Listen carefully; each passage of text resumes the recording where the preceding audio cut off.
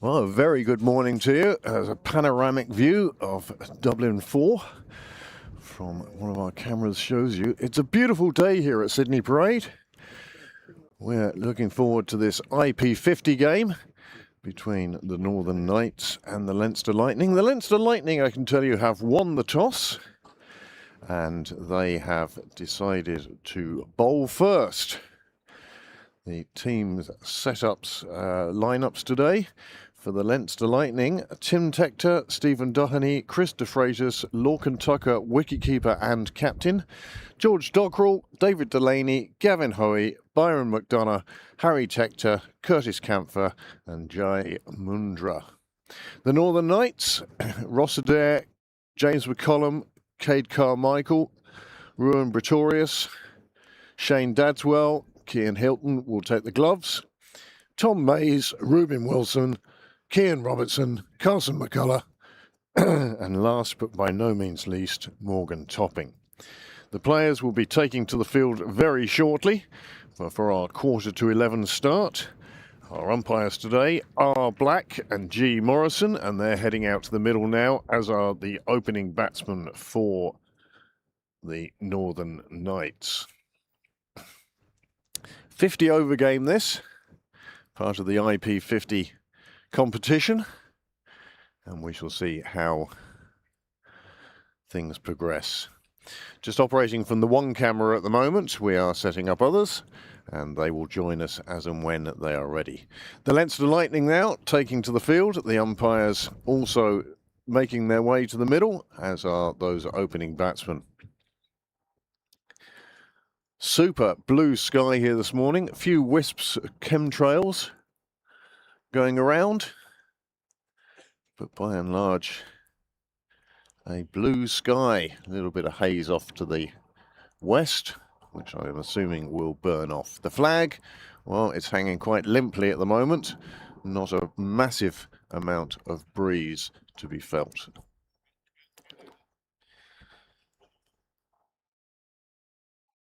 It looks like the Lightning are going to open from the nursery end. I see Dockrell and Tector in the slips next to Tucker.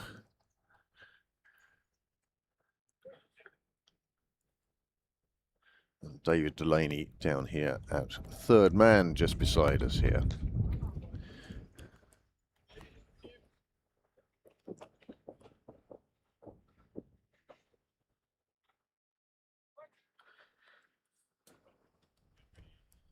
Unsurprisingly, one of the heroes of Stormont will be opening the bowling, Jai Mundra, opening from the nursery end, and we're underway. That's a firm shot from Adair.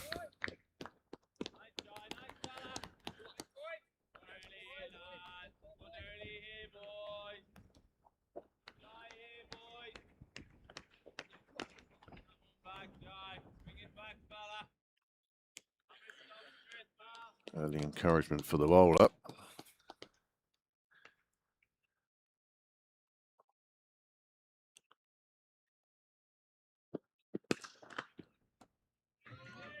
Well, Adair off the mark with a cracking shot through extra. Ends up just in front of the clubhouse windows. I know that Ian Callender is reporting on this game, and that one would have headed straight out to where he is sitting.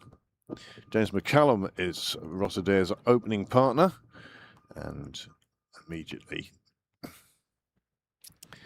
ball lost in the hedge, and a couple are going to have to look for that one. And there it is. Easy enough once you get down to ground level.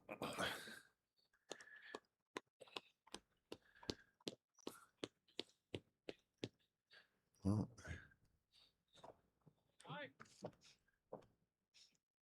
sight screen's being moved at the far end for the left armour.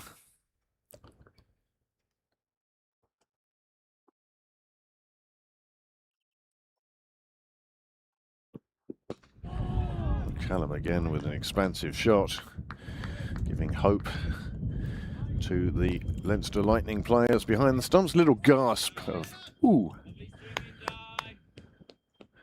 A lovely day for a game of cricket. There is a slight breeze, which will keep the heat down.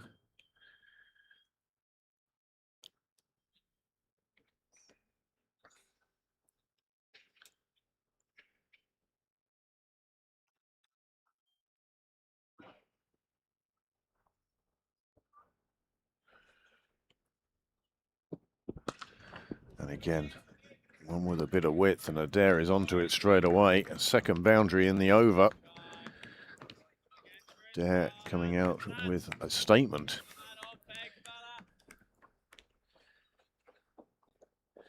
If you are on NV Play, you can pick up the analyst's highlights.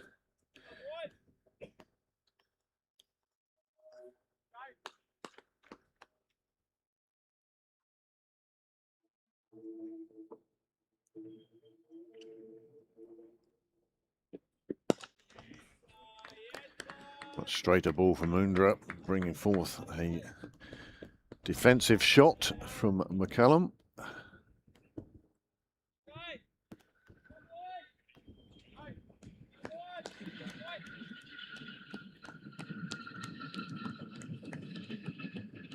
Two fours in this opening over. McCallum has gone off like the proverbial train, like the train that's just gone past.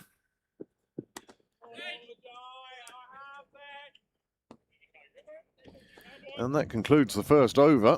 And the score, well, those two fours from Ross McCallum takes the Northern Knights onto a good start. 8 off the first over.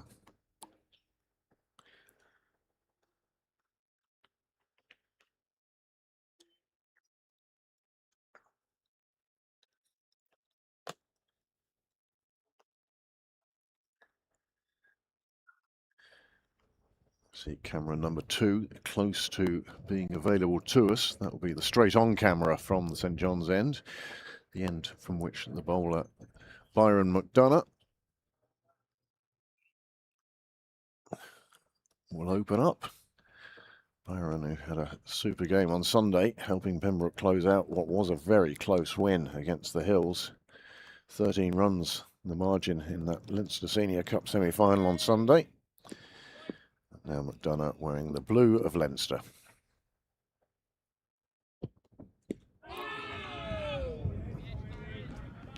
Well, first one thuds into the pads. It brings a half an appeal. You could see the bowler deciding against appealing any further. McCallum's first ball wrapping into his thigh. Be a little bit of a mark maybe there later on. One of the interested spectators here today is Gary Wilson, the newly appointed head coach of the Irish men's team.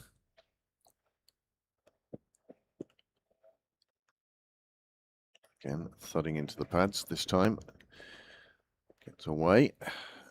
Runs for a leg bye.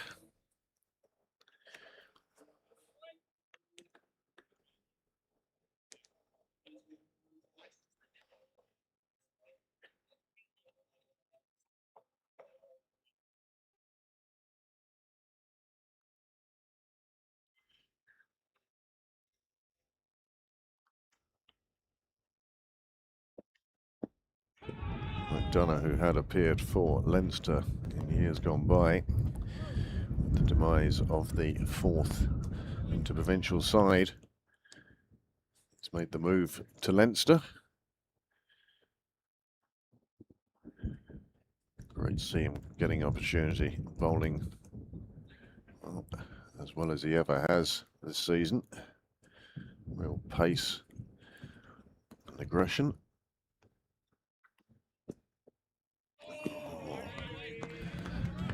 Adair just fending at that one, and it slipped away. Through to Lorcan Tucker. Lorcan Tucker, captain not only of this Lightning side, but of the Irish white ball side. His first series win against India. Not a bad start, is it? Also the first T20 captain. His first 3 games as captain, scoring a half century in each game. That one just a bit wide for Adair.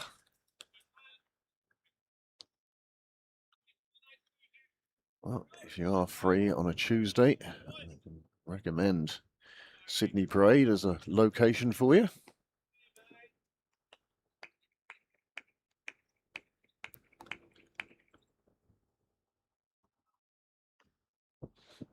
This one in the air, but finds the gap between gully and point.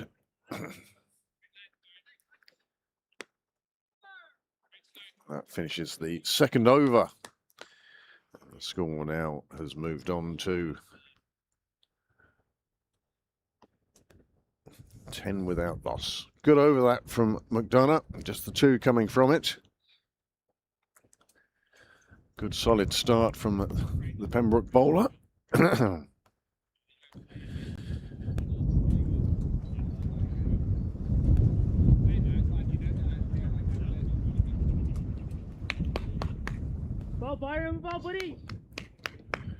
Dockrell, Delaney, Hoey, McDonough, Tector, Harry, Curtis, Camphor, Mundra means that Lorcan Tucker has plenty of bowling to select from. He's just been down to have a word with his opening bowler. Still two slips in place. George Dockrell and Harry Tector. Two men outside the circle are both behind the bat, one on the offside and one on the leg side.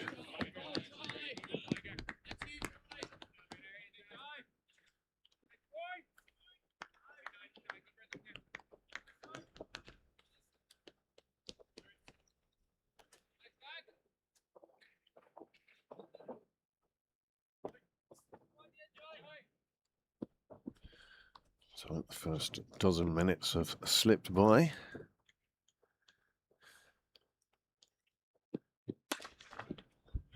And this time McCallum is the one to smash one through the offside. It goes a lot squarer than Adair. And thinks the ball hit the fence just along Cyril's way, square of the wicket. Nice boundary. This time McCallum is the one to smash one through the...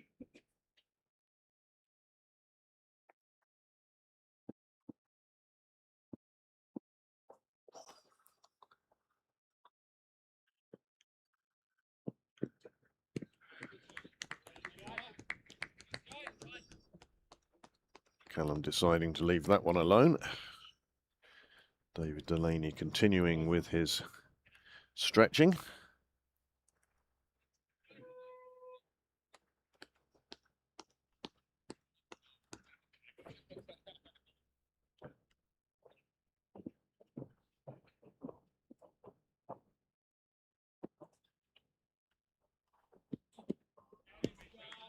And another one just flies through to the keeper.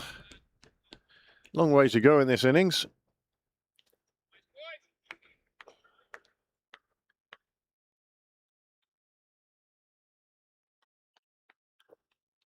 And even after just 2.5 overs. Well done. Well done. Good start, boys. Scoring programme NV play. Giving a projected score of 275. Surely it's too early to be making guesses like that. Not enough information. Colin runs the first one exceptionally quickly, hoping to get back for a second. Unable to on this occasion. Adair, I think, read it much better and decided that there was only a single in that, and he decided that very early on.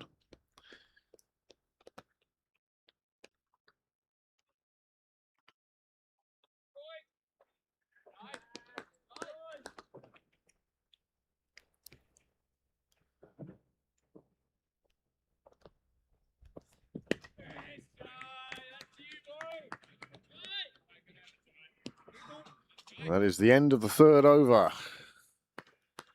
And the score now has moved on to 15 without loss.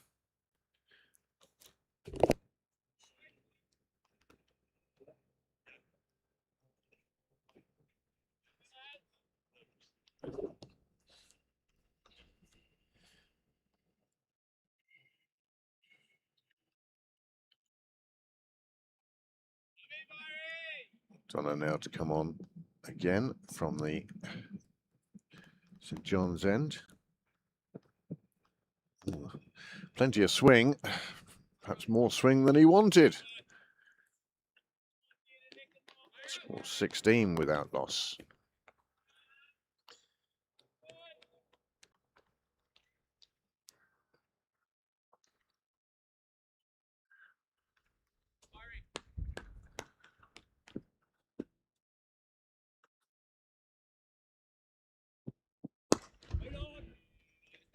Going for a much fuller length.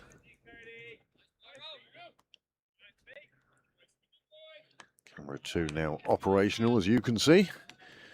Giving us this superb view down the ground.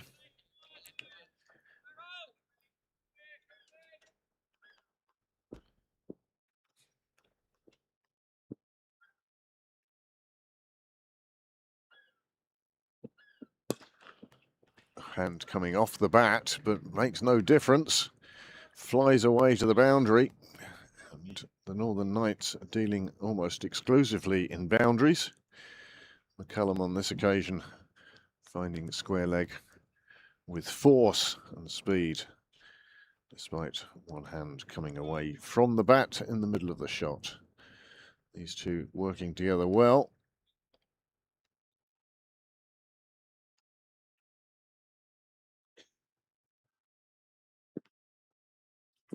Northern Knights, who fell to defeat against the Northwest Warriors last week.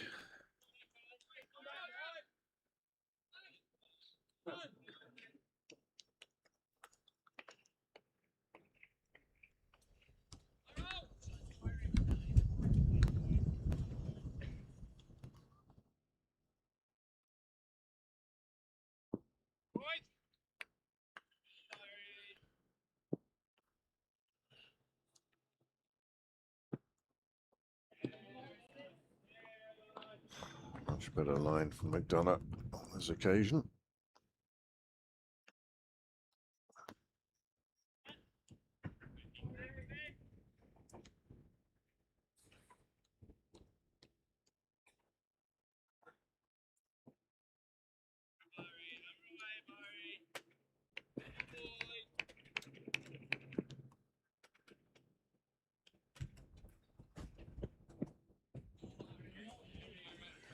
Again, just judging where that off stick is and doing so very well.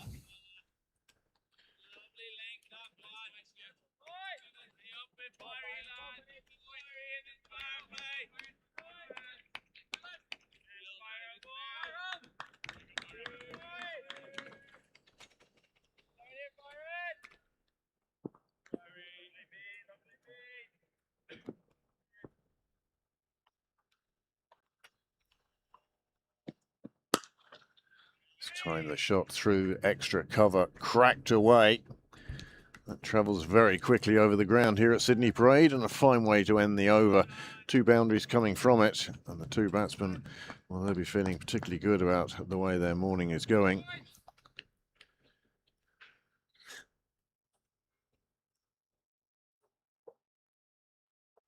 Come on, fellas, come on. 9 runs coming from the over. Come on, fellas.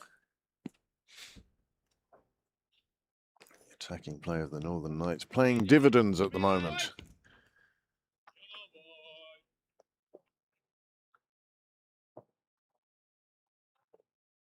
Tell you, Ross Adair has moved on to 10 from just 11 balls, and James McCullum now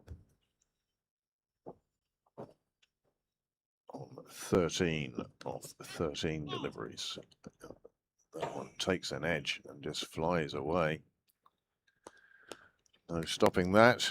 Gets through the boundary, although perhaps the streakiest of the 6 boundaries we've seen so far.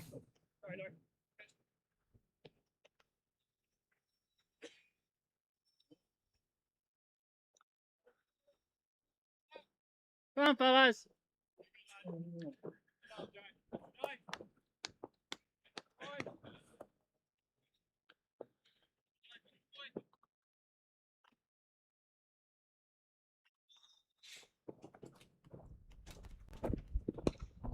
This one coming more off the inside edge of the bat. Going out towards square leg. Krista Fraser's will be the one who fetches it, but it's a 7th boundary of the innings.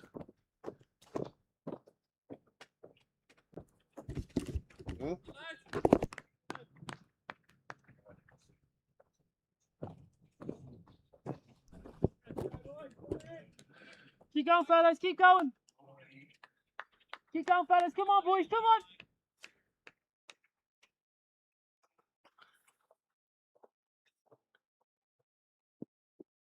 Go, Jai. Oh, that's a back, good boys. ball from Jai Mondra. Keep going, fellas, let's keep going. Getting it there, just to Nice, Jai, nice flash a blade at it. Let's go, Jai, come on, lads, come on, fellas. Sort of one that just can take an edge. Here, lads, come on. Nine, Jai here, lads, come on. One ball, 1 wicket here, Jai, come on, bud.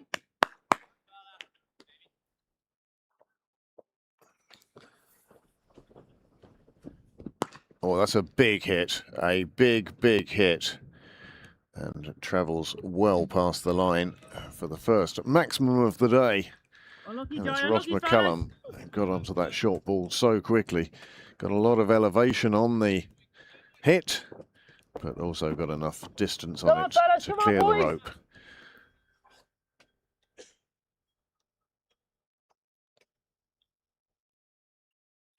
Come on, fellas, come on, fellas. Well, Tucker is going to be faced with a dilemma here. Moondra.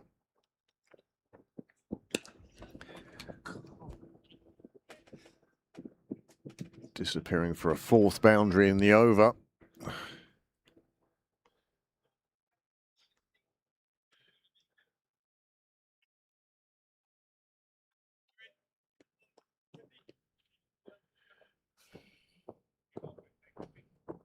18 off the first 4 balls. One thinks that Tucker might be forced into an early change.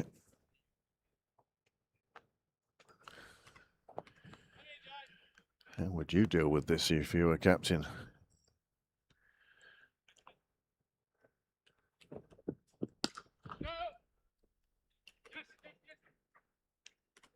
And the final ball also reaching the fence. 22 coming from that over. A big over for the Northern Knights.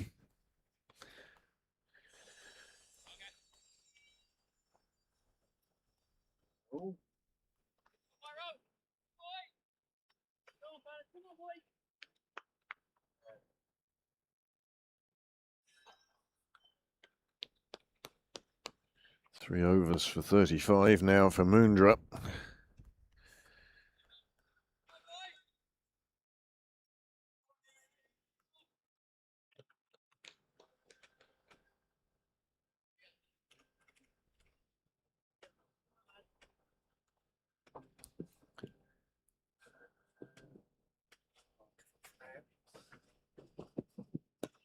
This one at leading edge, squared McCullum up. It squirted clear of the fielders though. And he gets through for the single. These two batsmen definitely out with serious intent to score and to score quickly.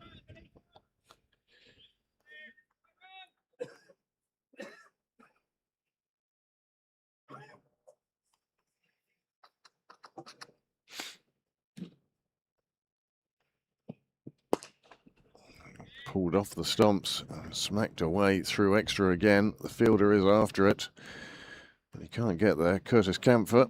And another boundary and runs certainly coming quickly for the Northern Knights. They are on a mission, and that brings up the 50 for them.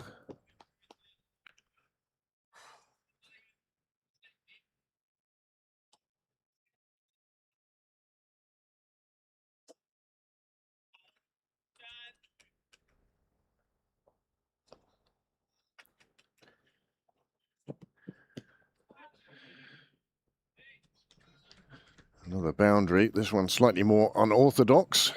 Rossiter getting himself caught up, but had enough on it to get it away to the boundary.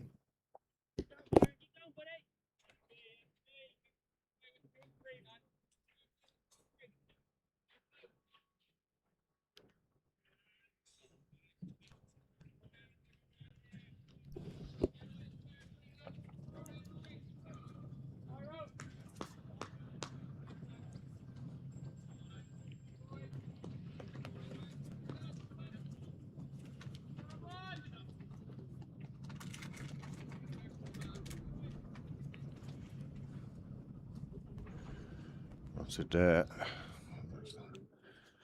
moved on now, 36 off just 18 deliveries. Striking at a good rate.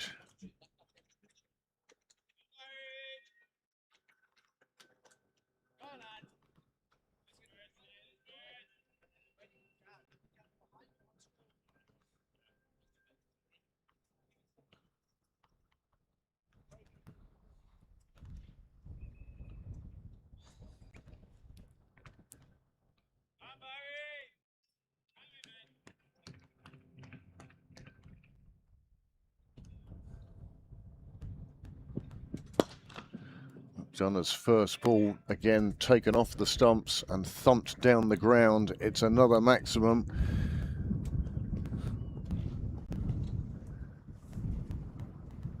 Both of these opening bowlers, well, finding it tough work at the moment. Adair, McCullum scoring at will and clearing the boundaries more often than not.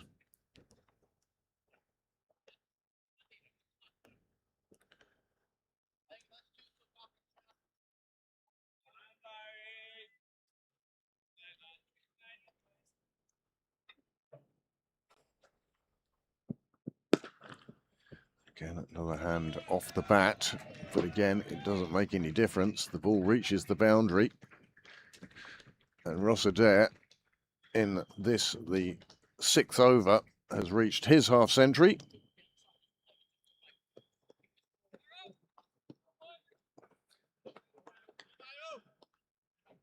And at the moment, everything going the way of the Northern Knights.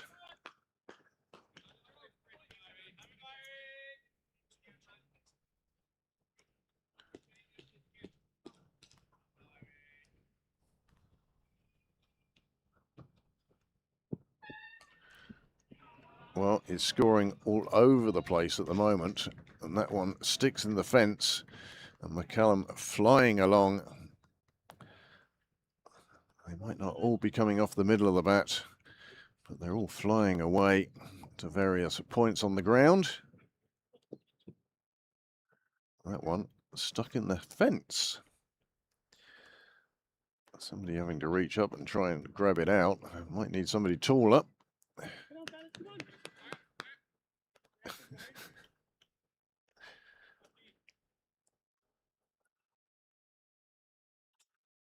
Well, it really did stick in there. It's popped out now.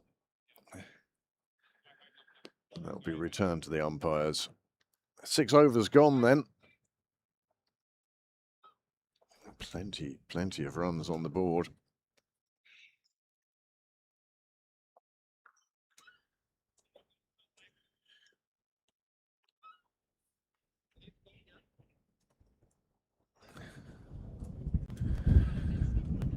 And as I suggested, well, first change of bowling forced on Tucker. And he's turning to the experience left arm of George Dockrell. Still one slip in place. 72 without loss after 6.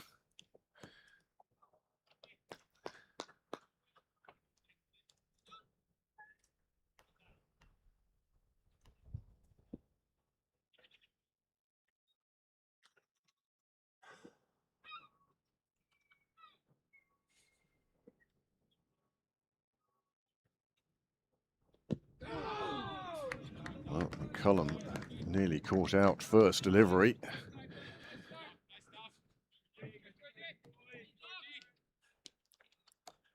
Twelve and over they went for in the first 6 overs.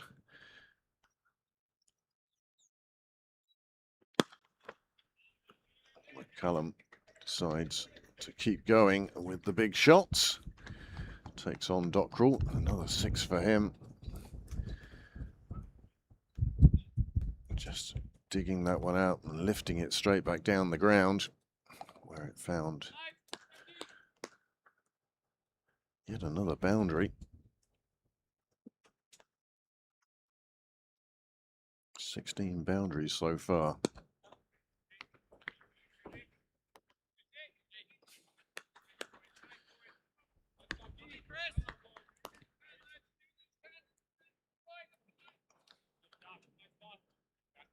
across Adair.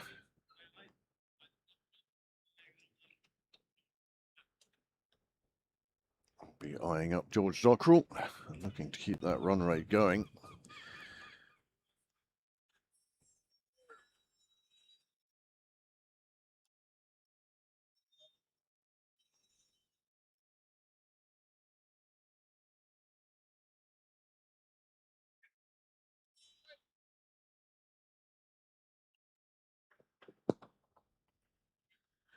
Again, just picking the singles. Sensible play from the Northern Knights. If it's not there for the boundary, they're not looking for it.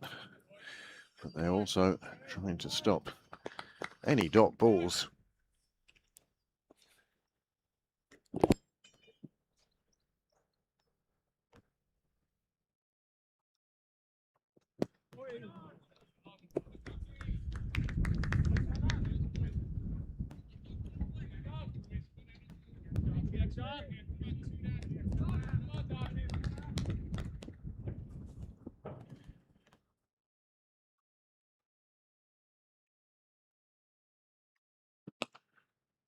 McCallum had looked to give himself some room. Dockrell went to follow him, and McCallum played the double bluff and swept him round the corner for another boundary. Nicely played. Cat and mouse between batter and bowler. On this occasion, the bowler getting it right.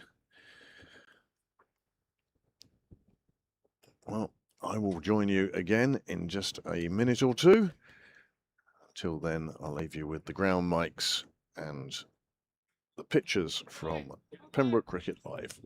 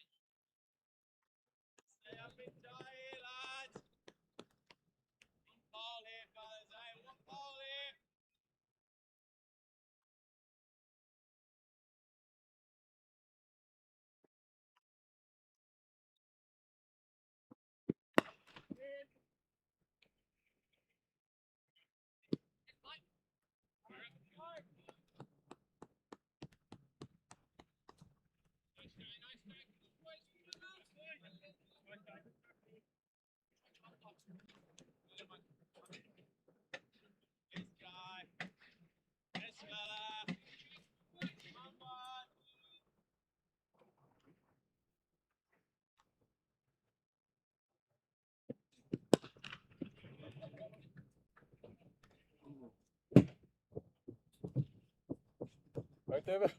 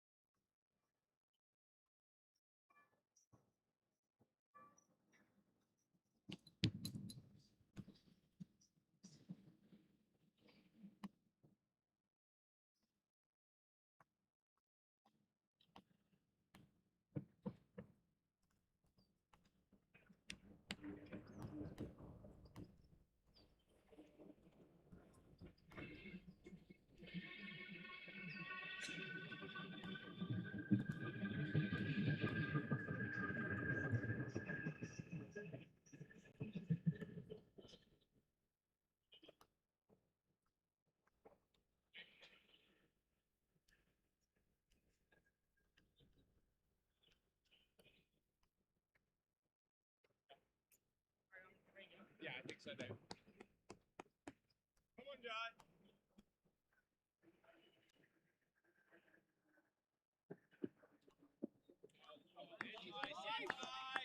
Want that, baby. Nice boy. Nice back. Good boy. Well, Jai. Listen, Jai. Skills, Jai. Skills, fella. Come on, boys. Right.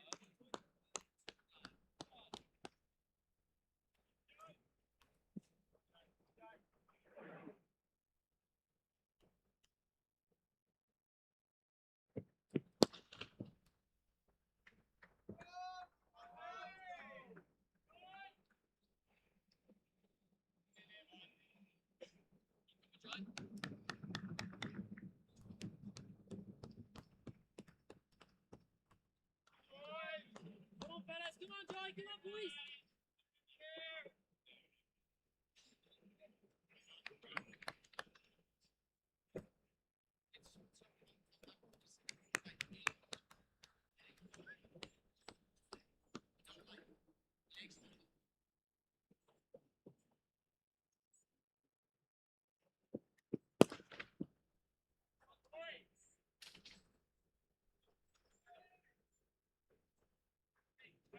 Hand up.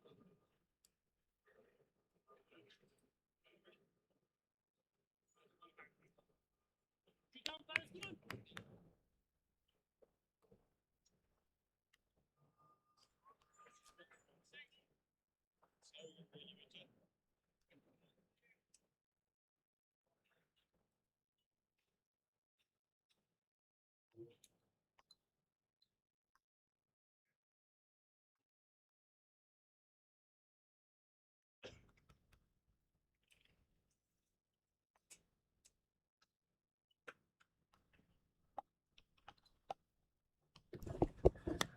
Well, the onslaught continues.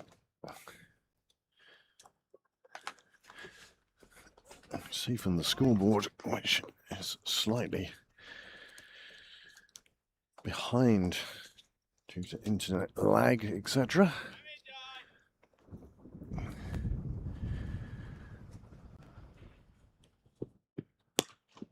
Well, he's looking to play expansively. Here's Adair, and it's working for him. He moves on to 73 now, 75, and that is 100 up.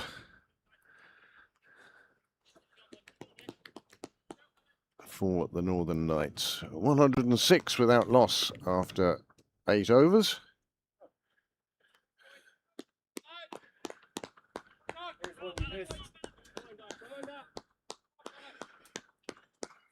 Wait to see where it ends up.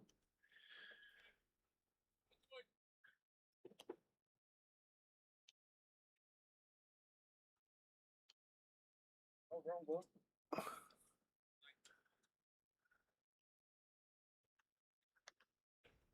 Oh, that one looks like it was coming close. Wait, bro. See when it hits in the car park. Off the ambulance.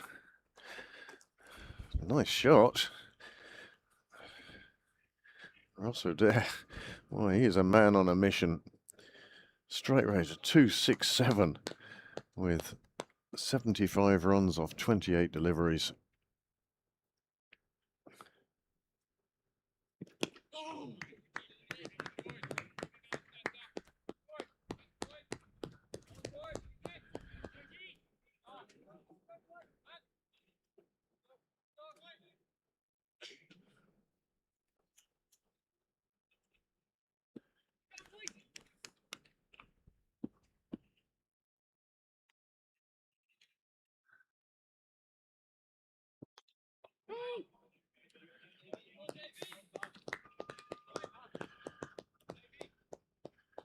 Well, one dreads to think what would a final score be if these two are still there at the end.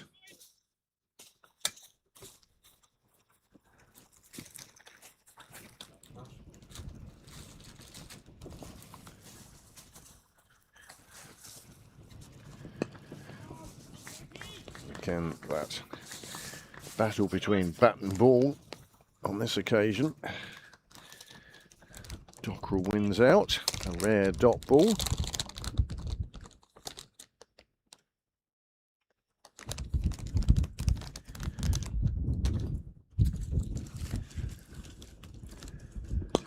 And then another one, and this goes well into the gardens. Hits the house on Park Avenue, the end house of that row. Another 6, and this runs just keep coming for the Northern Knights. Well, there you saw the flash of it as it crashed into the house, just 2 foot wide of the window.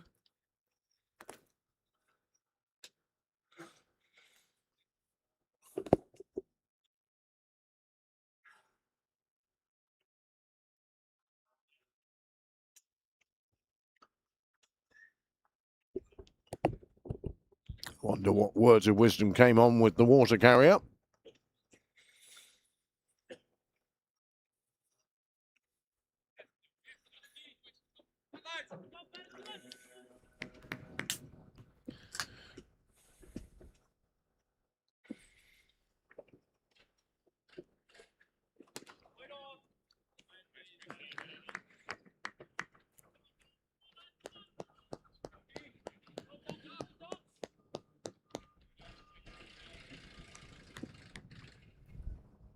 Well, with these two in this sort of mood, one wonders how many cricket balls the Leinster Lightning have brought with them today. Another well bowled delivery. Hand coming off the bat. Doesn't stop them getting through for the single. Single off the last delivery.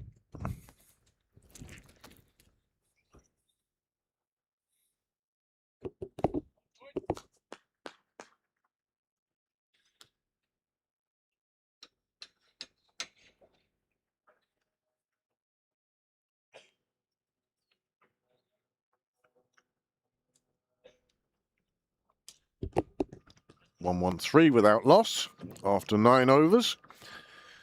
You'd have to say this power play very definitely belongs to the Northern Knights, more specifically to Ross Adair, who has moved on to 79 off just 29 deliveries, 10 fours and 6 sixes. Well, if you wanted to see top quality hitting, Sydney Parade obviously the place to be today.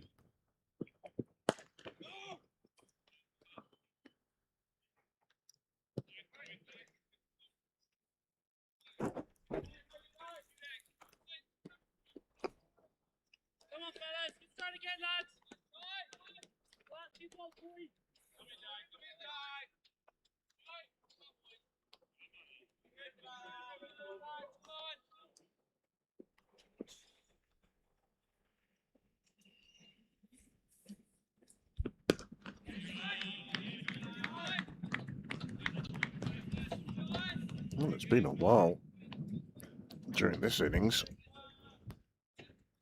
that I think we've seen 2 dot balls in a row against Asima.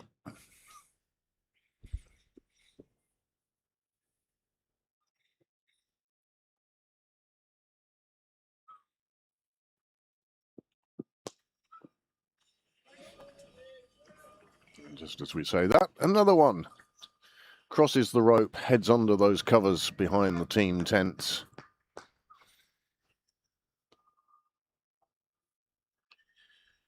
Cracking shot.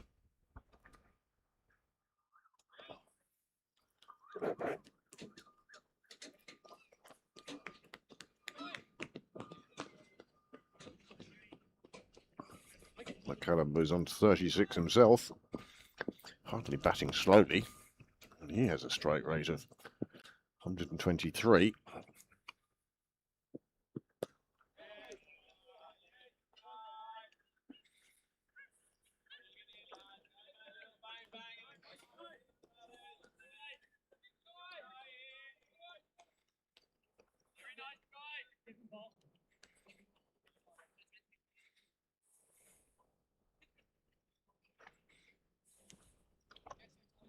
After taking a wicket with his first ball in the Irish shirt in those T20s against India.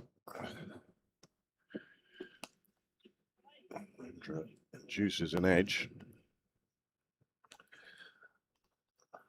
Yes, very much a back down to earth experience here at the moment.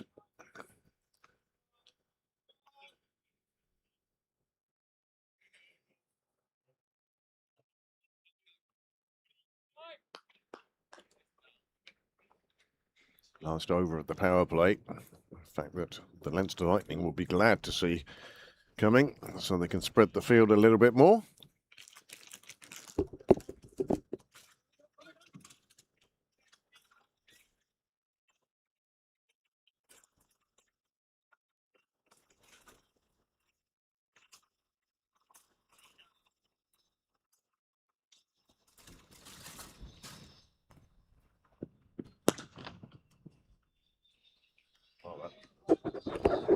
That is a shot of absolute class.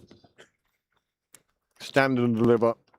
And flushed it straight back down the ground again. Here it is. Just moved the front foot slightly out of the way. And then it just followed through powerfully.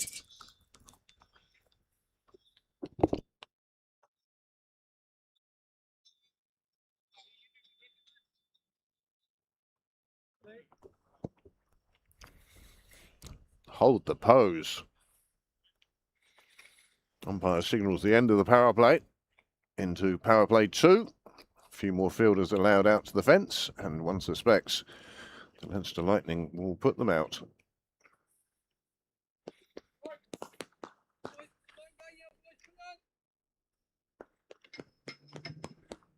122 without loss. Scoring in excess of 2 a ball at the moment, the Northern Knights have done so to the opening bowlers. George Dockrell now back on for his 3rd over.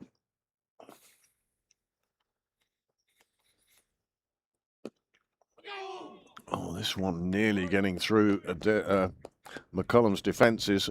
Played it onto his foot and then it just ran wide of the stumps. But just for a moment there, he'd have had his heart in his mouth, wondering if he was going to survive that particular shot.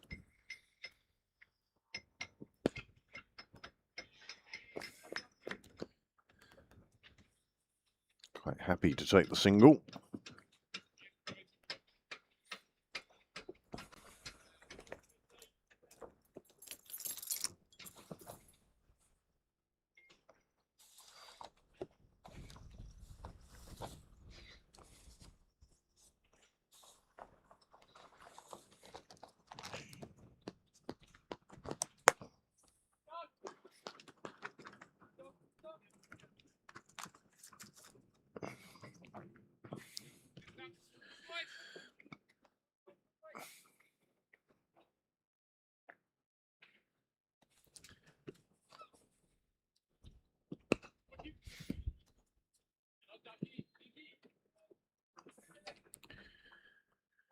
Well, all these boundaries, they haven't forgotten that you need to run your singles and run them quickly.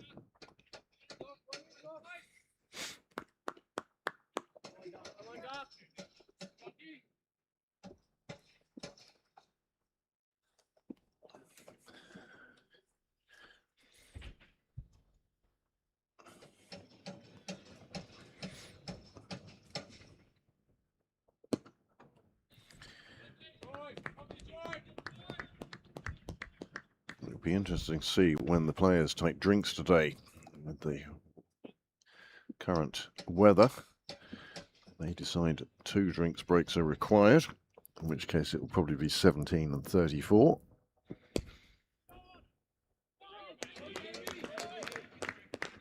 Nice bit of fielding in the infield there. David Delaney showing gymnastic abilities.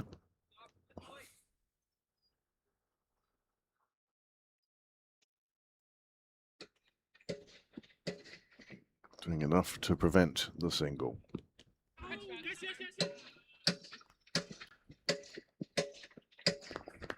Quick, early, decisive call from Adair lets him get down to the striker's end.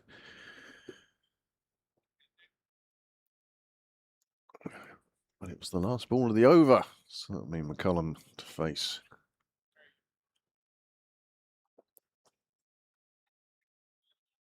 Looks like Tucker making another change. As the score moves on to 1-2-5 without loss. And Norcan Tucker turning to a proven match winner, Gavin Hoey. His leg spin.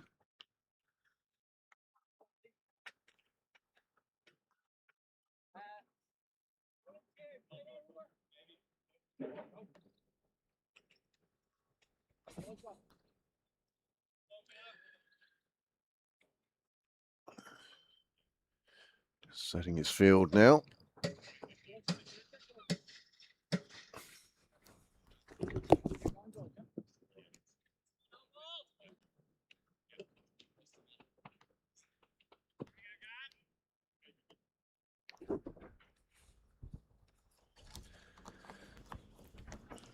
Gavin Hoey had an absolute lifetime game on Sunday.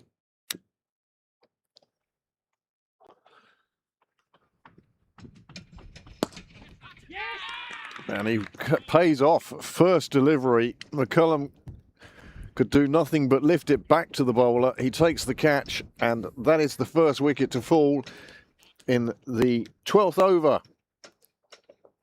James McCullum departs for 39. Again, that bottom hand coming off the bat, and the disappointment of the batsman evident to one and all.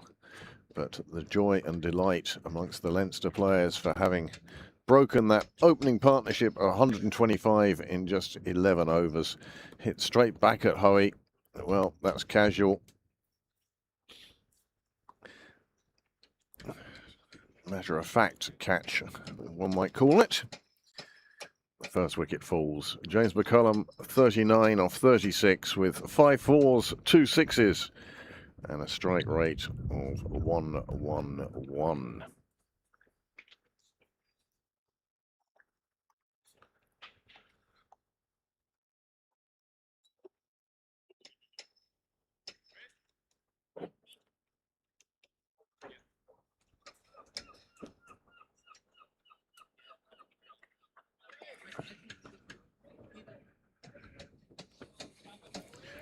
New man to the crease, Kate Carmichael.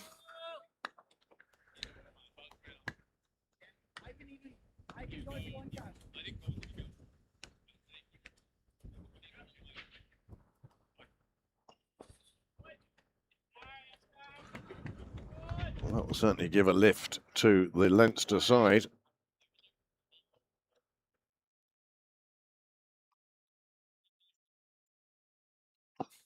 Kate Carmichael, the night skipper. He'll have enjoyed the first power play.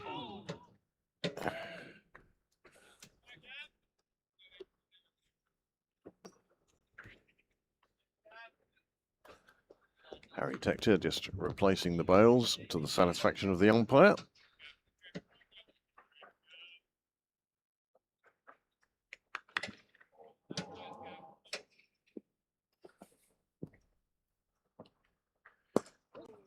Very tossed up by Hoey on that occasion. Carmichael displays it down the offside and picks up the single.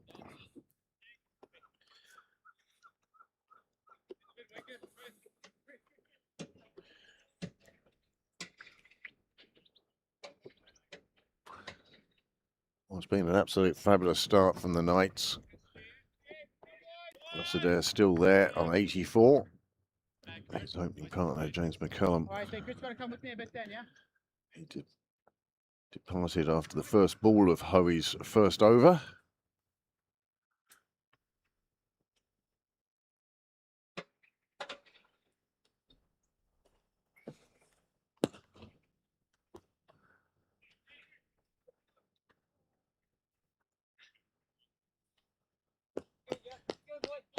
And Adair, well, the loss of his partner makes no difference. Bit of width from Hoey, and Adair was onto it straight away. He'd given himself plenty of room, almost had to stretch for it a little bit, but still got enough on it to clear the boundary and even clear spectators.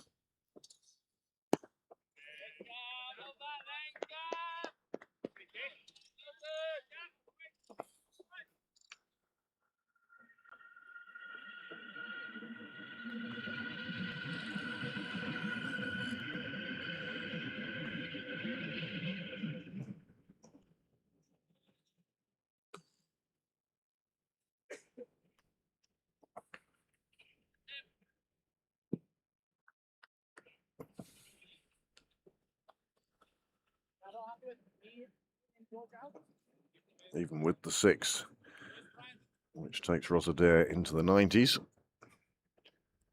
There seems to be a little more caution facing the bowling of Gavin Hoey.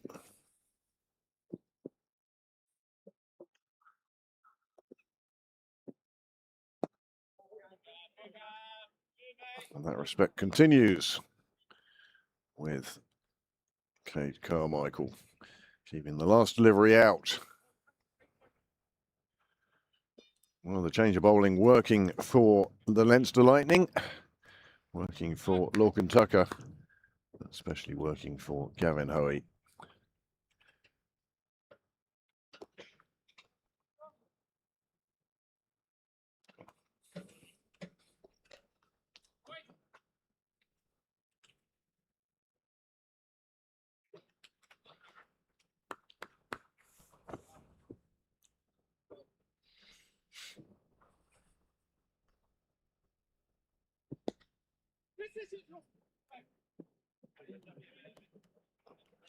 The old scrum half dive pass being employed by the fielder there.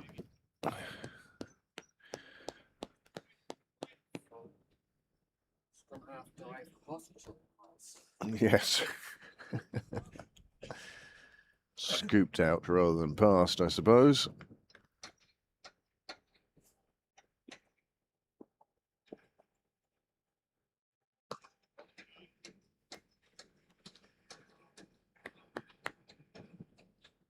Oh, helter-skelter start, taking the pace off the Leinster Lightning now.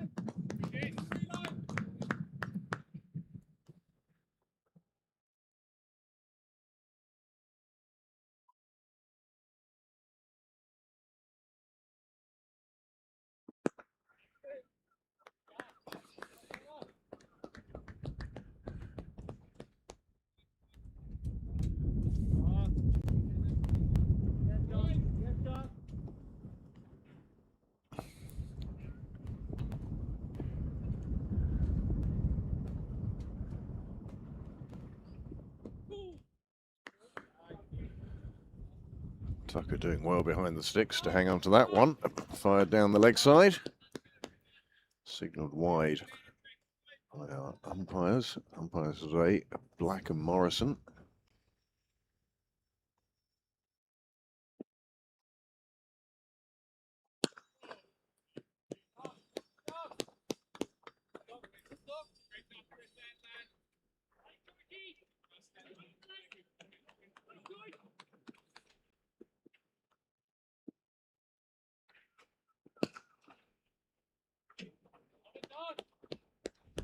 Carmichael trots through for another single.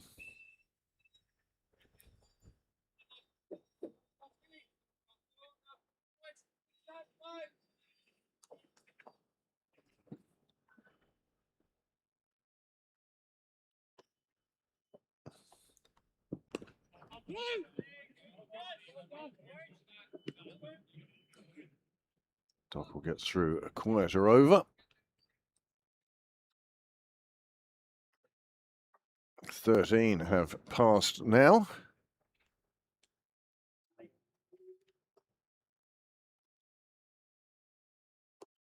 Score 139 for 1, just 5 coming from Dockrell's over.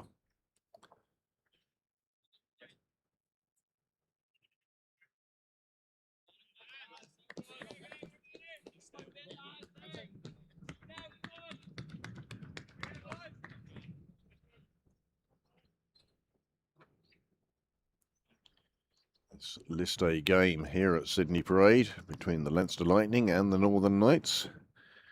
To the 14th over, Gavin Hoey.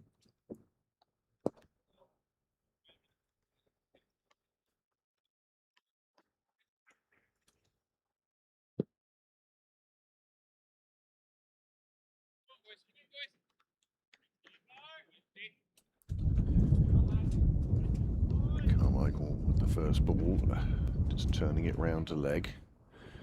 Just getting his partner on strike. 93 now, Rossiter.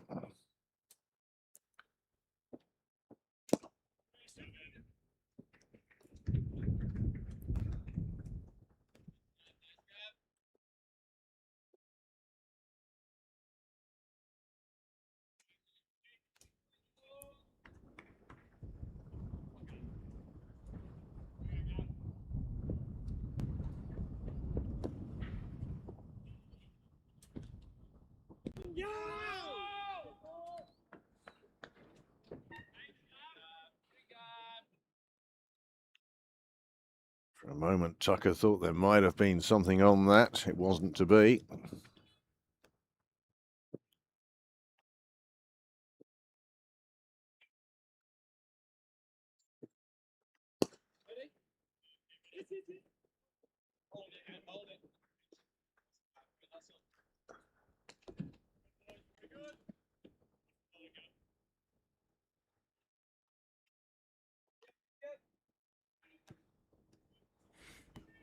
Carmichael doing exactly the right thing at the moment. Let's try and give strike to Rossiter.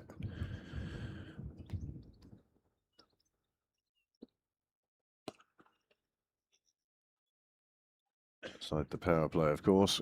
More fielders covering the ropes.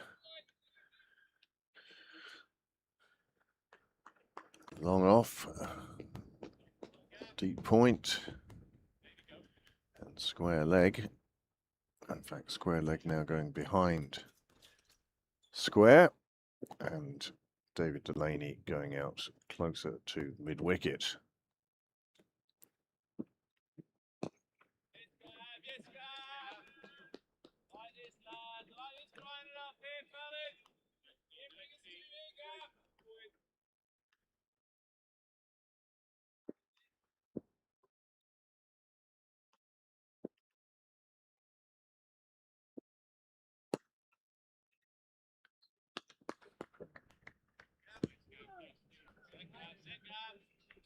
Another good over from Hoey.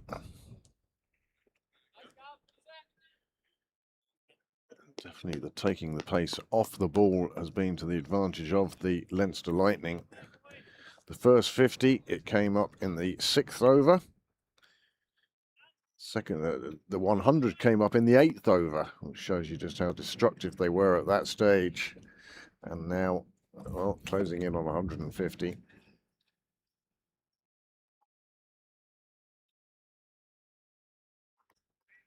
But the rate between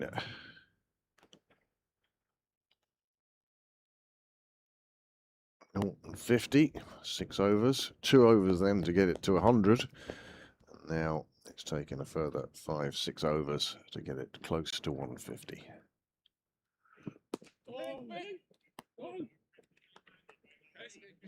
Nice fielding for Christopher Fraziers. We've seen what a good fielder he is in the past during the IP20s this season.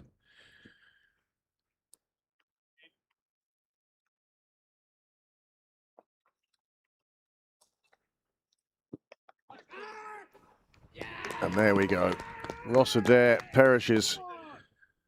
George Dockrell picks up his first wicket, and the second wicket falls with the score 1-4. 1-4-4. I'll wait for the scoreboard to catch up. But they will be delighted to see the back of Rossiter. 94, 95 from 40 balls. An early candidate for man of the match, but he's departed now. Trying to cut that one away. Came more off the edge, and Curtis Camphor it is, who makes a fine catch diving forwards. And Rossiter heads back to the dressing rooms with a very good morning's work done.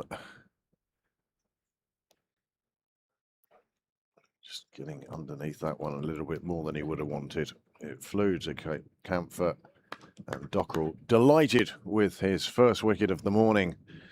144 for 2.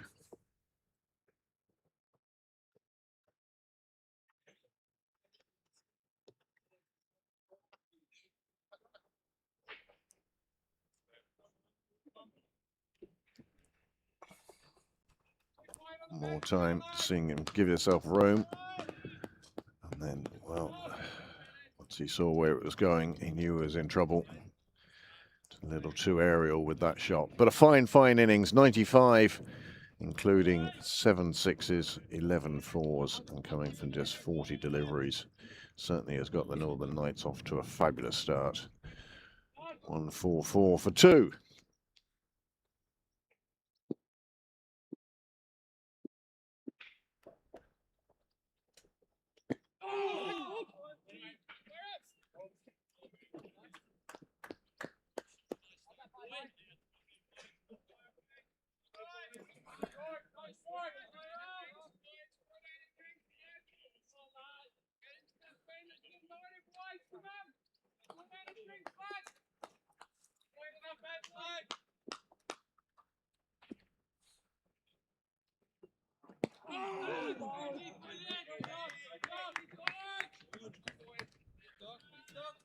It's a match with a different feel to it now that Adair and McCullum have gone. My goodness, they were destructive in that power play. 122 runs coming from the power play, and a partnership in the end of 125.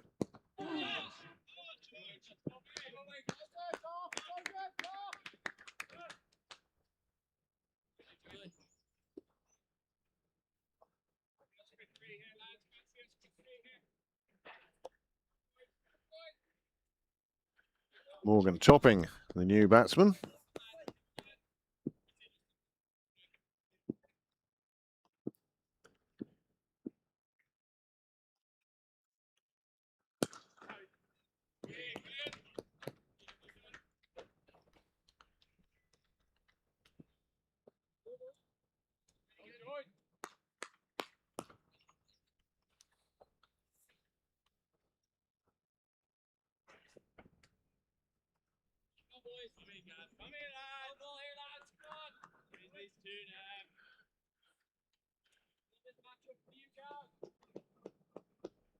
Topping and Carmichael now. Normally you'd say with the 2 openers gone, looking to rebuild. But when the score has reached 145 for 2, I don't think rebuild is on their mind.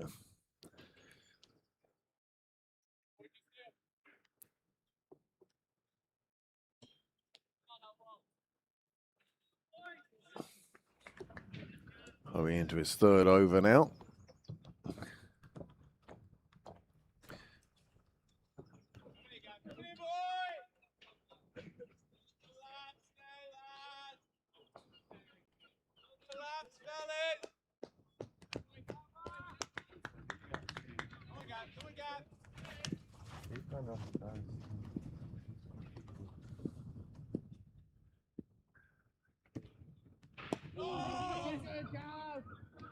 Through for a quick single on this occasion.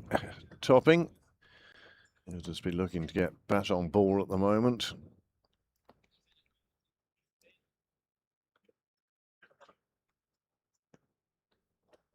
Score at the end of 15 then was 147 for 2.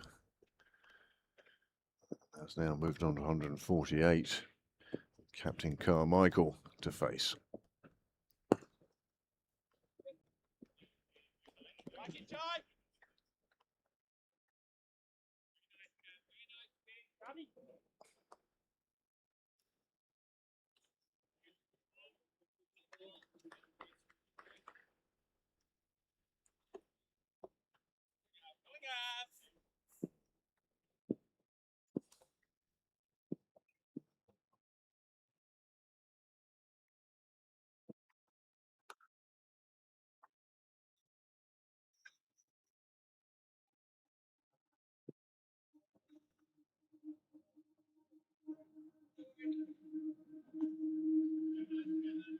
Leinster Lightning having to fight their way back into this game.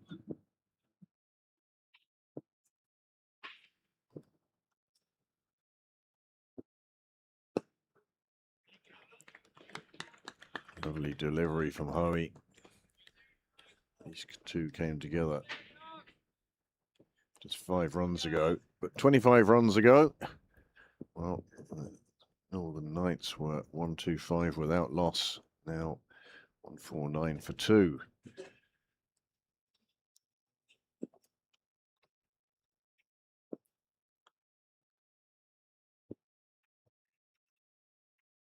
Just the first of 2 games here at Sydney Parade this week.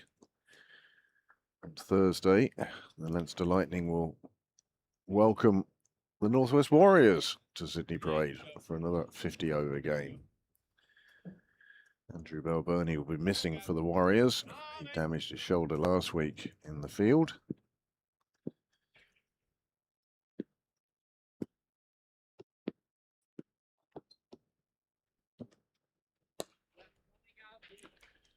Nicely played into a gap for a single. 150 is up for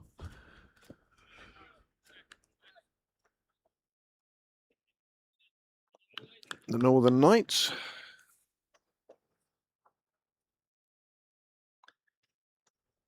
Also this one. Oh, players are taking drinks after 16 overs. And it's not a bad idea today to keep hydrated. If anything, the breeze will assist with the dehydration. Just taking any real heat out of the air. So drinks, 151 for 2. Gavin Hoey has bowled his 3rd over.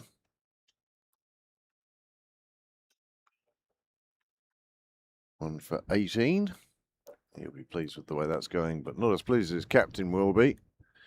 As I say, that first power play very much belonging to the Northern Knights.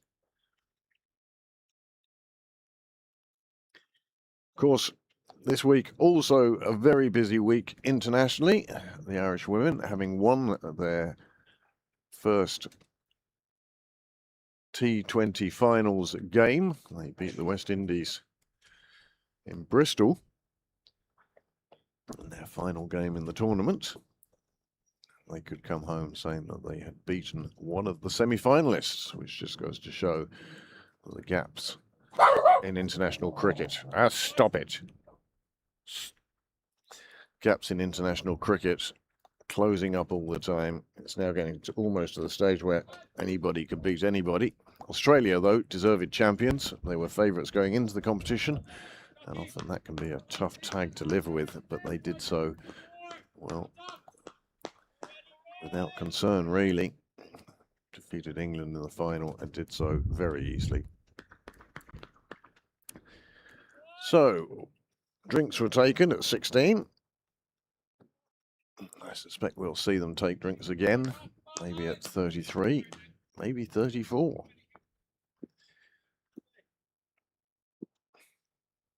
Dockrell then from the nursery end.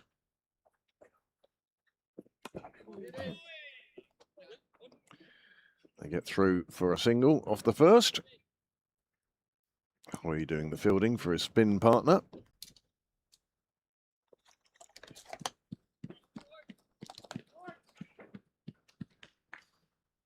Sit down.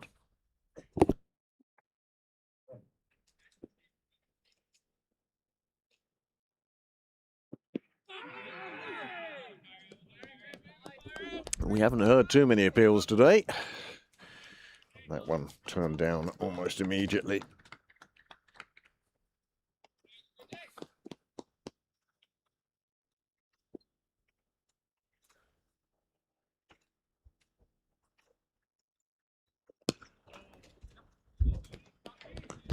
That one gets past a dive from Dockrell. And they take the single.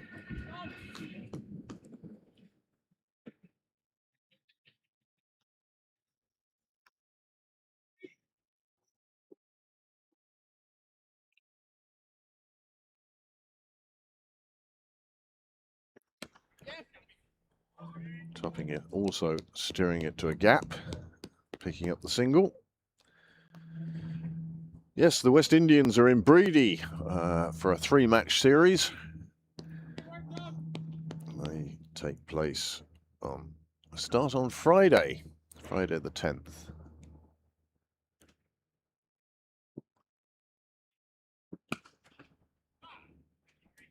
Harry Tector, sharp fielding. 10th of January also, on a domestic side of things, sees the Leinster Senior Women's Cup final. That's Friday evening.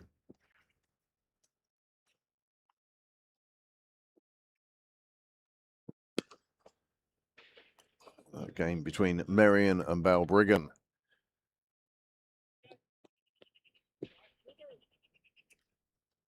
Duckrell completes his over. Nothing too untoward for either side. There are the Northern Knights, by and large, taking shelter from the sun.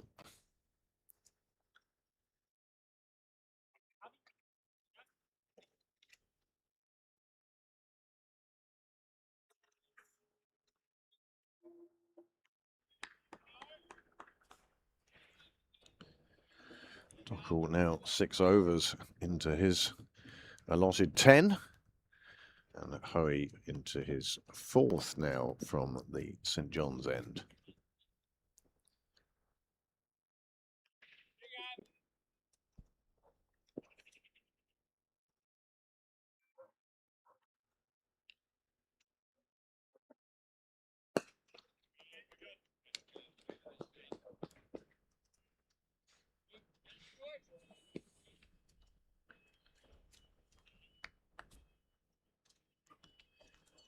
In a couple of overs now since we've seen a boundary from the Northern Knights, which seems quite incredible after we saw the start that Adair and McCollum put on, when they were dealing almost exclusively in boundaries.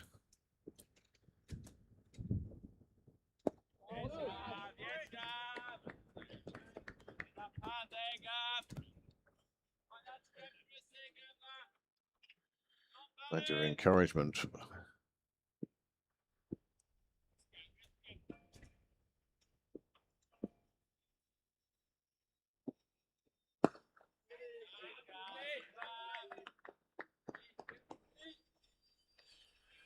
McCallum fell just short of 100. He got 95, and many thanks to Jer Siggins. Tells us that the fastest century in an IP50 was Simi Singh in 53 balls 8 years ago against Munster. And the fastest 100 in all interprovincials was in a T20 game, Munster against the Northern Knights, and Duffany 35 balls. So very much the case whereby Leinster have their own firepower too.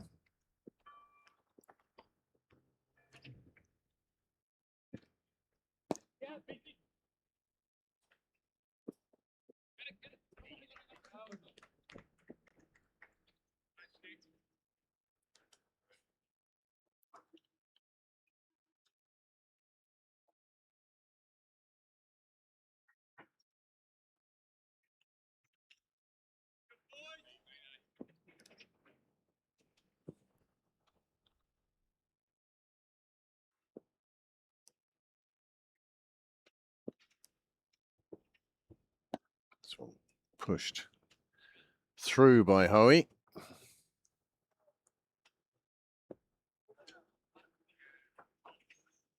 Another fine over from Hoey. The scoring rate really has slowed down recently.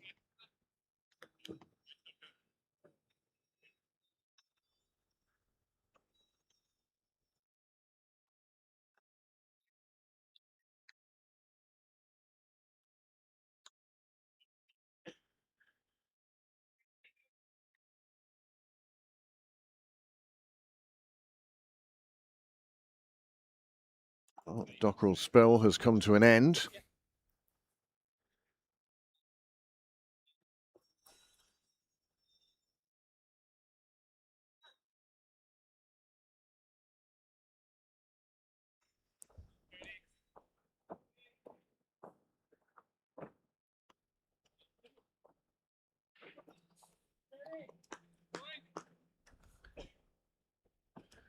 Change of bowling at the nursery ends now.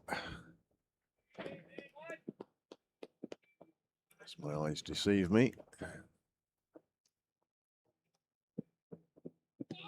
David Delaney. Oh no, Curtis Camphor. My apologies.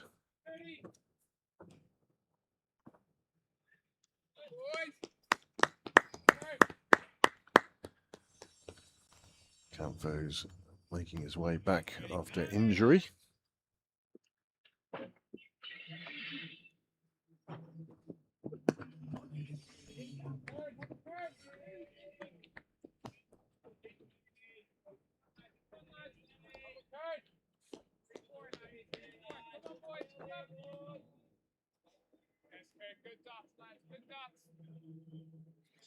Far quieter. 8 overs after the power play.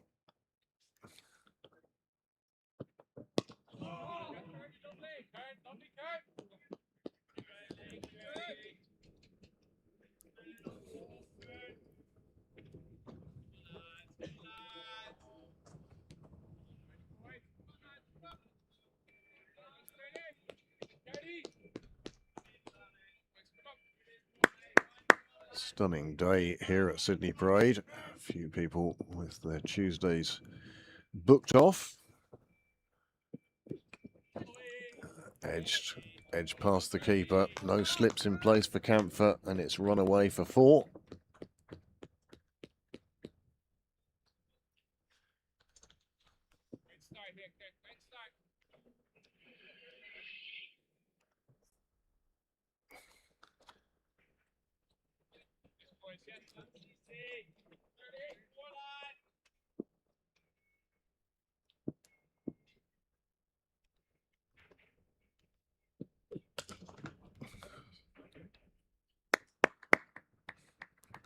Harry doing a neat piece of fielding out on the open side. Trolling Cyril's way, as he so often does here at Sydney Parade.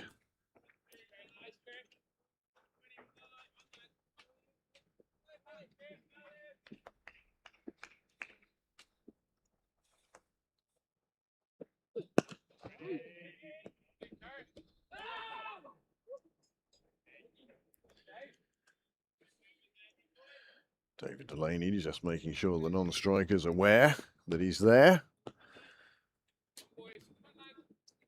It was just played away. Topping alert. And his bat well and truly planted.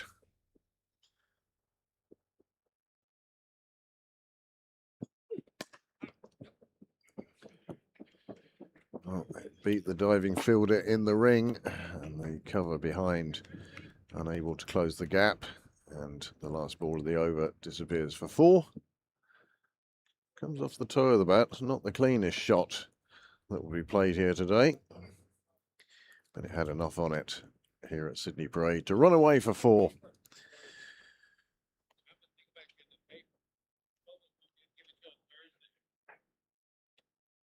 170 for 2. It definitely seems that the Northern Knights enjoy pace on the ball.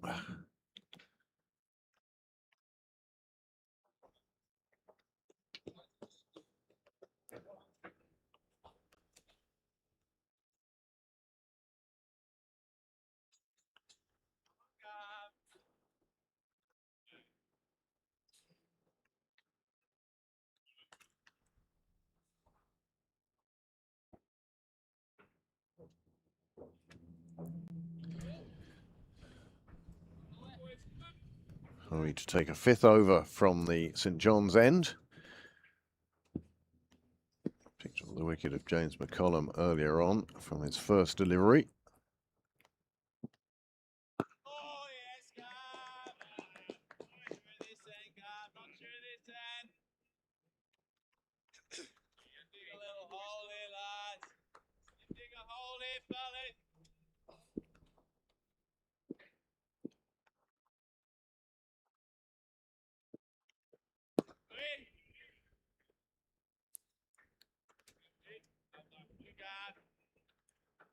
Mr. Fayters now is the man covering Cyril's way. Michael Sharp corner.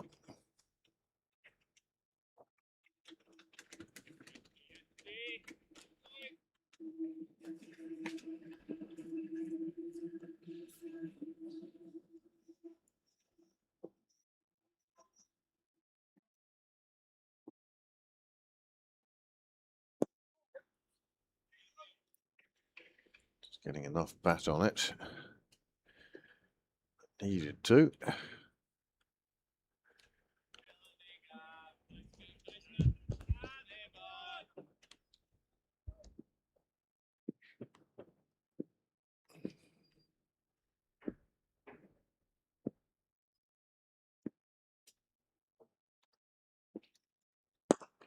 This one lifted down the ground. One bounce 4. The long off and long on have gone up into the ring, and that enabled Topping to play this shot, which resulted in 4 runs, taking him on. One bounce 4.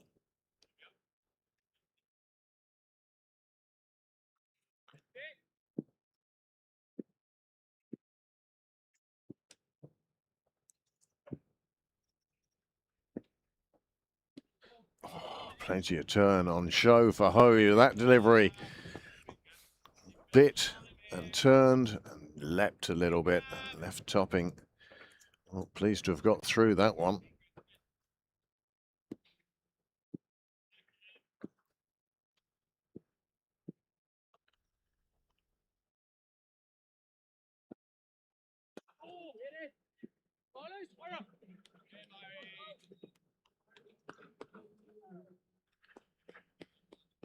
Oh, another interesting over from Hoey. We saw the amount of turn and bounce he managed to get with that penultimate ball.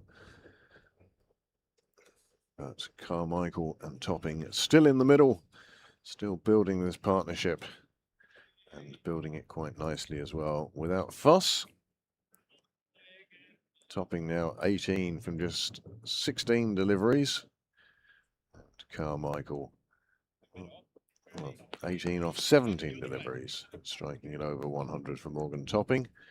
And Carmichael, 18 off 25.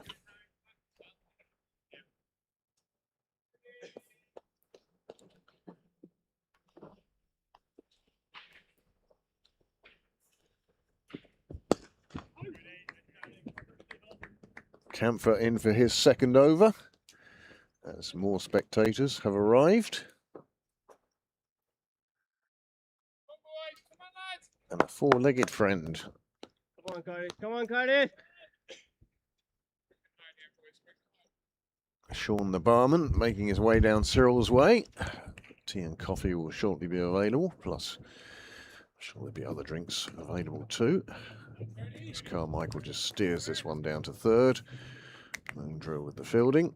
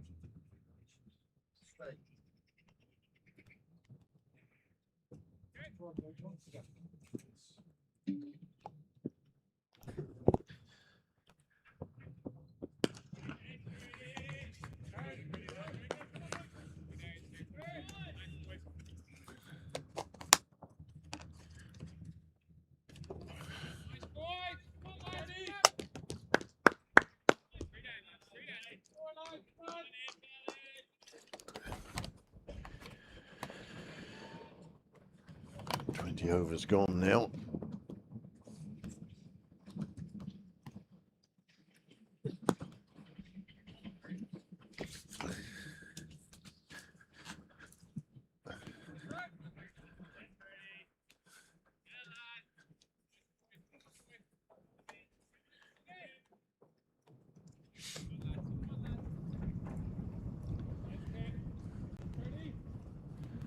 Good over this for Camphor.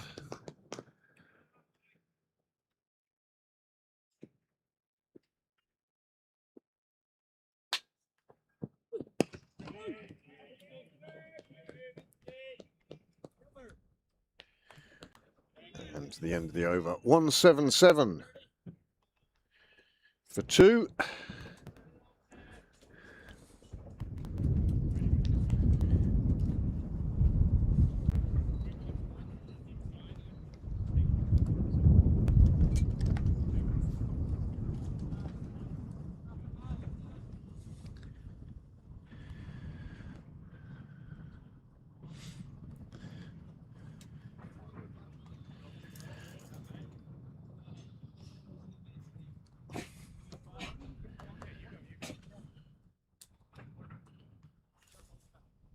These two now have put on 33 for the third wicket. They came together in the 15th over, whilst not scoring at the pace that the openers did. They're just keeping things ticking over. Run rate in excess of 8.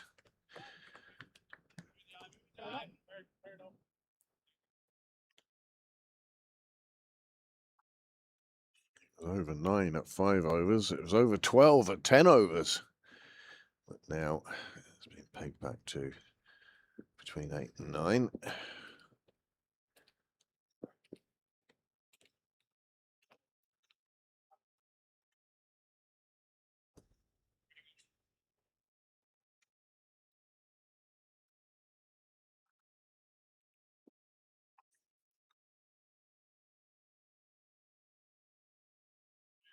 Late adjustments in the field for Hoey.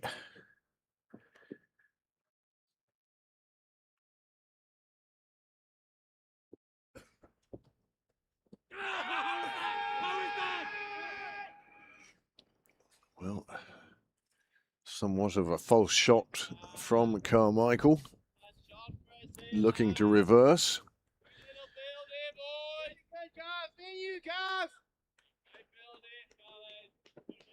Umpire perhaps judging that it hit him outside the line. Wasn't a million miles off though.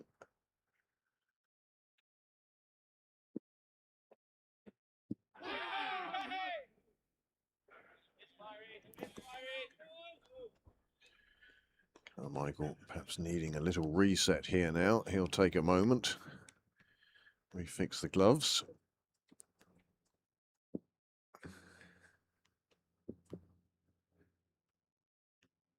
Temptation to have a swipe now. But no, he resists that temptation. Solid foot down the pitch.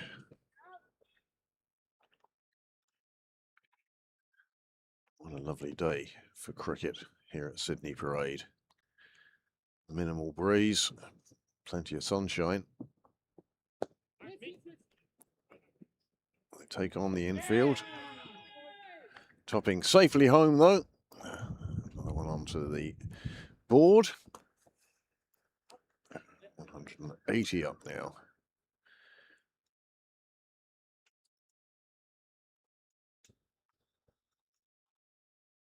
Well and truly in from Morgan Topping.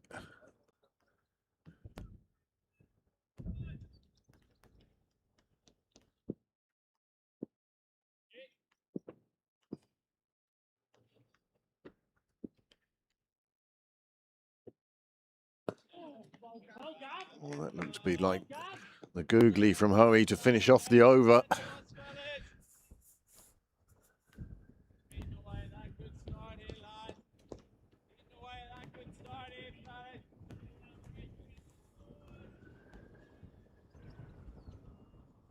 $180 for 2 then from 22 overs.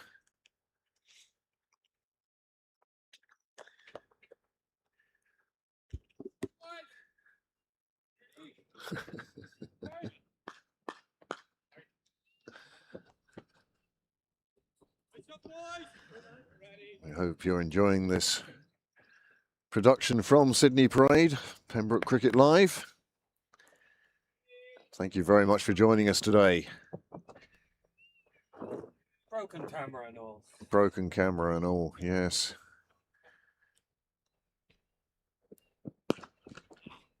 Kampfer just going a bit short on this occasion. And umpire at square leg notifies his partner. It cleared the rope without a bounce. Just too short from Kampfer. And Carmichael was onto it very, very quickly and put it away nicely for the first 6 we've seen for a while since the departure of Rossadair.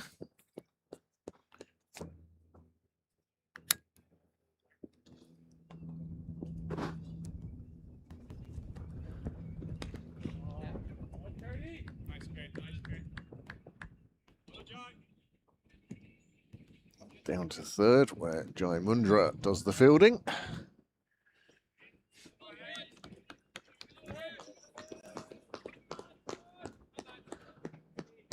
Always enjoy these List A games. Get to see the best from around the country.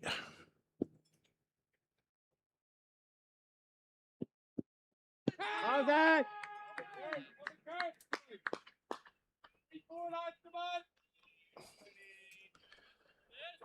Couple of appeals to no avail.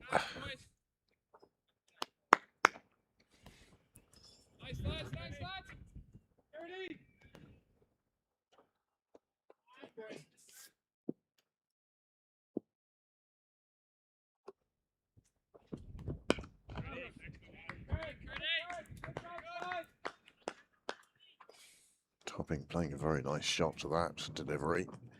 Getting well in line. Taking all the heat out of the delivery.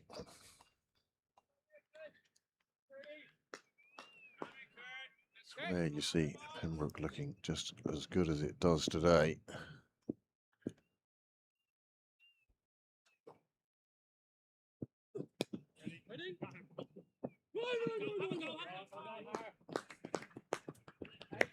Fielding by Harry Tector, ably supported by his captain and keeper.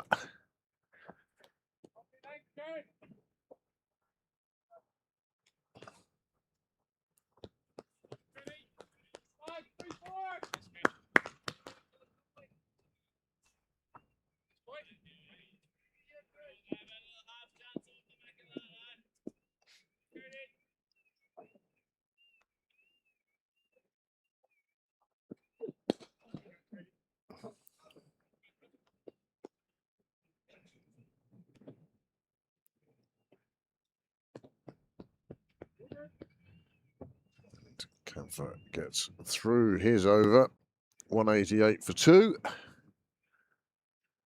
Drinks coming out for the batsman, and perhaps some dry gloves. Well, continuing on the international theme, as well as the women playing the West Indies starting on Friday in Breedy. The women will also be playing England on the 1st, 3rd and the 6th of September. England, the World Cup finalists. And then the men have their 5-game series with the Afghans on the 3rd, 7th, 9th, 12th and 15th of August. And they'll certainly be worth keeping an eye on. Many congratulations to all the Prendergast.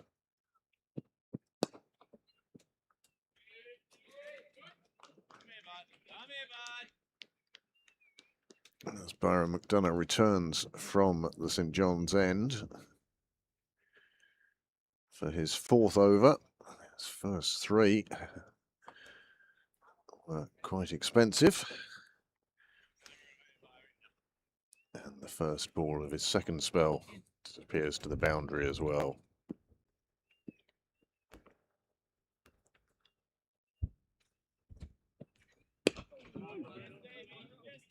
Much better delivery on this occasion from McDonough, cramping the batsman up.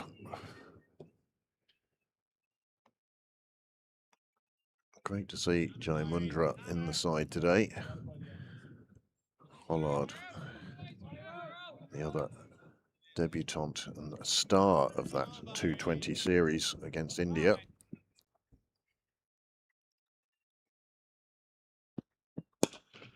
This one lifted out safely.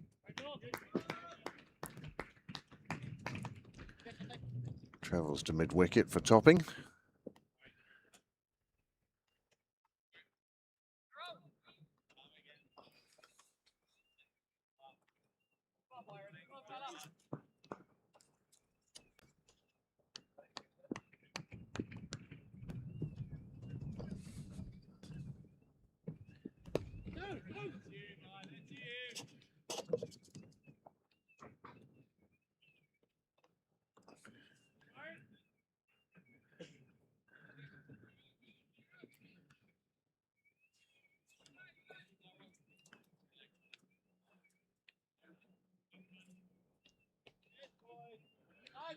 These two now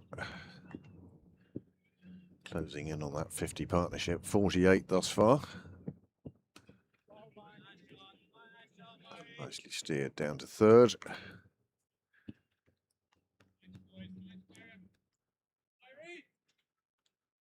And in fact, they have now reached that 50 partnership for the Northern Knights.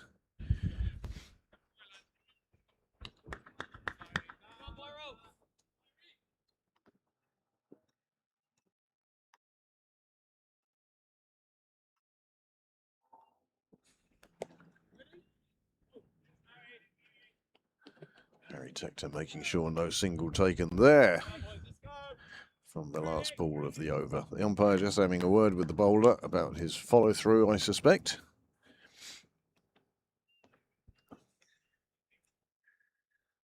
Score 197 for 2.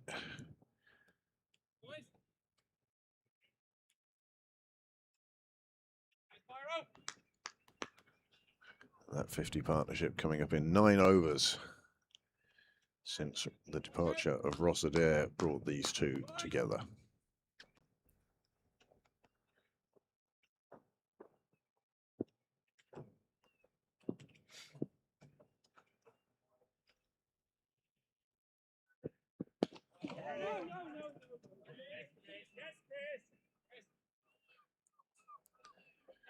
The Northern Knights recognising the fielder was Krista Freitas, and what a fine fielder he is too.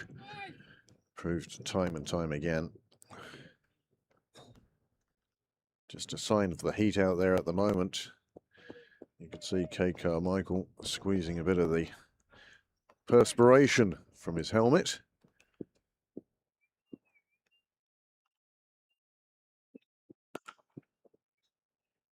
That one is nicely cut away to the boundary, and a diving Gavin Hoey can't prevent it getting there.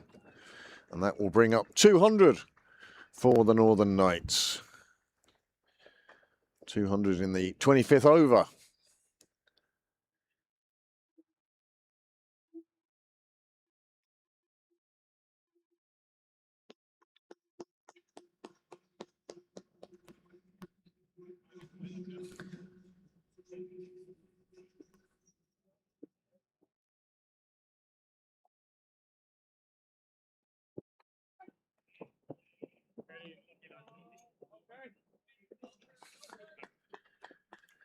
There is now a Wasp predicted score in excess of 360, which would be a big total to put up.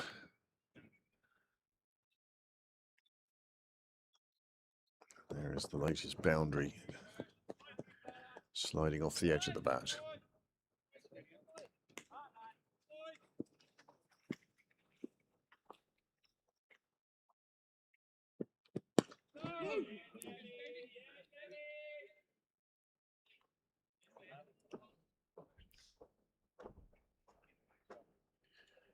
This over represents halfway through the Northern Knights innings, and with just 2 wickets down and a good score, good base behind them. One wonders if that 360, 370 might in fact be a little on the low side. Leinster Lightning will want to take wickets.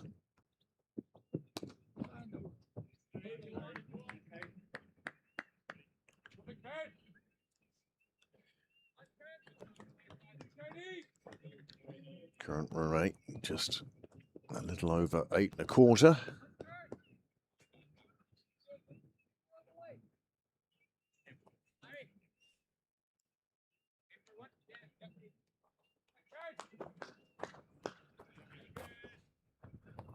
partnership of 61 now of 63 balls. Going along at a very good rate. Perhaps not the helter-skelter of the openers, but exactly what the Northern Knights need at the moment.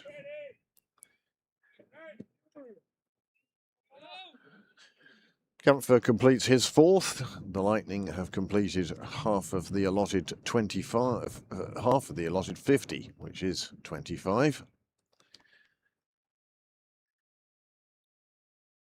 Traditionally, this would have been where drinks were taken, but we had drinks in the 16th, the end of the 16th over.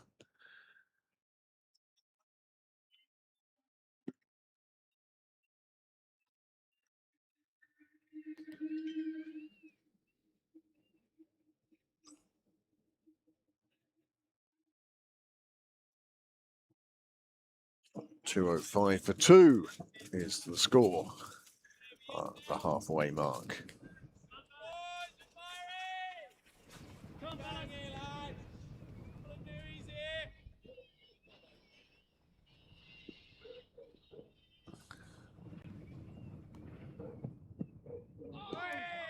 Dunner getting one to swing back in past the inside edge of the bat of Kate Carmichael.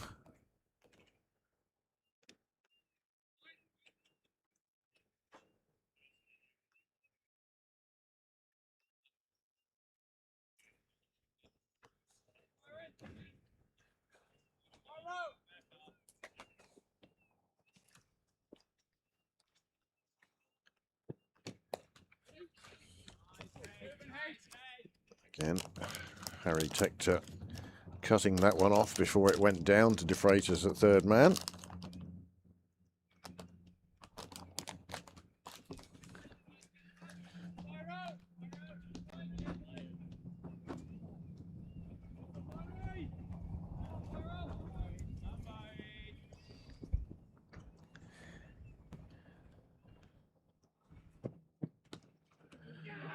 And this one goes into the hands of Tector. Carmichael just steering it behind point, and Harry Tector wasn't going to miss out there. And that is a third wicket to fall with the score on 205 and a partnership of 61 for Carmichael and Topping. But now Topping will find himself with a new partner.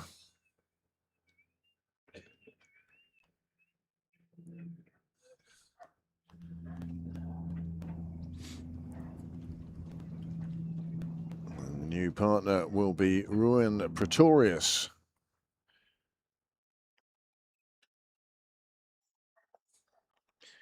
.205 for 3. And why? Because of this delivery and this catch just lifted too high. And it flew to the hands of Tector, and Byron McDonald. Dunner picks up his first wicket in his fifth over. 1 for 45 now.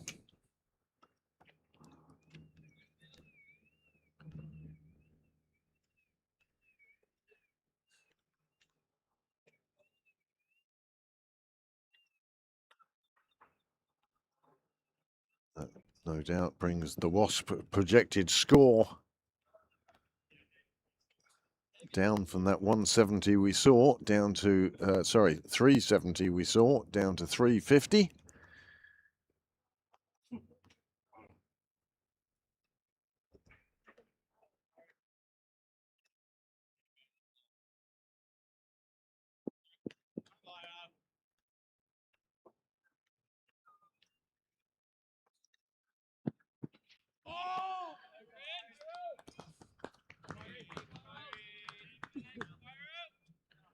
Good ball for the start of Pretorius's first ball.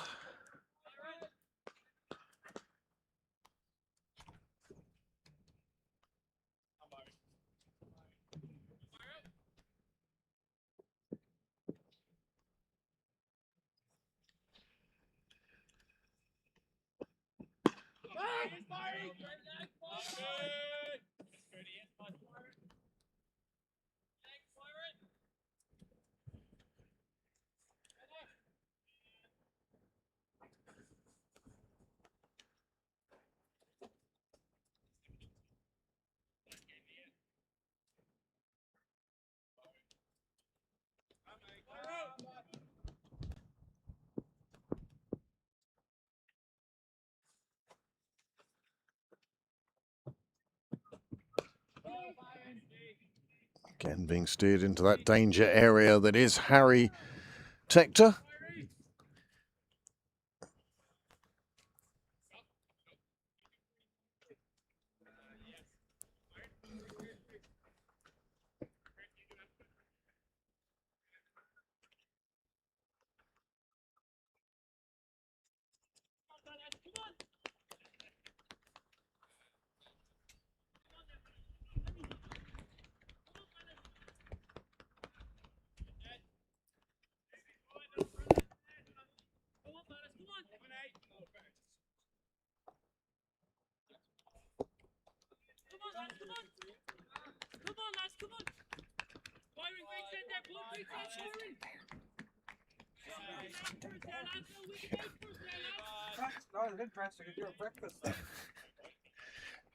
Noel holding a breakfast roll and is surprised that the dog is ignoring the dry brown dog food and is far more interested in the sausage, bacon and egg wrap that Niall is currently consuming. Another change of bowling for the Leinster Lightning. Camphor removed from the attack after 6 overs, and more spin with the introduction of Harry Tector.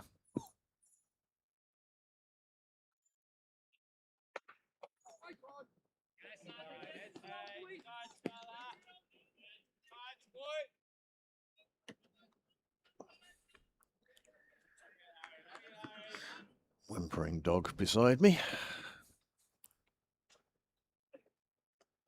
Oh, a little bit loose, a little bit wide, and the shot was also loose.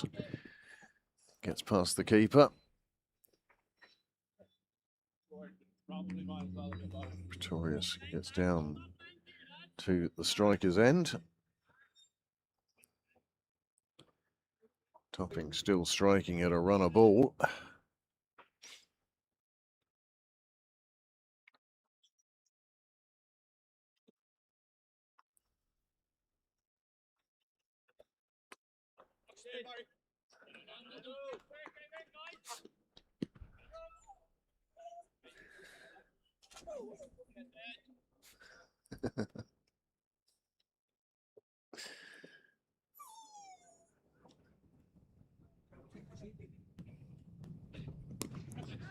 Well, almost premeditated reverse. Hoey fielding. They do get back for 2. Perhaps not quite the ball that Pretorius was looking for when he started to play that shot.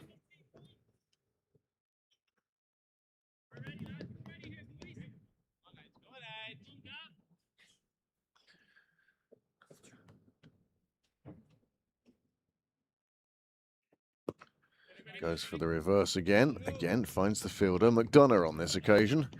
Byron stationed at short third for just that shot.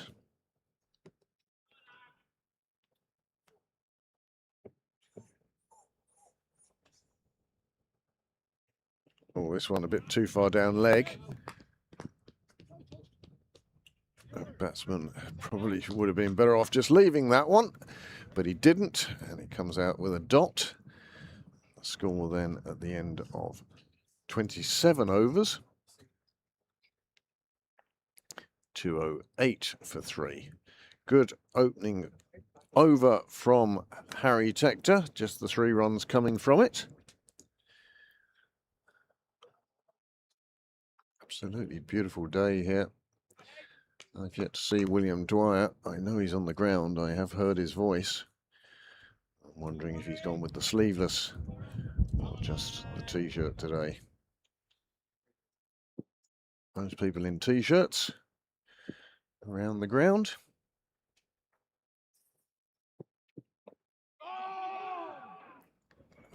Donna. Well, he felt he was in with a chance there, the bottom edge, when it could have gone anywhere.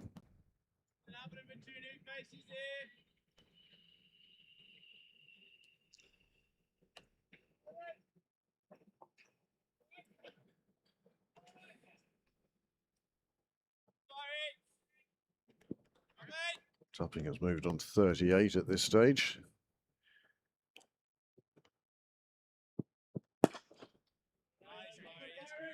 The first butterfly of the morning. And what type of my knowledge of butterflies is not good enough to give you an actual description apart from saying it was a white one. I'm sure somebody out there will know exactly what sort of butterfly it is. Meanwhile, here, the IP50, Northern Nights, going along very nicely today. And a lot of that down to the work of Ross Adair and James McCullum, who put on 125 for the opening partnership and did so exceptionally quickly. First 12 overs.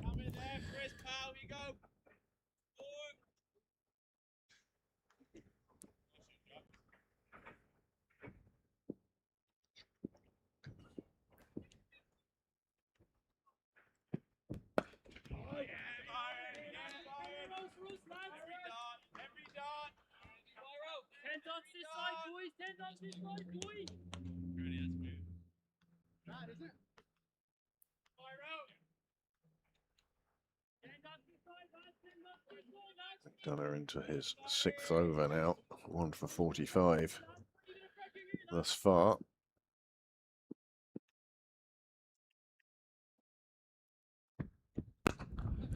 Well, he just went too short on that occasion, and it's crashed into the side of the chapel for the maximum. That will take the score on to 214, and that will bring up, the 1/2 century that a bowler never wants to see. Runs conceded, just too short, and say into the side of the chapel.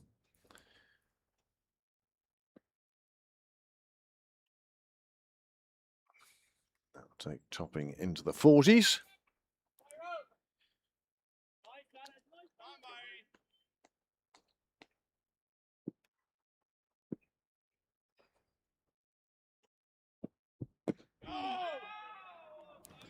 Side edge onto the pads, double noise you heard. That ends his 6 over.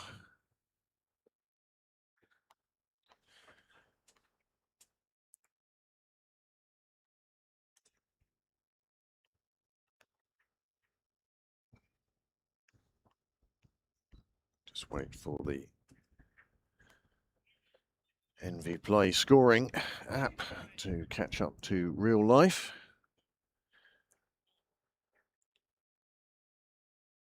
Auckland Tucker going back to the helmet now.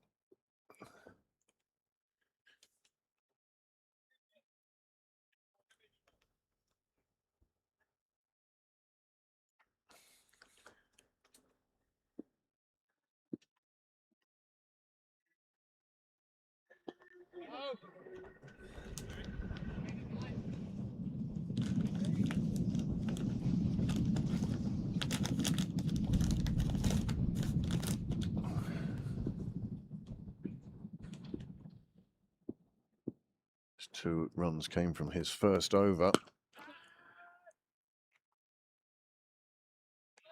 And despite a great effort from the fielder, it was big enough to clear him, and it's gone for another maximum. And that is Morgan Topping's half century. A nice way to bring up your half century.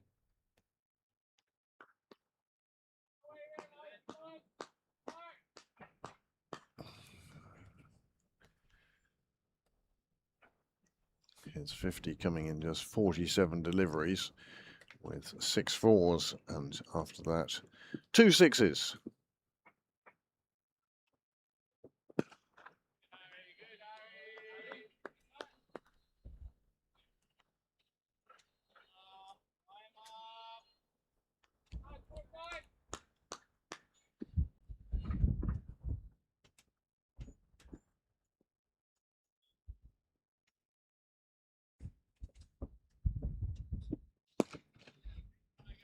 Played across the line. Just let Topping get down to the far end.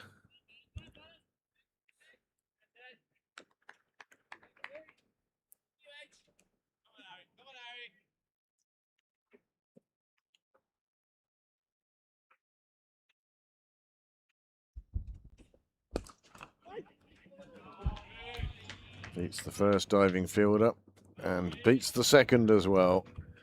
Mondra unable to stop that one. It gets away to the boundary. Pretorius will feel good about that. Wanted a run for the shot. Only really could get going. And the effort from Mondra, not enough.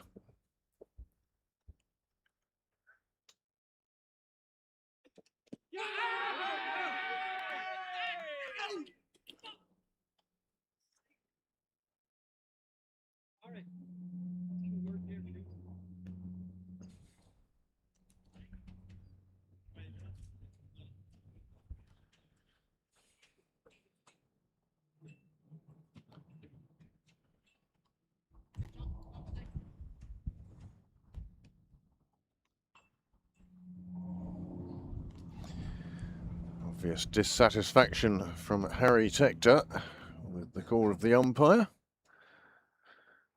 Here is the ball in question. Probably called on pitching outside leg.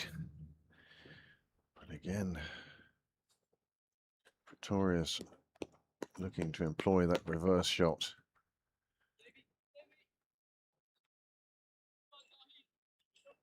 Offering hope to the bowler. Turned down on this occasion. 2-2-6.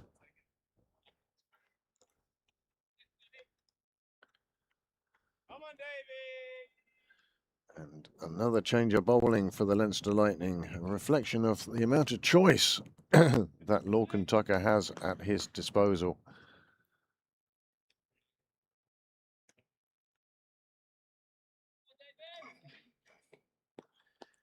Obvious dissatisfaction from Harry Tector.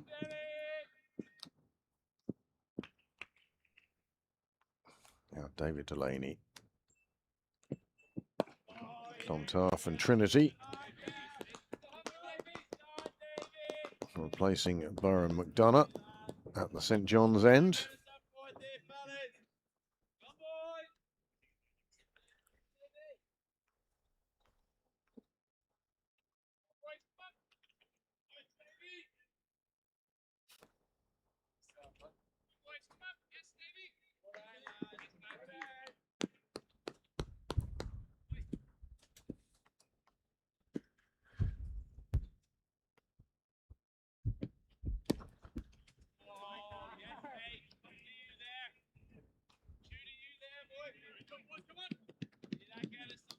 Harry Tector stop that one.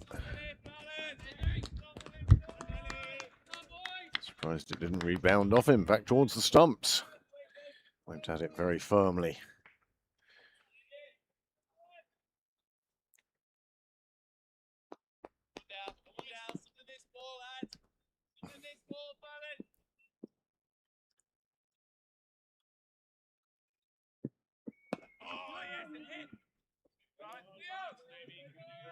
And the dot ball.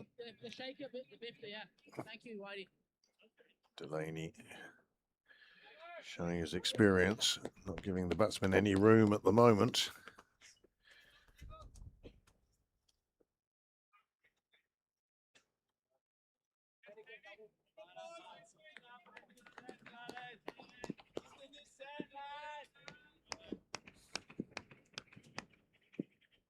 The seventh bowler used today, David Delaney.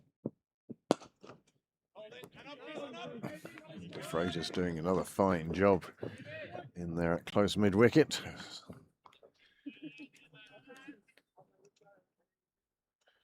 The wickets to have fallen so far. James McCollum went caught and bowled by Gavin Hoey from his first delivery. And then Curtis Camphor took the catch from George Dockrell's bowling to see the end of Ross Adair for 95. Kay Carmichael then came in and scored 27 before he fell to a catch from Harry Tector, as Morgan Topping has gone on to make his half-century.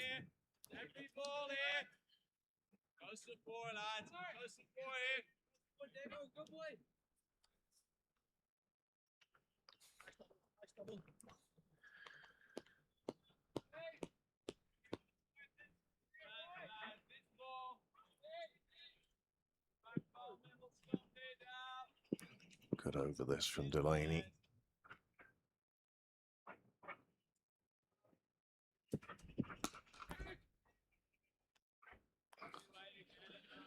Goes out deep point. And that is the end of Delaney's over. Just that one run coming from it. 227 for 3.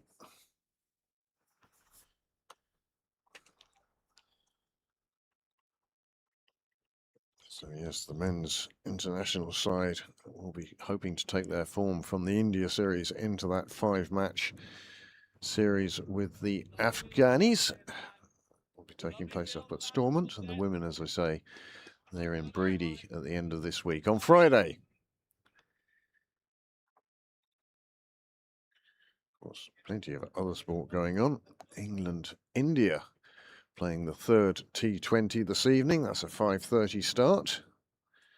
So no reason for you to turn over quite yet. Wimbledon is on, and of course, there's some mad men on bicycles making their way around France.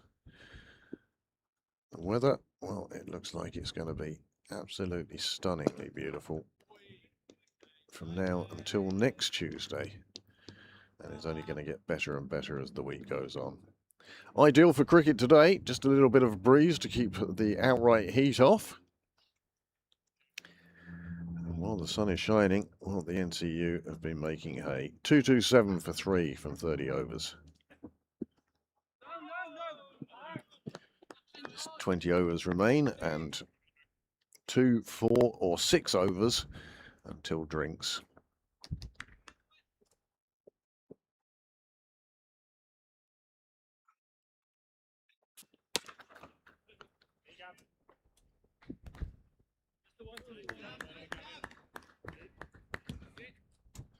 Hoey's work on the offside field, showing that just a single taken by Pretorius.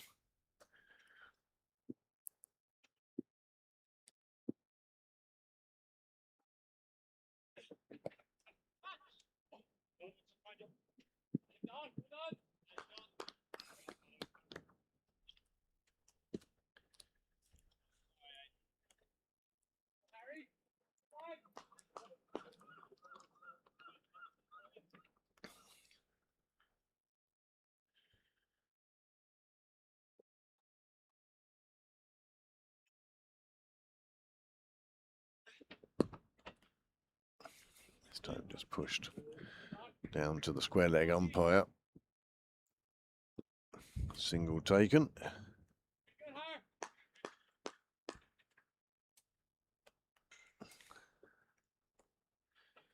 Felt he should have had a wicket the previous over.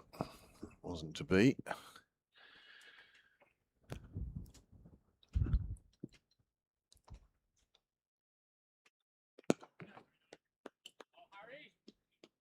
And again, just milking the runs, taking the singles, pushing it into the gaps, rotating the strike.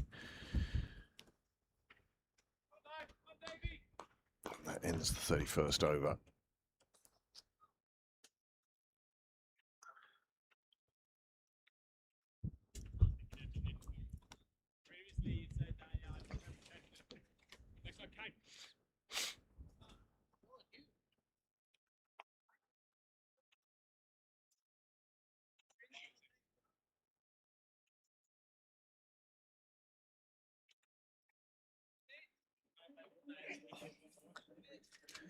It's partnership worth 25. The run rate just settling down just below 8 and over.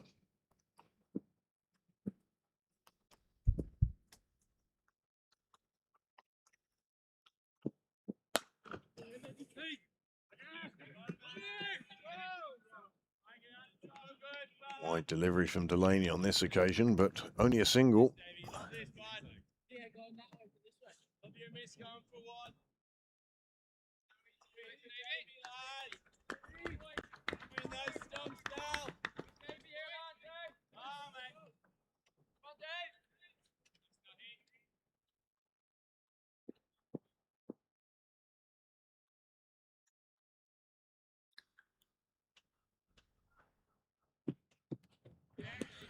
Well, it was a full swing of the bat on this occasion from Pretorius.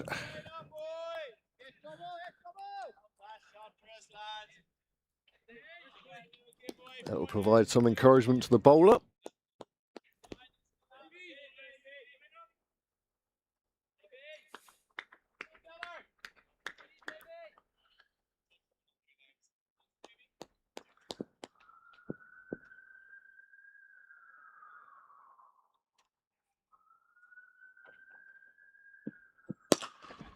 Well, he's been wanting to do that for a while, one suspects.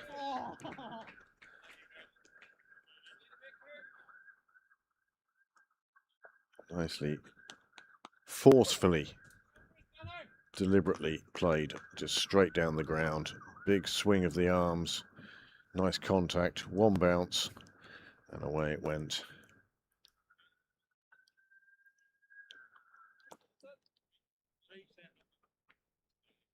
These two came together with the score on 205.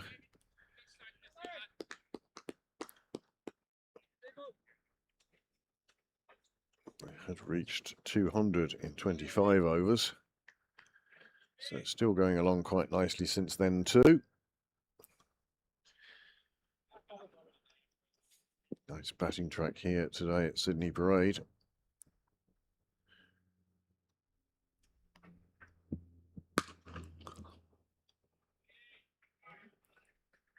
Another one makes its way serenely to the boundary. You just hear a little bit of frustration there.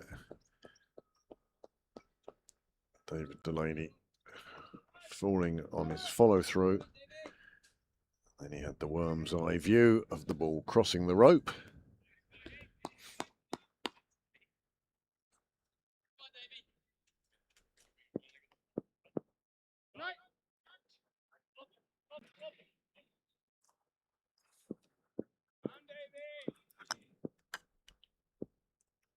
These two having played themselves in now, looking to be a bit more expressive. Well, he was looking to put that one a long way away. Wasn't to be on this occasion, mistimed. That might be, they might just take a moment there, because this thudded in to the side of the grill. Just a quick check. Check at the helmet as much as anything else.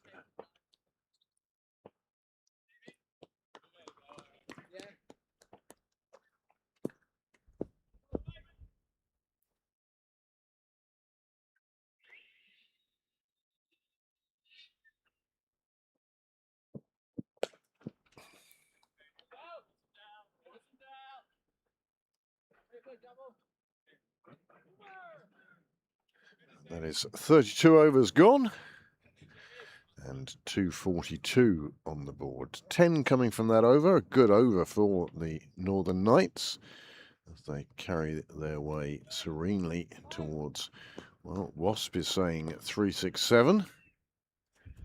Current run rate is 7.5, or just in excess of that.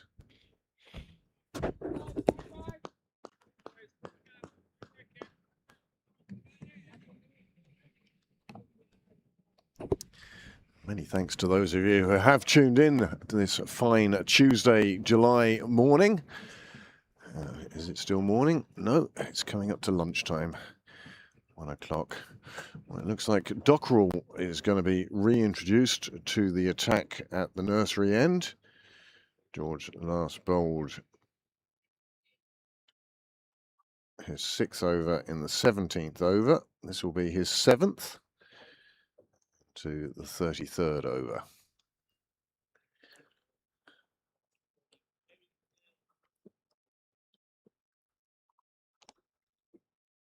So much has been said and written about George Dockrell. He's been around forever, since he burst into the Somerset side many years ago now as a left-arm spinner. It's now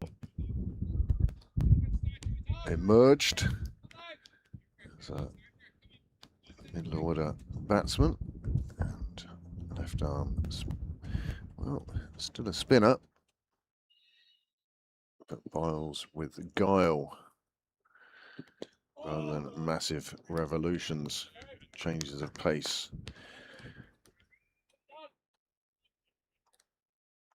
Changes of length.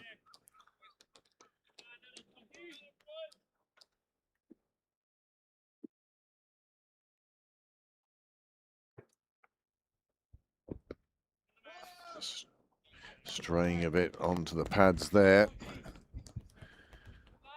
Batsman looking to force it away behind square, but could only find the fielder. Didn't get the clean hit on it he was looking for.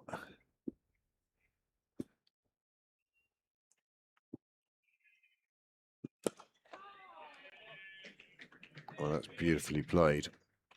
Knew it was safe once he cleared the ring, and it ran away down to the clubhouse for a boundary. You can see it here quite deliberately, looking to lift the ball over the fielders and find the open turf in front of the clubhouse.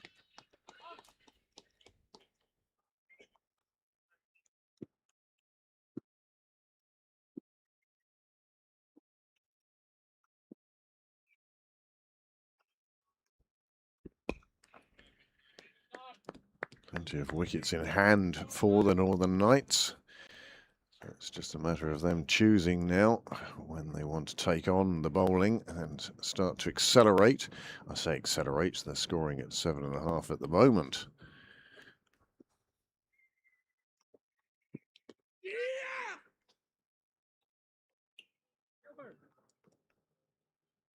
Well, that delivery brought forward a cry from Dockrell.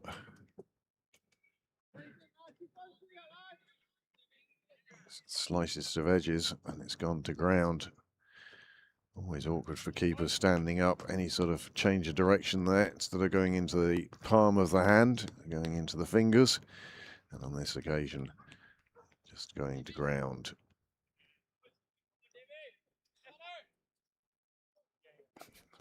Big smile on George's face as he realised what had happened.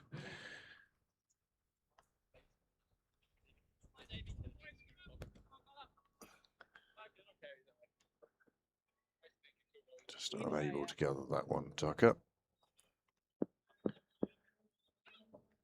And now David Laney into his third over. Oh!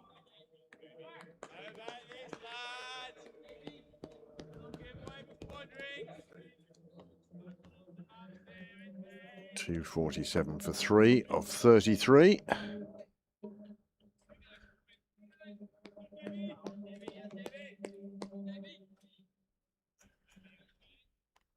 Drinks must be very shortly upon us now.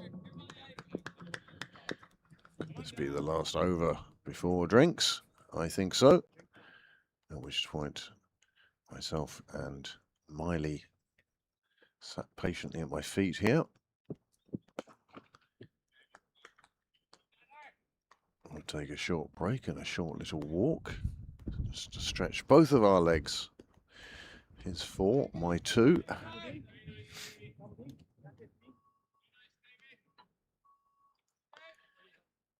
And Topping has moved on to 61 now.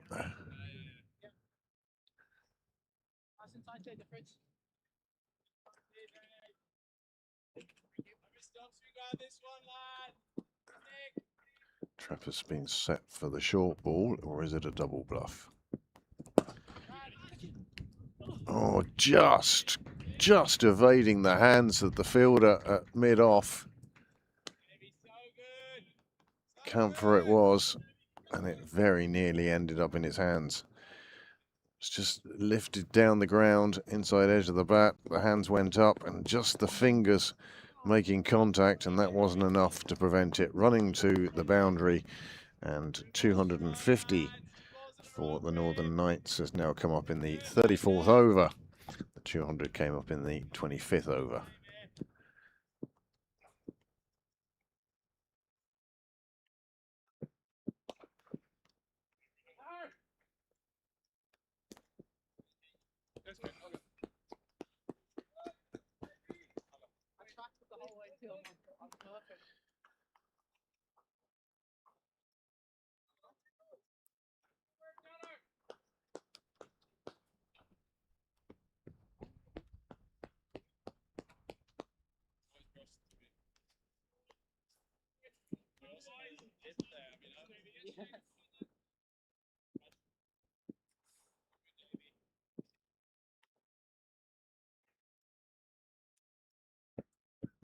This one is a big six, hit down towards the nets and indeed over the nets, running into the container. Super shot that, and what a way to go to drinks. That will make the orange juice taste a little bit sweeter, although with the dilution of orange juice here at Sydney Parade, well, I don't know if it could get much sweeter.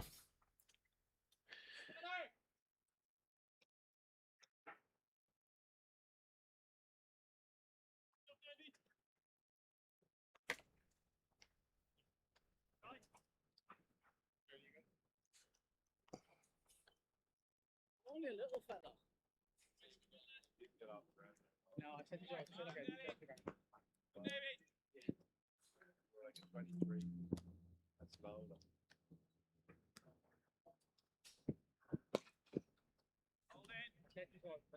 Topping feels he missed out on that one. Just played it away. That is the end of the over. The score at the end of 34 is 258 for 3.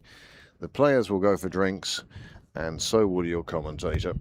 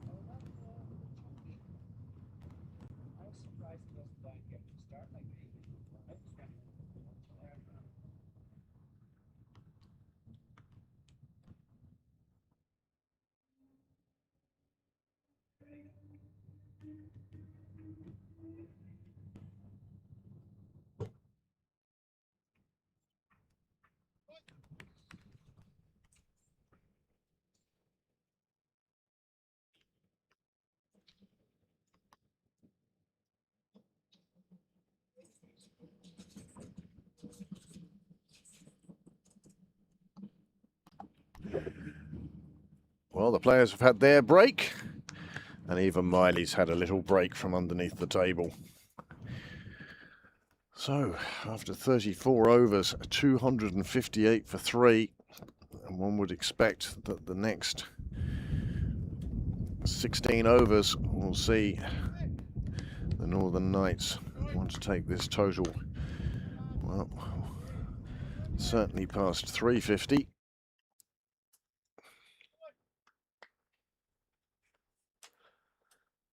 And a run of ball will probably get them there or thereabouts.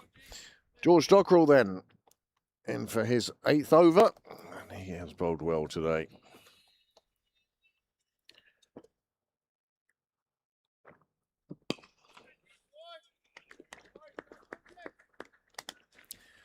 The batsmen, of course, might take a moment just to get themselves reacquainted with the middle.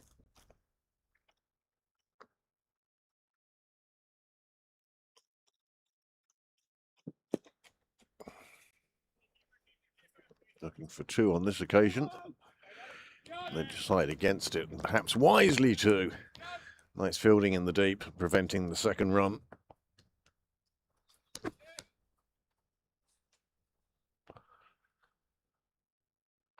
Wasp score predictor currently saying 375, which might not be unreasonable.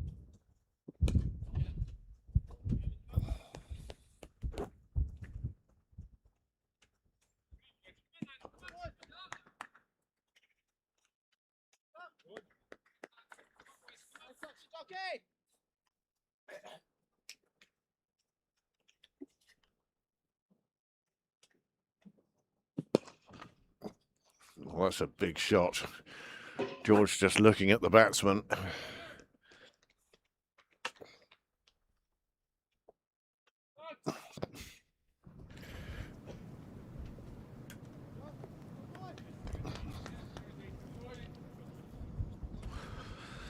Doesn't even look to see where the ball's gone, does George?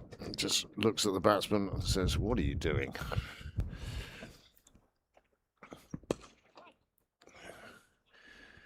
I get the feeling that that acceleration we were talking about is upon us now. Topping, racing through the gears. After the 6th straight, goes a bit wider this time and picks up 4. The fielder unable to close the gap.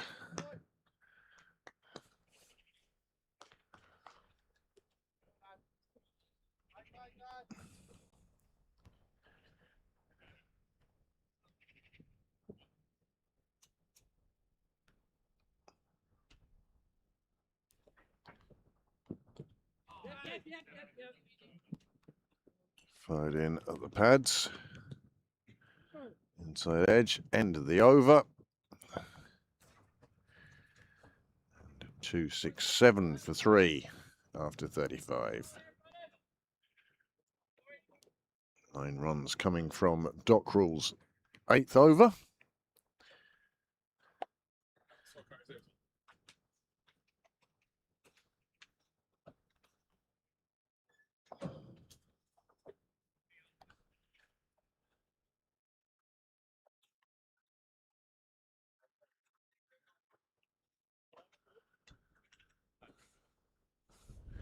.270 for 3.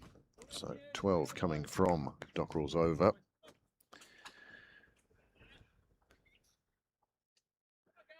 Is it not 271?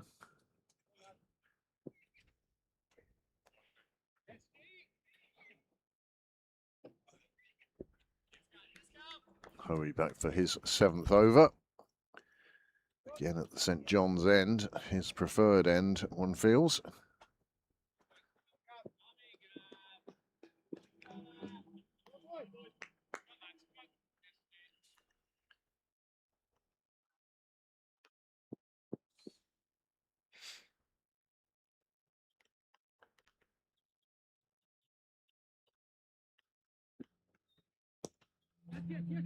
Clipped away off the pads.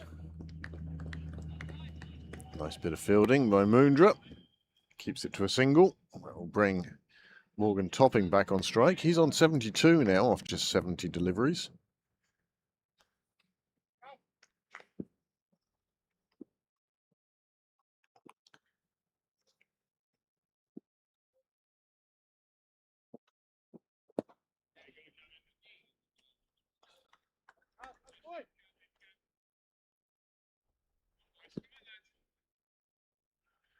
Northern Lights batsman wary against Hoey at the moment.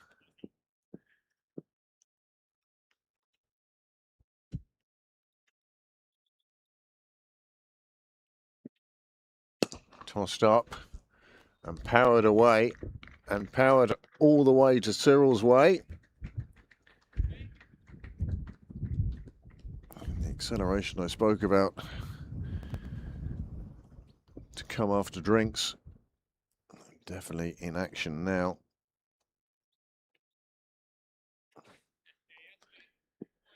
Bouncing over the little picket fence.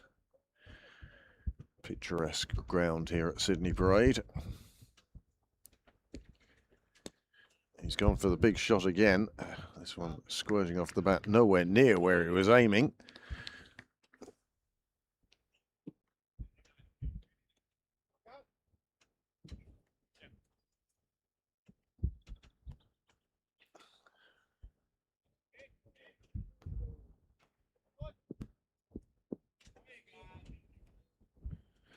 Camphor back onto the fence now. Long on, long off. Deep point, mid wicket. There the fielders outside the circle. You sense the batsman really looking to get after Hoey, unable to at the moment. That will produce its own frustrations and perhaps opportunities for the Leinster Lightning player.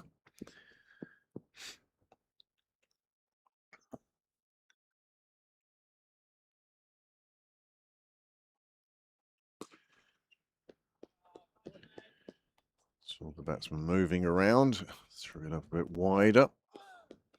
Single taken. That is the end of Hoey's 7th over.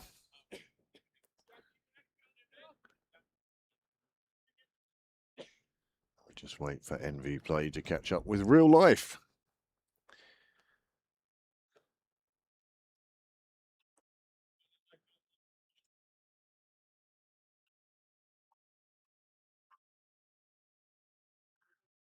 Dockrell collecting his sunglasses from the umpire.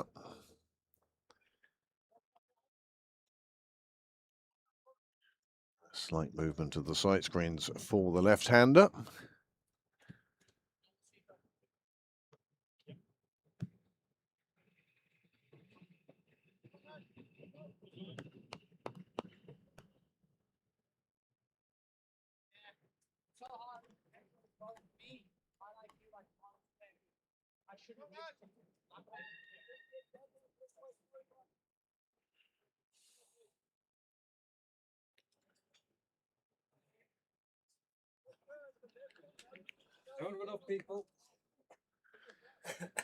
The thing is, with those sight screens, the wheels are lined up, which is always going to create a... There's no steering when you're on your own, really. No. Very slow process. Well, he's using one sight screen of the two, leaving a gap down the middle. And after 36, then 280. But just those 3 wickets down. Moondra back into the attack. Good, sharp bouncer. Called a wide.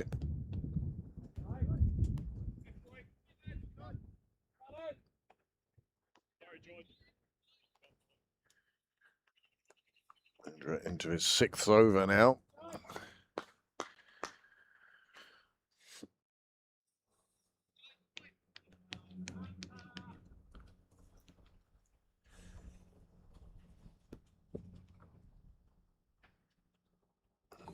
As the Northern Knights now try to accelerate. Surely this will bring opportunities for the Leinster bowlers. And this one, well, it gets past the fielder and runs away to the car park gate. Nicely just angled away. Some occasions that goes straight to the fielder, and on others it beats them no matter how close to it they are. 284 onto the board.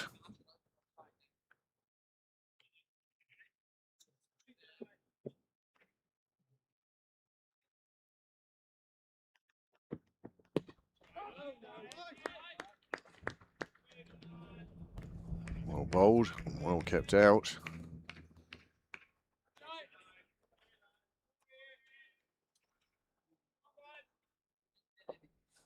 Yeah, Chris.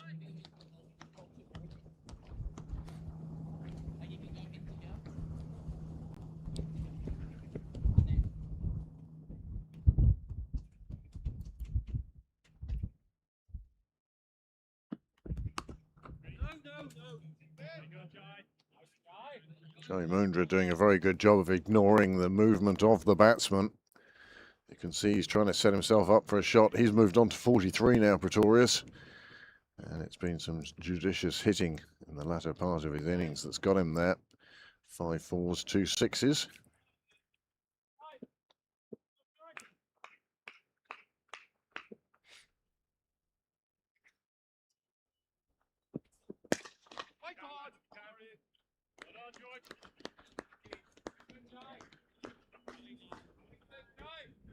Another dot ball.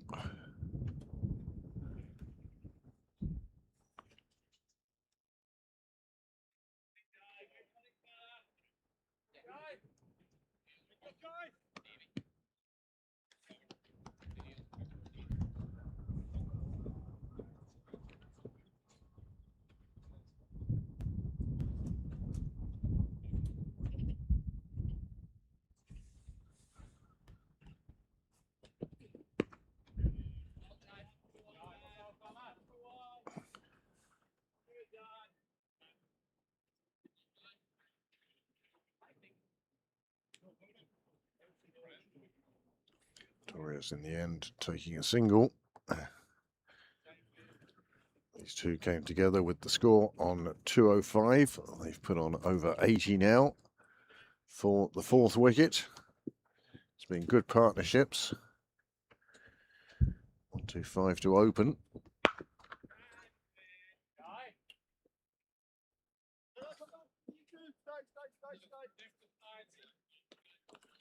Tim Tector doing the fielding. Big throw back to the keeper. Mundra finishes out his over with a single taken from it. Score now 287 for 3.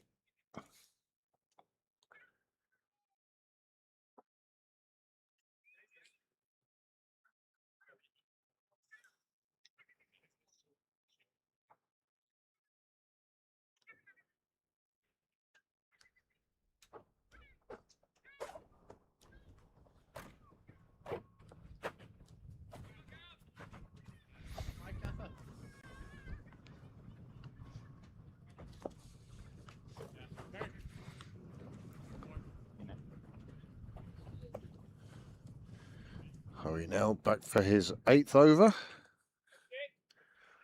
from the St John's end. You know that these batsmen are looking to get after him at this stage. How successful will they be?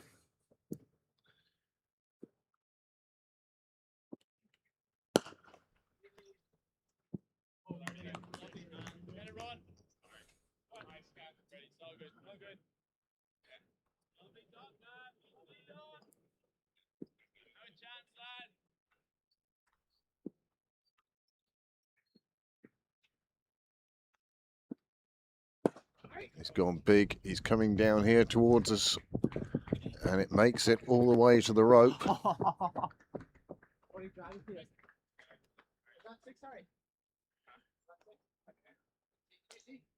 Yes. Was it 4 or 6? 6. 6. Thank you. Just a few inches in it, but it made it to the boundary. 6 runs.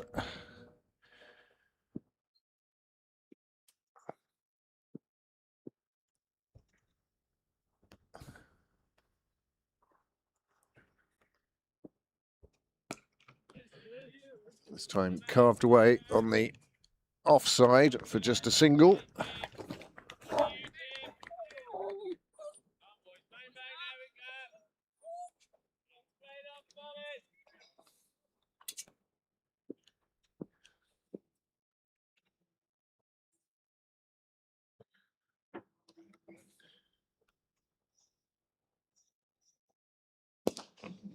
Really looking to power through this Hoey over now. Pretorius on the brink of his half century.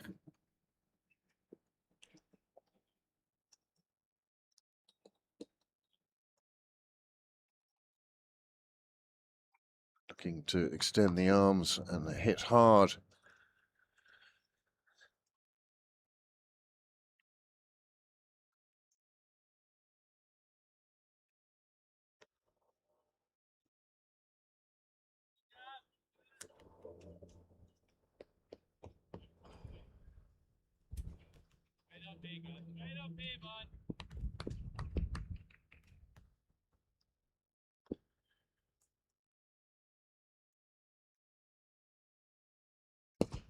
Again, employing that same shot and to the same effect.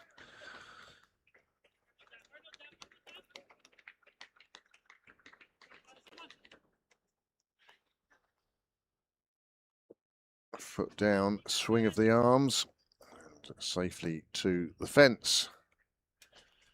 Where Harry Tector can only watch it crash over the rope. Bit of a chat now going on between captain, ex-captain and bowler.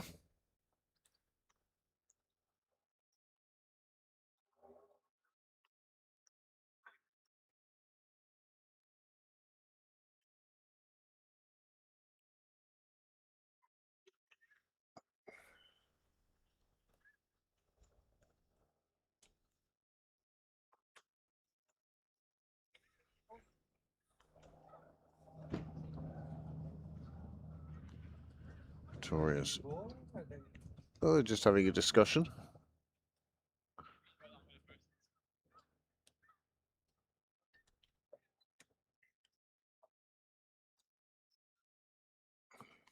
Fraser's back onto the fence.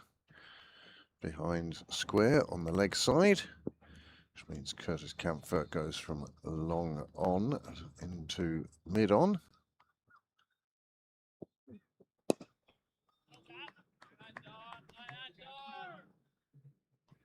That is the end of the over. The Northern Knights now past 300.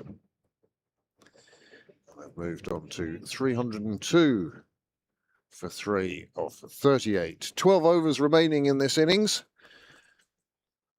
And the Wasp predictor has finally breached the 400 mark, expecting them to get at least another 100 from these 12 overs. Well, whilst they still have 7 wickets in hand, one would say that's very much a possibility.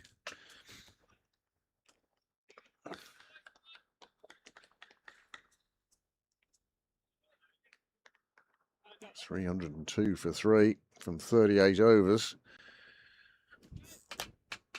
Current run rate just below 8 and over. 12 overs remain, and the last 5 overs have seen 55 runs plundered from the Leinster Lightning attack.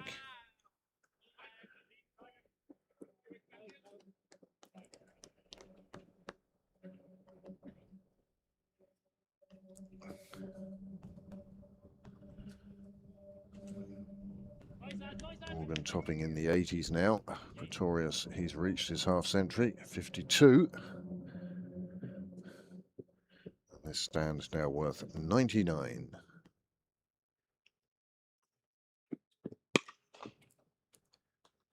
Well, there is the century partnership and runs galore here this morning at Sydney Parade.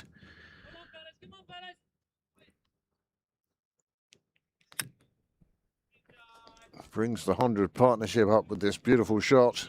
Gave himself plenty of room, took it on the up and just lifted it down towards Dale's garage at the end of the team resting under the umbrellas.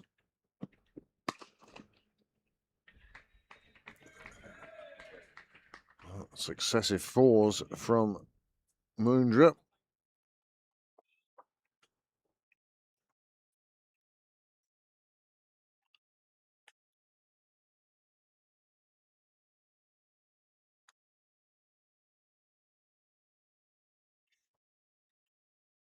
And again, Lord Kentucker speaking with his bowlers.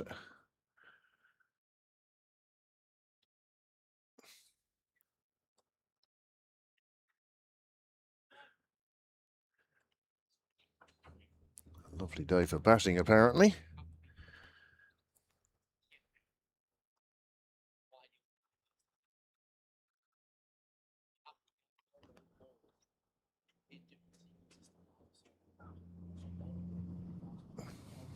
Byron and Camphor, Curtis and Byron having a chat, short third, as Tucker comes down to resume his position behind the stumps. Pretorius now scoring at 9 and over himself, 60 off just 40 deliveries.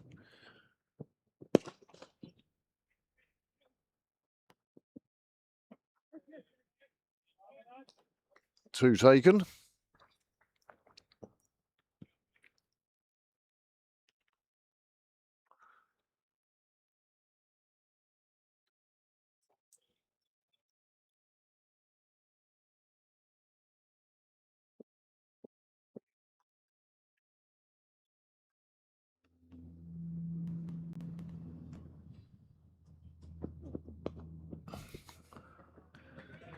Another boundary.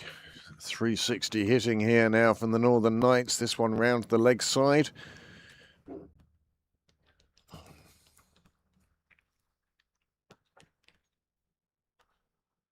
Really is entirely trusting of his hand-eye coordination. He's coming across his stumps quite regularly now, Pretorius.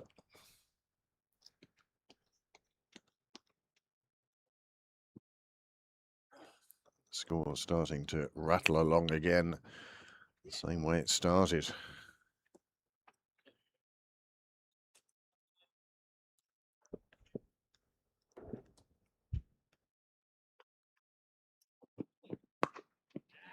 Moondra goes short to no avail. It is dealt with by Pretorius by dumping it down behind square on the leg side for another maximum. Another tough over for Moondra. And a tough over for the Leinster Lightning.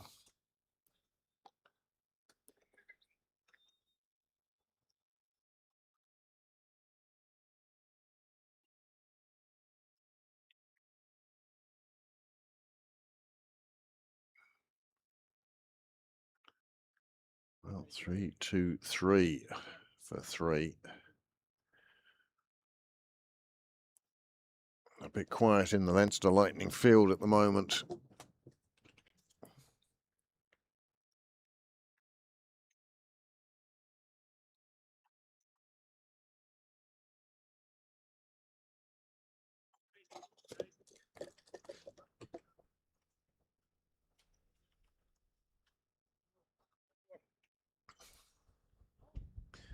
Last 5 overs have brought 65 runs with no wickets.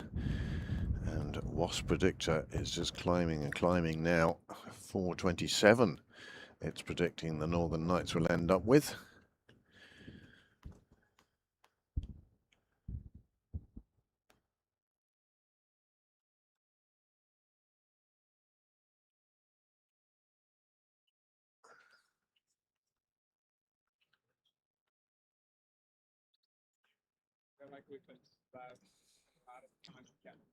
Tucker returning to Byron McDonough.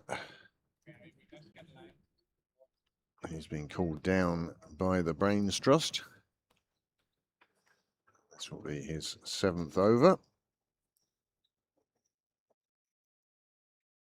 11 to go.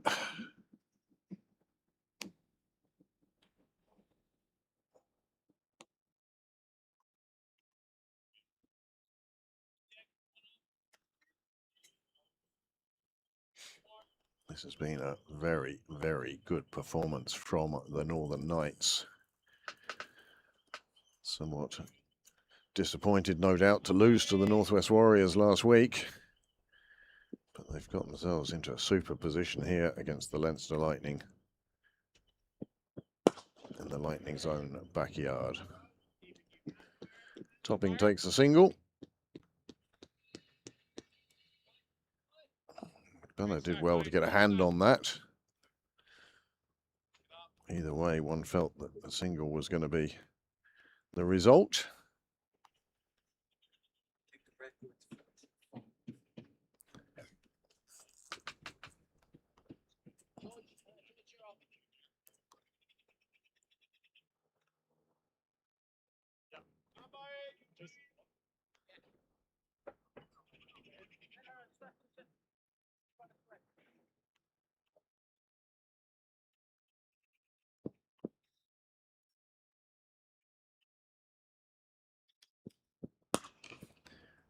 Cracked along the ground, but to no avail.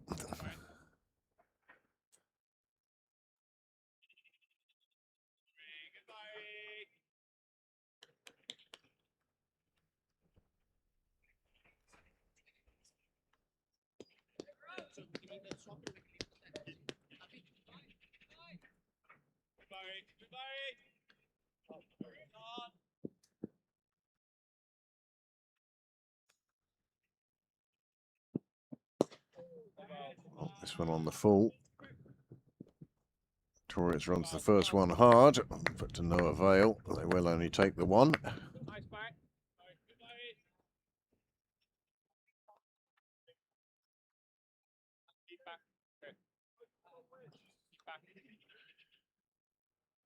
Pretoria signalling to the sideline, perhaps for some liquid refreshment.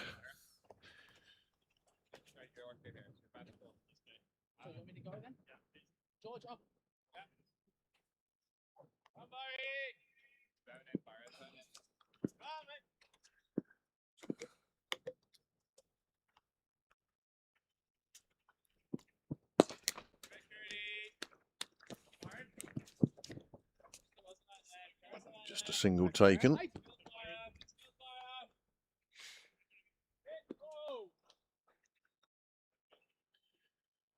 all about limiting the boundaries now for the Lightning. All about finding them for the NCU Northern Knights.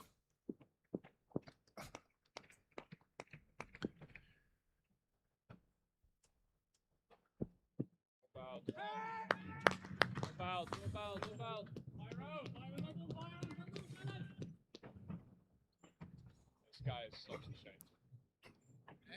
Such a shape. Fine, that's really nice, lad. Well done. 3-2-6.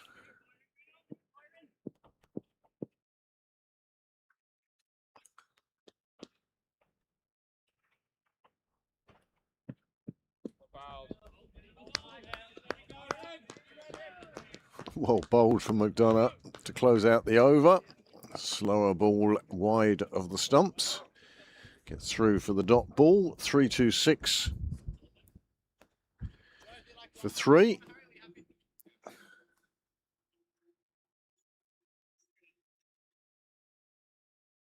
Gloves out for the batsman. And why not? They've put on 121 now for the 4th wicket. That 4th wicket fell in the 26th over, the first over of the second half. Since then, well, in those 15 overs, they've managed to take the score on to 326 for just 3 wickets. George Dockrell returns then for the first of the last 10.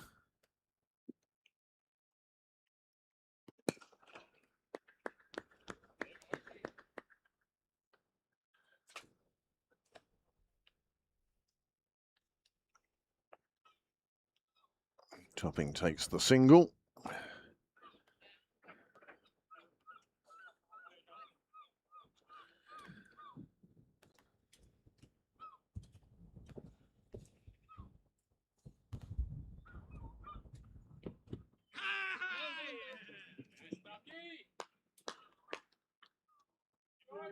A little bit of extra pace from Dockrell, forcing it on to the batsman.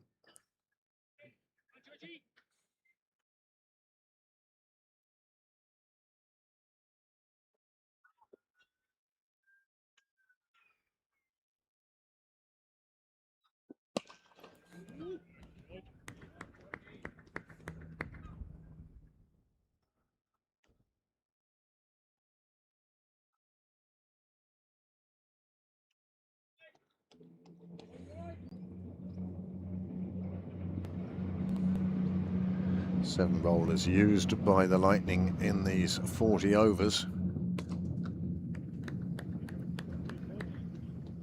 Tucker has turned to the experience of Dockrell.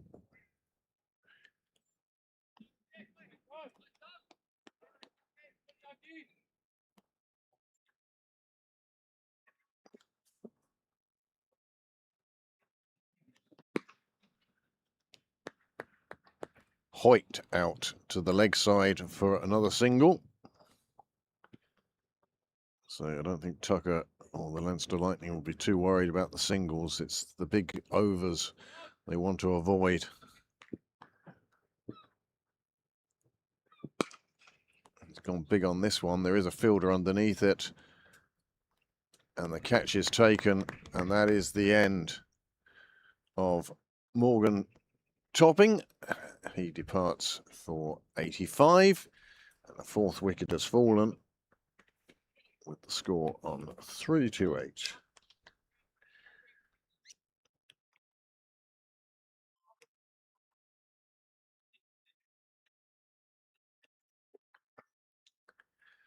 So a fourth wicket falls. A little bit of hope that the Leinster Lightning will be able to keep the Northern Knights under 400. Got underneath that one, and everybody knew there wasn't enough on it. The breeze coming from that side would have held it up as well. And the safeties of catches by Krista Freitas in the deep brings a wicket fourth for George Dockrell and for the Leinster Lightning.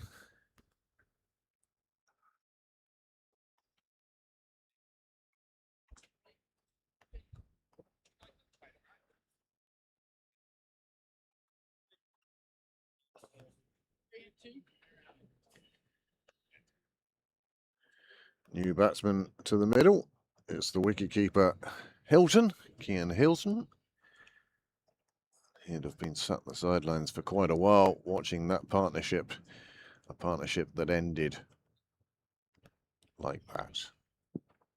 Good catch by De Freitas. And now McDonough.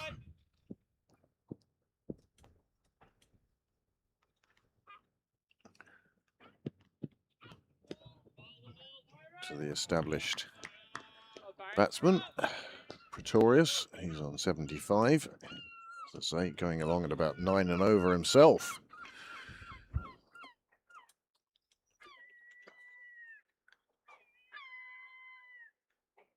You've got to be thinking that 400 is on the cards for the Northern Knights.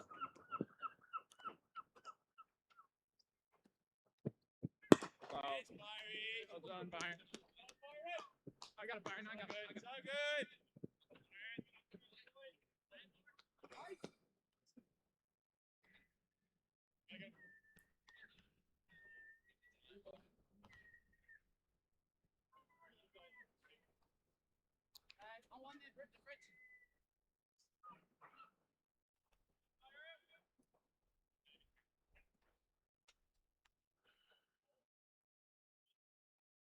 George Dockrell just passing on a couple of words of advice to young Byron.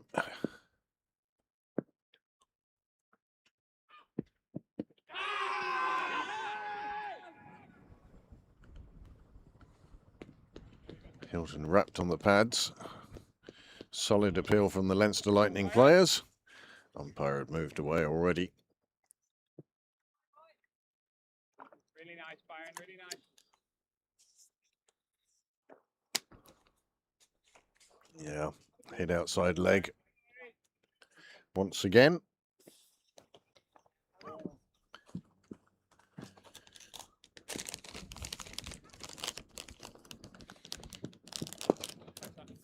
Stand and deliver shot.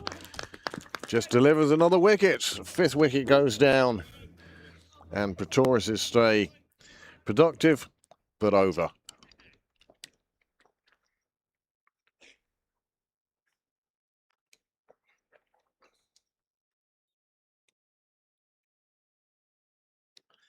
Well, so often is the case after a big stand, when one goes, the other follows, and shortly afterwards too.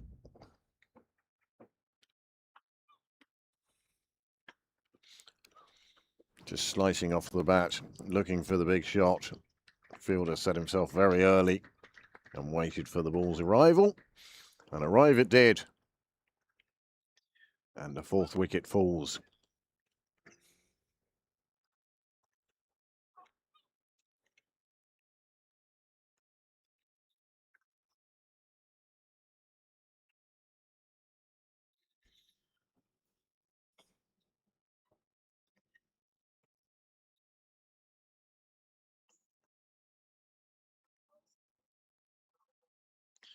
My apologies to Shane Dadswell.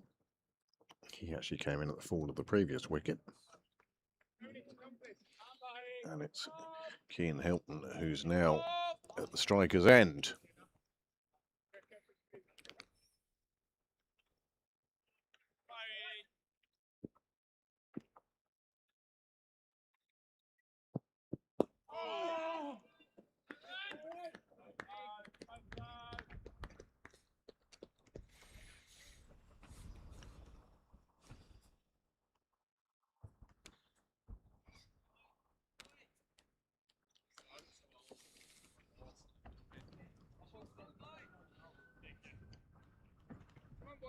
Come on, lads.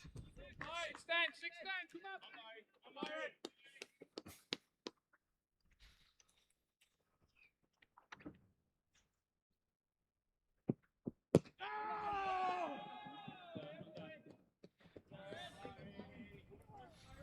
Best way of slowing an over rate, take wickets. And that's what the Leinster Lightning have done. 2 in the last 2 overs.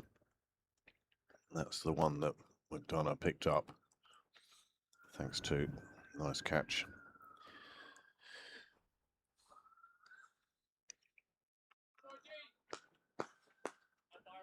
So Dadswell and Hilton together now in the middle.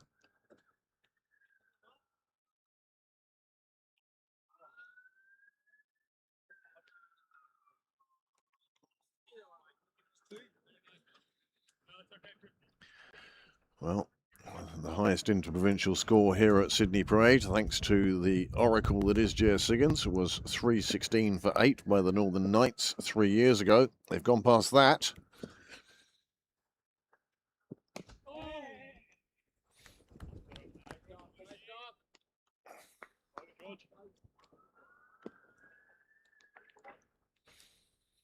And the second highest IP50 score, 353 by the Leinster Lightning at Stormont. But the highest is that 425 by the versus the Northwest Warriors at Milverton. Tucker taking that one nicely down the leg side. He's done a neat job with the gloves today.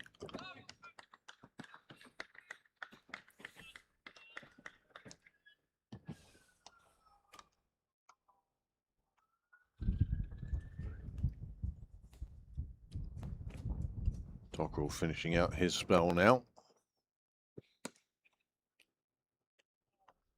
Oh, just a great effort there by Moondra to take the catch. Slipped from his grasp. Many thanks to J. Siggins for providing stats. Got his hands to it, just couldn't hold on. This time it's the reverse, and again Moondra doing the fielding.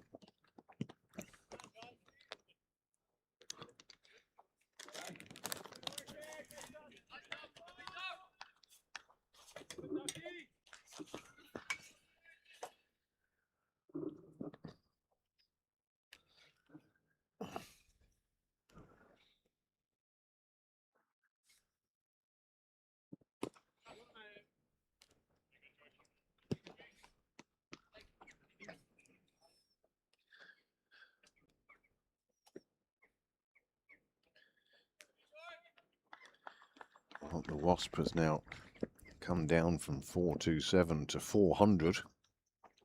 Just a sign of how well the Leinster Lightning are trying to peg back the NCU.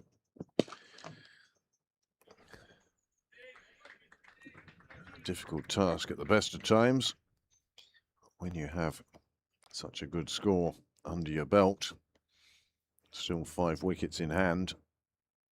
You can afford to play shots that you wouldn't ordinarily play, and it's paid off with another boundary.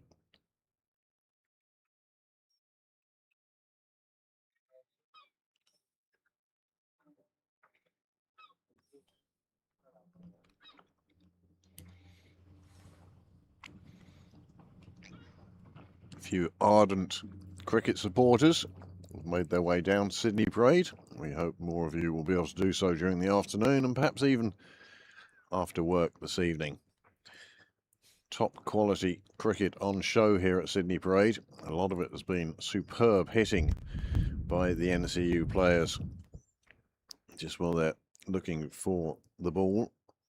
I can tell you that James McCollum, 39 from 36 before he was caught and bowled by Gavin Hoey. Ross Adair went for 95 before Curtis Camphor picked up a nice catch off the bowling of George Dockrell. Those 95 coming from 41 deliveries with 11 fours and 7 sixes. Ross Adair at his destructive best. Captain Carmichael came in and he got 27 before he was caught by Harry Tector off the bowling of Byron McDonough. And then Morgan Topping with a fabulous innings of 86 from 81.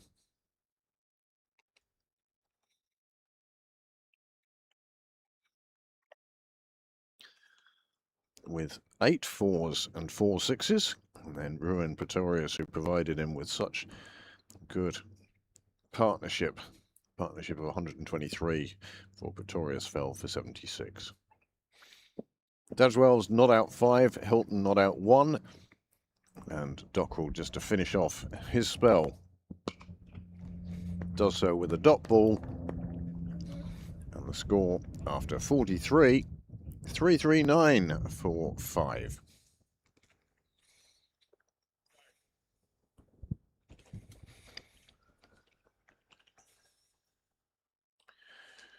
Well, we're certainly going to see a run chase this afternoon, that's for sure. 339 runs on the board.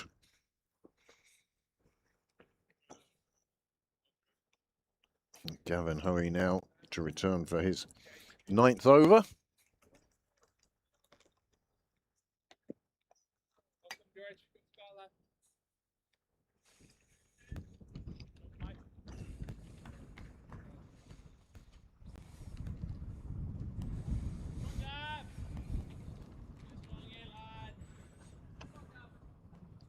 Seven overs remain for the Northern Knights as they try and set a target they feel will be beyond the Leinster Lightning. However, the Leinster Lightning batting attack line-up also capable of such scores. Oh, a lovely ball from Hoey.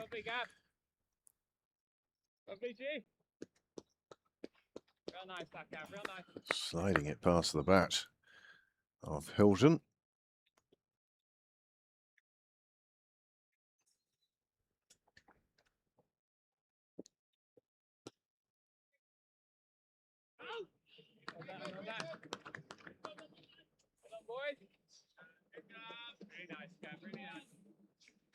Good start to the over for Hoey this, and for the Lightning.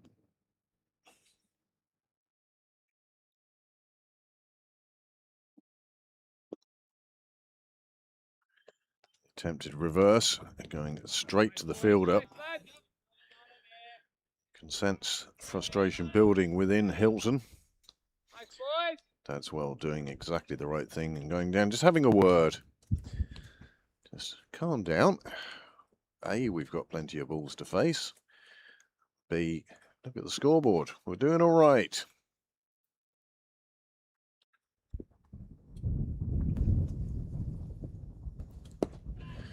And that's the simplest of catches, and that was the frustration building Hilton knows it.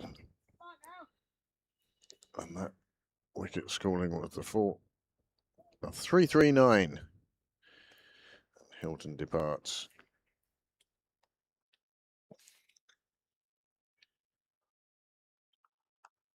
A short stay for Cian Hilton today.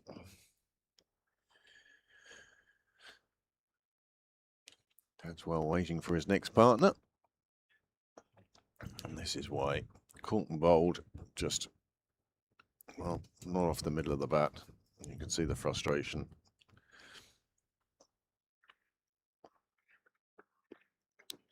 Everyone taking a well-deserved drink. It's got to be warm out there today. Wanted to push it a bit wider of Hoey than that. Couldn't, and that resulted in Gavin Hoey picking up another wicket.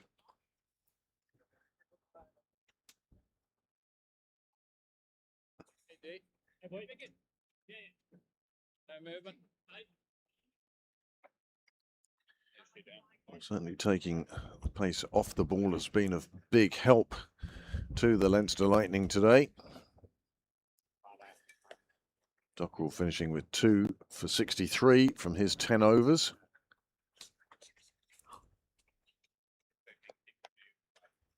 Hello.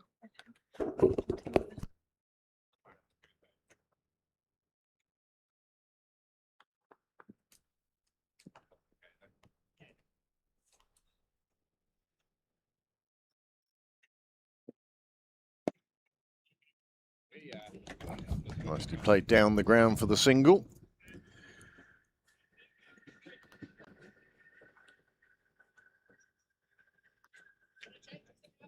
Tom Mays, the new batsman, who's got off the mark and off strike.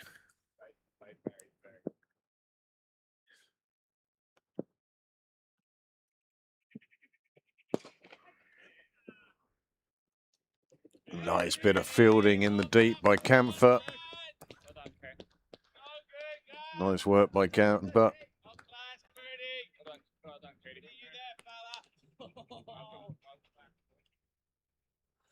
And that is the end of the 44th. The score has moved on to 340 for 6. And the Leinster Lightning will feel that they're starting to peg back the NCU.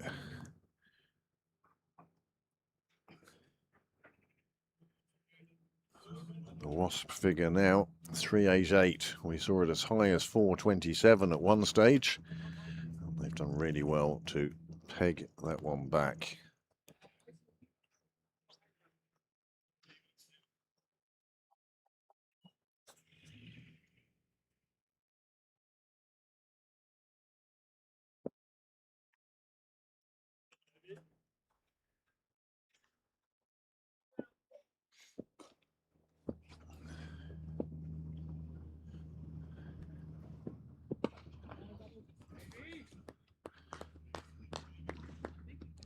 David Delaney back into the attack now. 6 overs remain.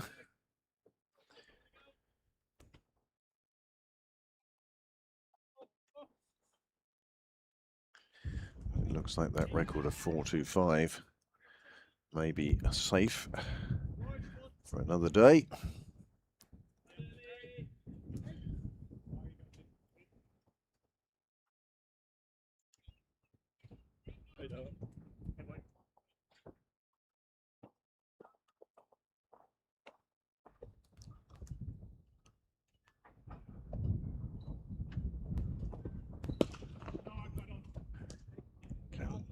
Tucker turning to experience here. David Delaney, he's bowled in many, many situations exactly like this. Knows what's required.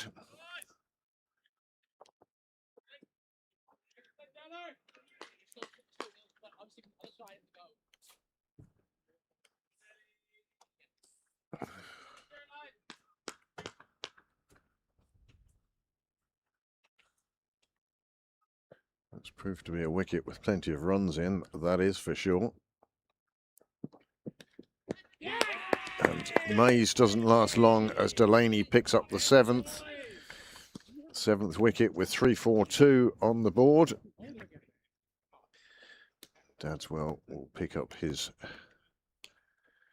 4th partner. Mays just getting a slight edge through to the keeper from this delivery. Attacking that off stump, Delaney had to play at it, did Mays. Could only find the edge, and he's on his way. 7th wicket falls, 3-4-2 on the board.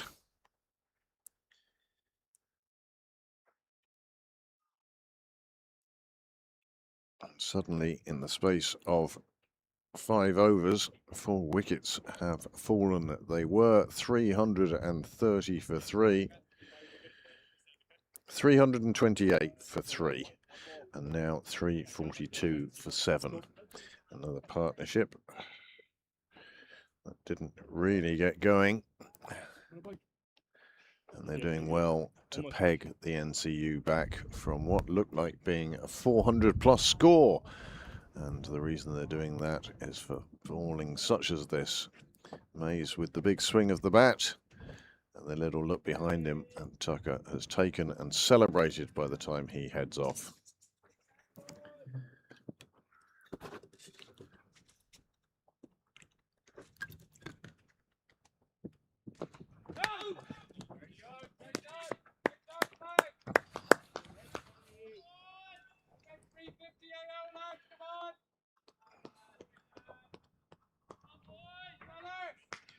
Carson McCulloch is the new batsman. The live scoring will reflect that in a moment, I'm absolutely certain.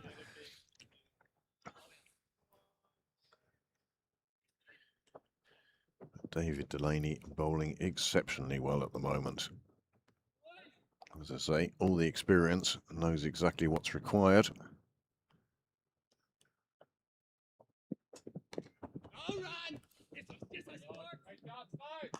Another dot ball. Every one of these giving heart to the Leinster Lightning as we get closer to the interval.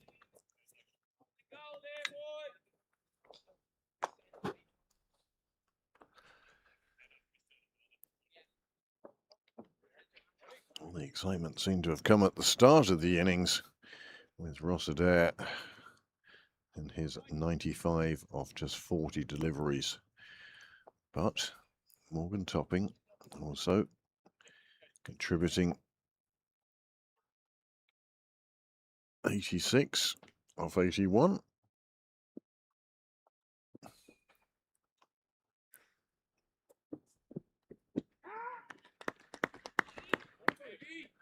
That one flies through to the keeper without touch.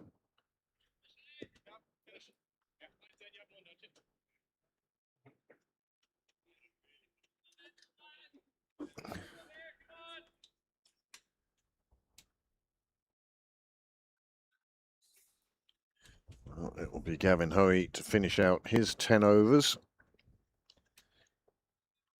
And there is the wicket to fall during the over. Delaney delighted. Good line, good length. Attacking the top of off stump. And Mays, well, he could do no more than get the edge of his bat to it. And that was the end of him.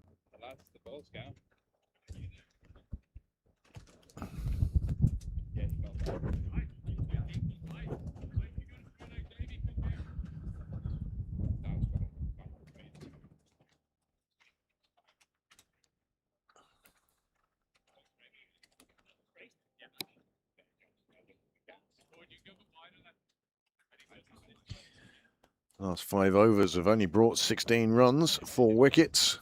The Lightning doing very well at pegging back the NCU at a time when they would have thought they would be accelerating. In fact, the only column that's been accelerating has been the wickets column.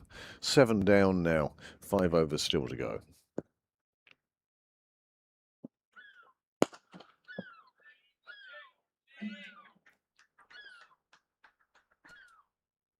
Dadswell has decided it is the last 5 overs. It is the time to go.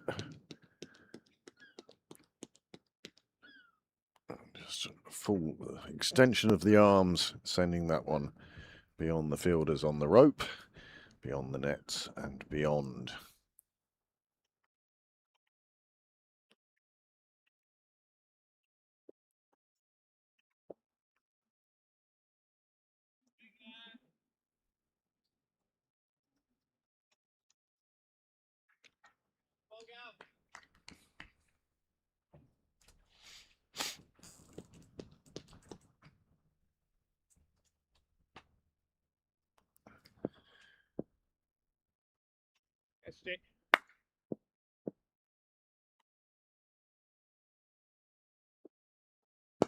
Another big blow down the ground and another maximum. Hits into the side of the nets. That's 2 sixes from the first 2 balls. Hoey, arms folded.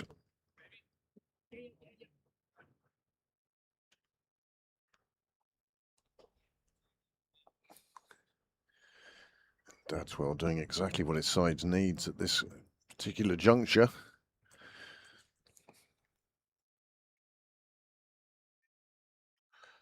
.350 is on the board now.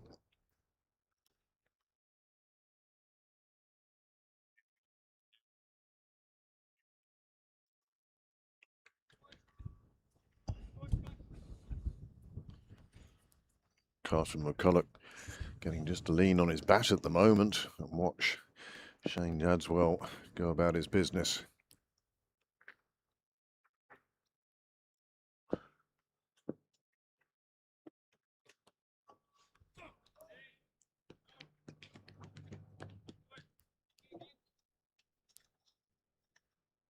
Hoey trying to push one through. It went down the leg side. It was helped on its way. It is another boundary. It's brought another walk down the wicket by the keeper and by George. Dockrell putting an arm around the youngster and saying, don't worry about it. Just let him do that.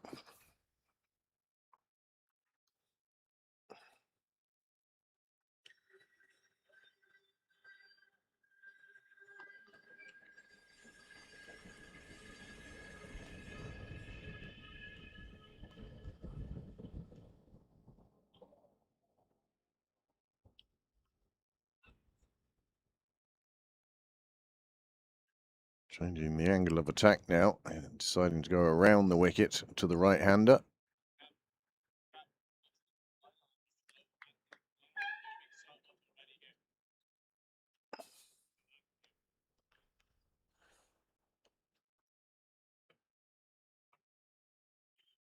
Umpire and bowler in discussion.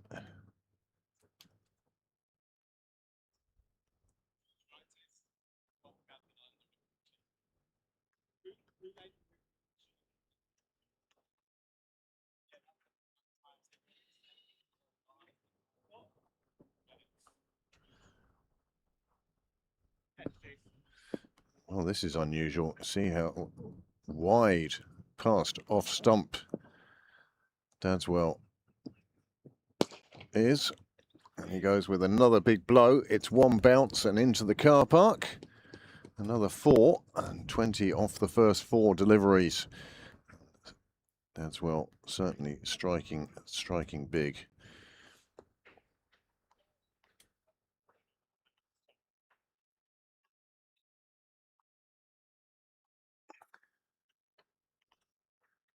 Another big blow, another discussion.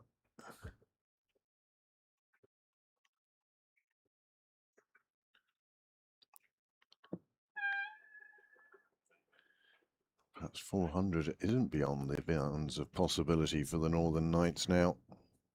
I still feel that 425, highest score in an IP50 game, is safe enough at the moment.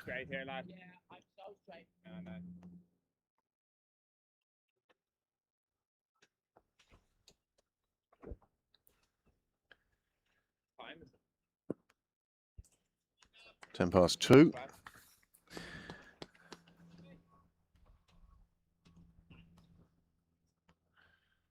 Come on, boy. This innings has been full of incident, definitely full of runs. Hoey aiming at the stumps on this occasion, and it makes no difference. It's another big shot. Leg spinners are going to have moments like this.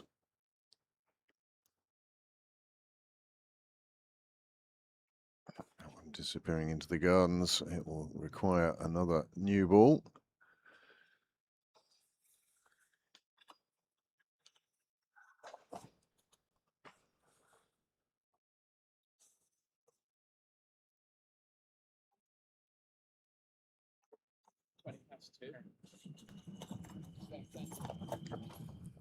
Nearly 3.5 meters.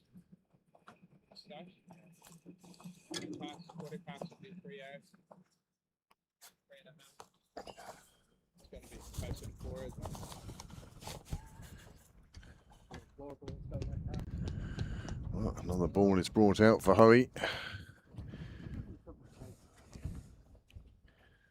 World record.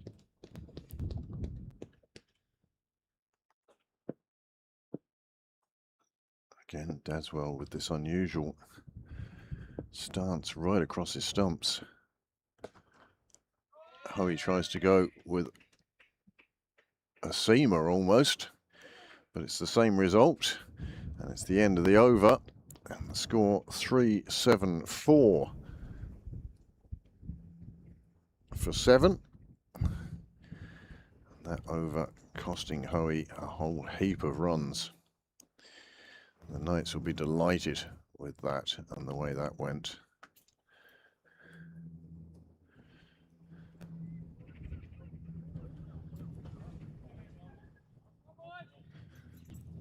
Afternoon, Johnny.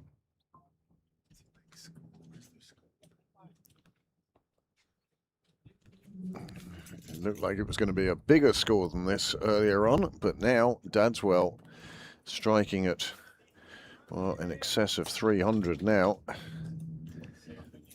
39 off 12.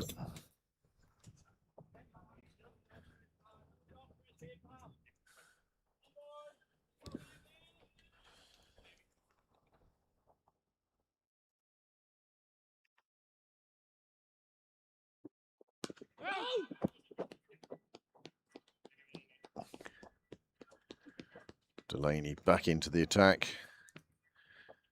McCullough yet to get off the mark, and yet has already been in a partnership of 32. He's only had to face 4 deliveries so far. 374 with 4 remaining. 3 wickets.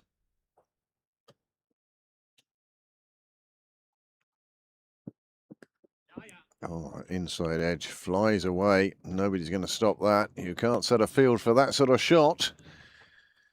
Delaney there with the double teapot at the inside edge, enough to bring another 4 for the NCU Northern Knights. Through the legs.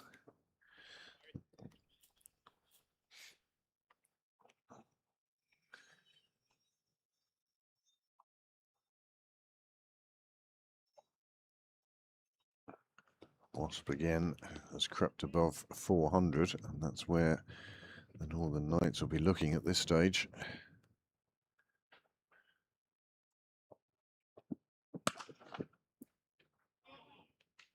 Another 4 disappears through extra cover.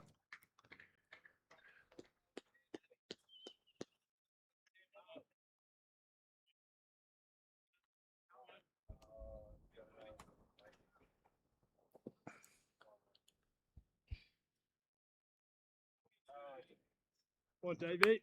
Lots of runs coming forth.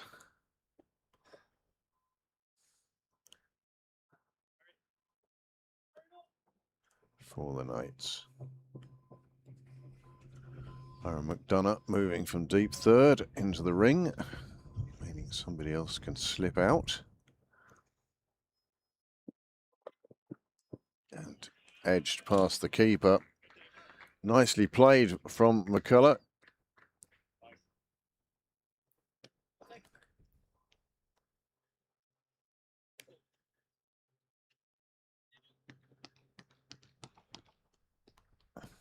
Nicely guided away. No slip in place at this stage of the game.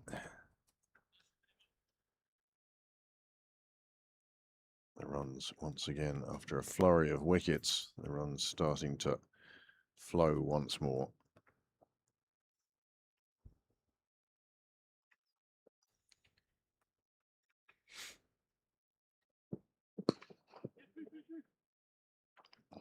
Head into some wide open spaces. There'll certainly be two, and in fact it's gone all the way for another boundary. These two doing exactly what the Knights would have wanted. Chasing after every ball, every run now.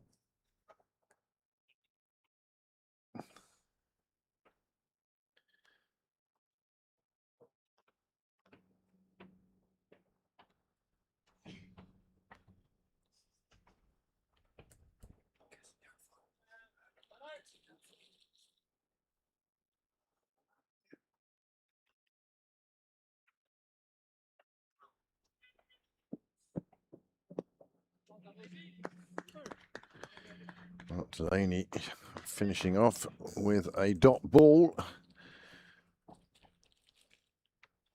But 390 for 7 from 47. 3 overs left in this Northern Knights innings. And Wasp now up as far as 416. It's an absolutely marvellous show that the NCU have put on here. The Northern Knights took this game by the scruff of the neck from the very start. 122 without loss in the power play. And since then, they've consistently picked up runs. And it was only in the last 10 overs that they've gone from 3 down to 7 down, but still the runs flow.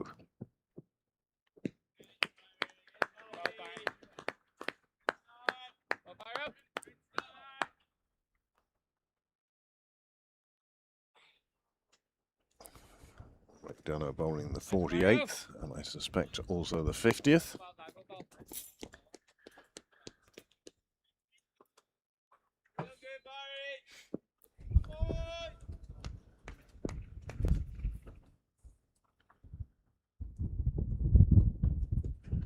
Oh, that's going to run away for 5 wides. Runs that the Leinster Lightning can ill afford at this stage.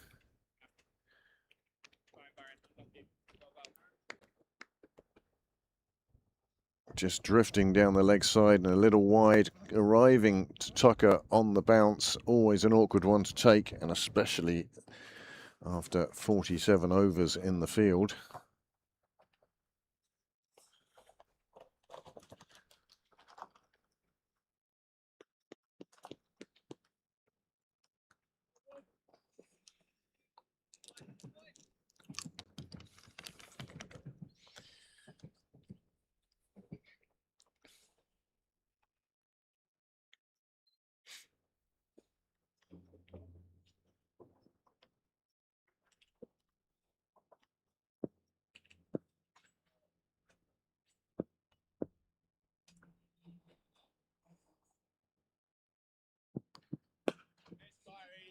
Wide delivery from McDonough, keeping it away from the swinging bat of Dadswell.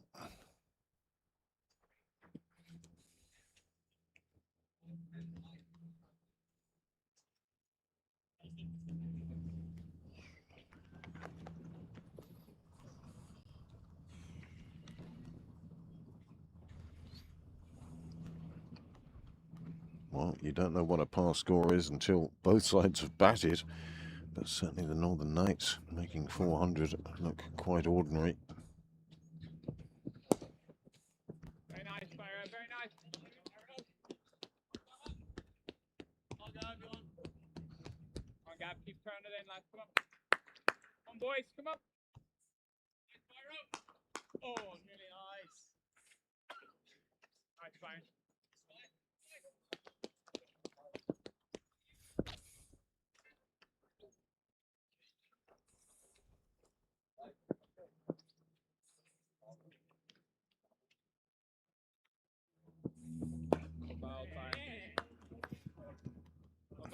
No foul.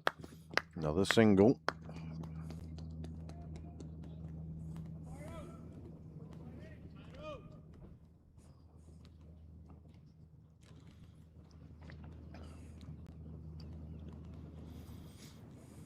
We talk about psychological marks in an innings.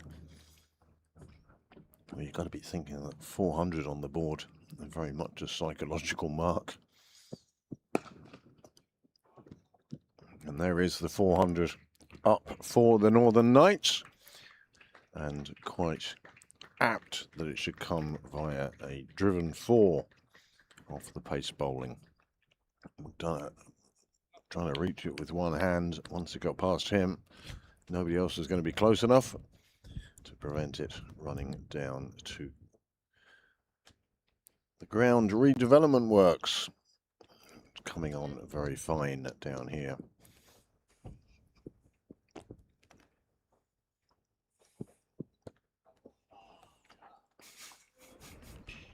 Wow, well. It's that time of the innings. All the shots coming out of the bag now, and that's a super little shot. Just dropping it down.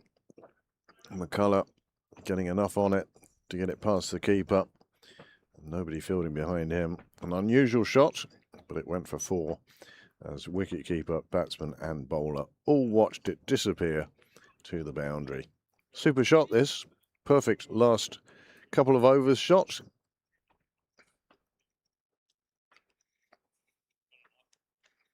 The man at third was going to be nowhere near that.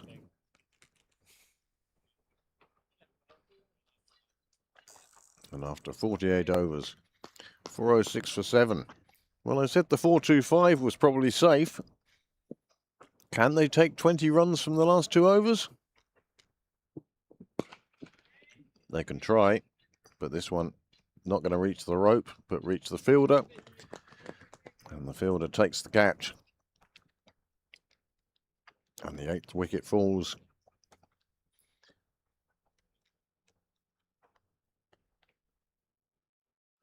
Delaney in his 6th over.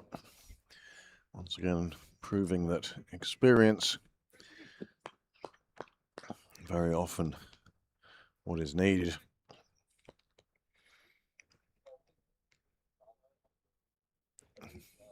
Fielder doing a good job making sure he got there.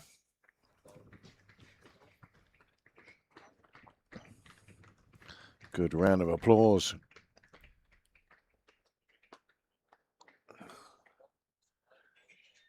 Dadswell, a fine knock. Exactly what you wanted from your middle order when such a base has been put there for them. You could see the exact moment the catch was taken from the celebration of David Delaney.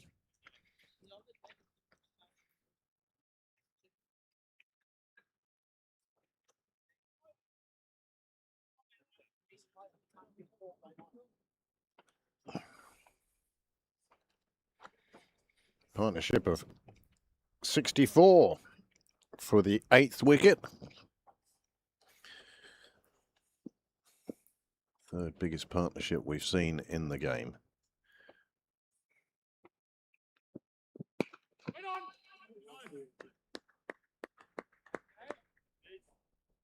Kean Robertson is the new batsman. Comes out to the middle with just 2 overs to go, less than 2 overs to go now. 8 wickets down. Well, the Lightning bowlers, they've toiled, but they've continued to toil. They didn't give up at any stage. They've gone searching for wickets any which way they can.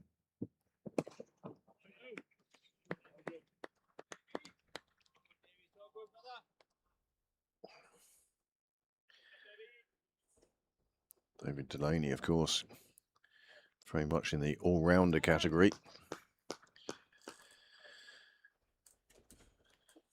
Spending time with Trinity this year.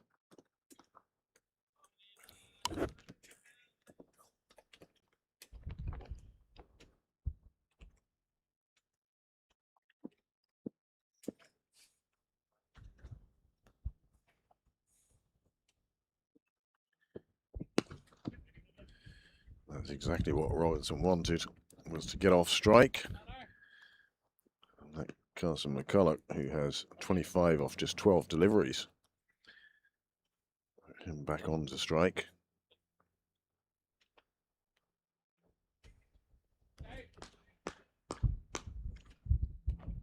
It's been a run fest so far today. Will that continue during the Leinster Lightning innings? Well, only time will tell. I hope you stay with us for that.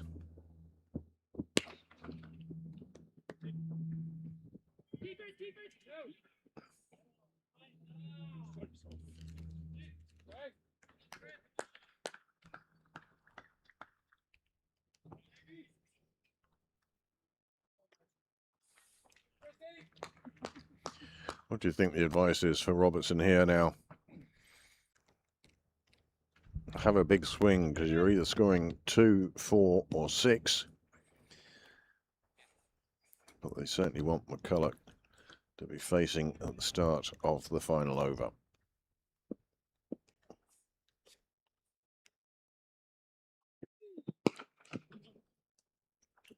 They are going to try and look for 2, but they won't get it. And that will leave Robertson on strike for the final over of this magnificent batting display from the Northern Knights. They really have done well today. It all started off with Ross Adair and James McCullum putting on 122 for the first wicket. 125 for the first wicket. Ross Adair picking up 95 off just 41, including 11 fours and 7 sixes. He departed to a nice catch from Curtis Campher, but not until James McCullum had gone. He scored 39 off just 36. And Kay Carmichael then came in and scored 27 before Morgan Topping and Ruin Pretorius put on a stand of 123 with Topping on 86 and Pretorius on 76. Daswell got 41 off just 16 deliveries. Kean Hilton, well, he never looked comfortable in the middle, and Tom Mays edged one through to the keeper early on. Carson McCulloch not out 26, and Kean Robertson not out 1. 49 overs gone, 409 for 8.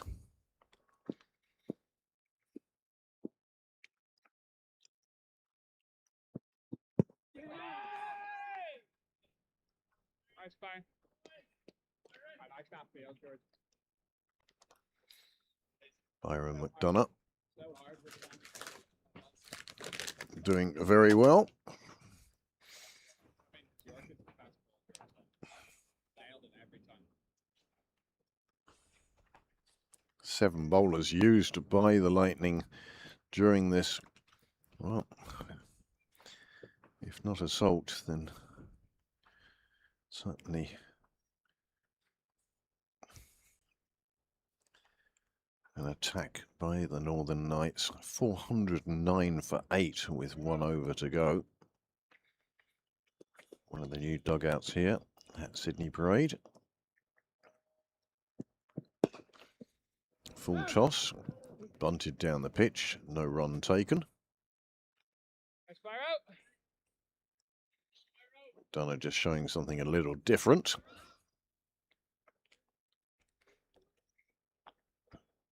Only 3 bowlers for the Lightning will have bowled their full allocation of 10 overs.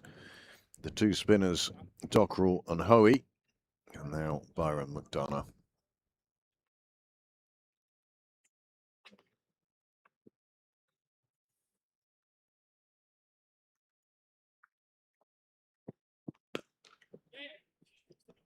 Well, fine, no ball.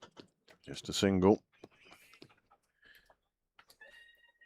Hello.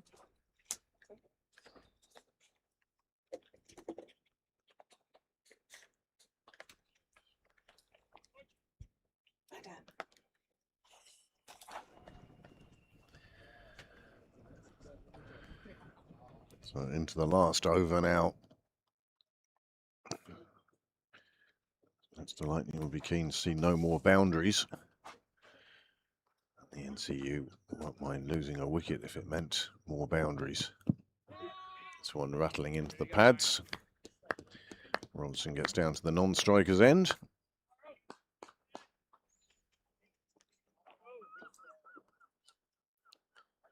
Pretty good fire. Awesome lad. 4 of the 7 bowlers have taken 2 wickets apiece at varying costs, and we will run through those figures at the end of the innings.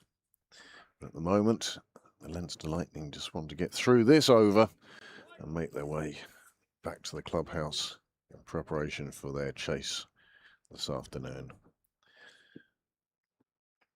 Dunner entrusted with this last over.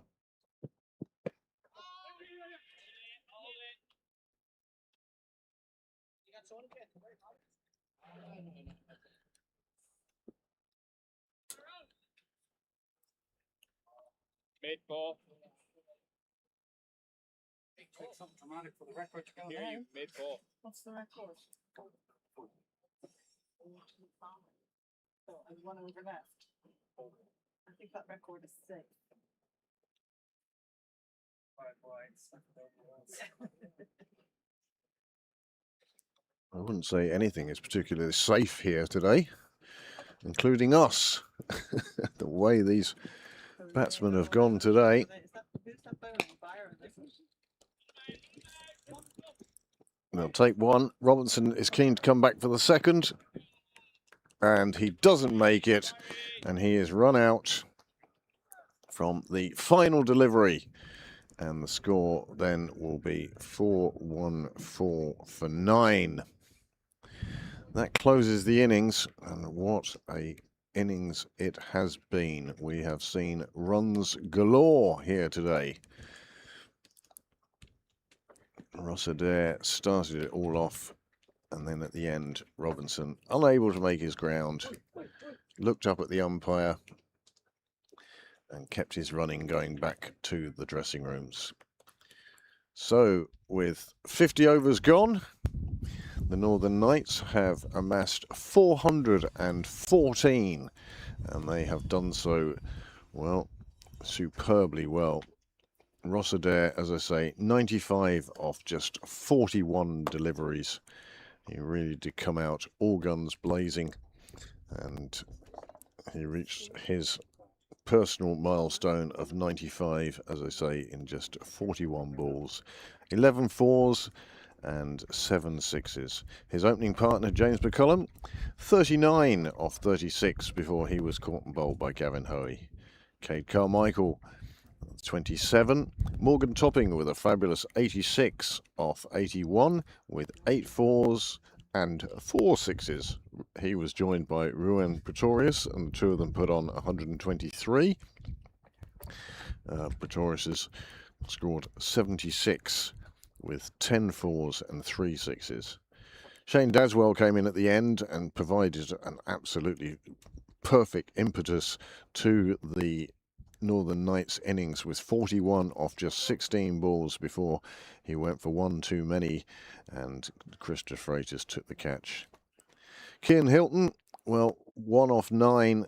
He didn't really look at home at the wicket today, and eventually he was caught and bowled by Gavin Hoey.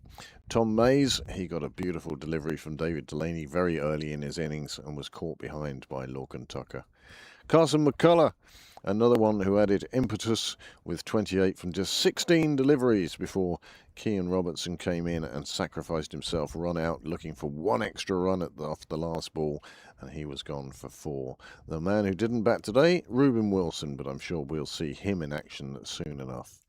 There were 16 extras, and off the 300 deliveries faced, the Northern Knights have amassed 414, including 44 fours and 21 sixes. Plenty of runs being scored here today at Sydney Parade. From the bowling point of view, well, Moondra, he's had better days. He's had better days than the last fortnight, but today he went for 94 off just 7 overs. Byron McDonough, 2 for 76 from his 10. George Dockrell, 2 for 63 from his 10, and Gavin Hoey, 2 for 88 from his 10. Curtis Campher's 4 overs costing 29. Harry Tector's 3 overs costing 18, and David Delaney coming in and taking 2 for 42 from his 6 overs. Well, it was an absolute run fest this morning. For the first wicket, there were 50 runs in 32 balls, and the Northern Knights reached 50 in 5.2 overs. first power play, no wickets and 122 runs. Fabulous stuff. There were 2 drinks breaks, and most of the time the Northern Knights were going along so nicely and so comfortably that the record of 425 did look in danger. In the end, they fell 11 short of that record, but I have to say it looked good from a Northern Knights point of view. So, whilst the players take their break, we'll take our break. We thank you all for joining us and hope you'll be with us for the Leinster Lightning innings in half an hour.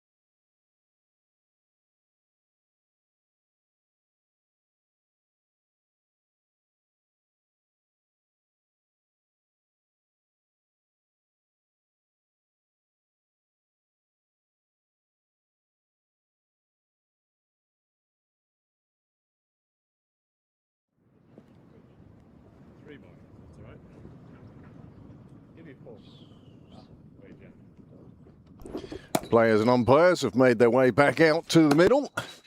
And we're about to get the second innings underway. An innings where the Leinster Lightning require 415. Well, if they get there, it's going to be a hitting bonanza. And if they don't, well, that will leave the Leinster Lightning without a win in the IP50s thus far. They fell to the Northwest Warriors last week, as did the Northern Knights. So both sides here will be keen to get a win on the board. Tim Tector opening the batting for the Leinster Lightning. And no doubt he's been joined by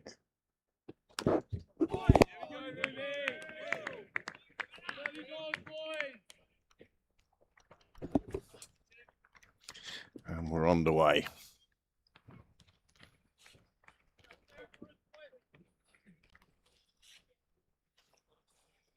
MV Play will catch up with us soon, I can tell you.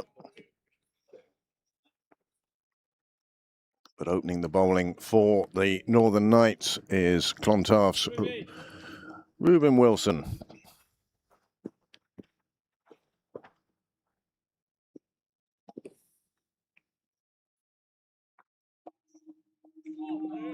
Getting one to shape back in. Getting past the inside edge of Tector's bat.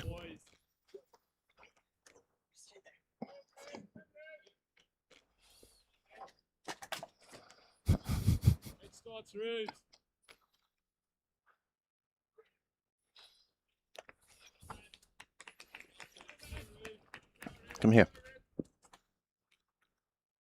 10-2, boys. Come on.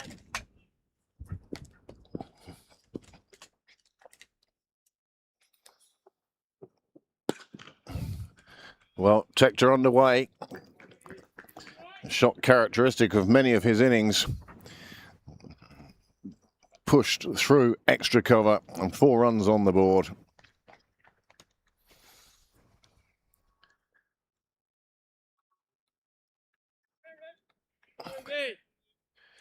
Sure, NV Play will indeed catch up soon enough.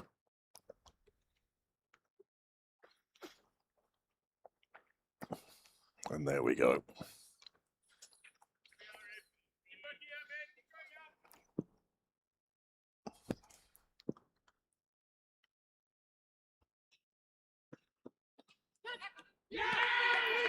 And Tector is gone.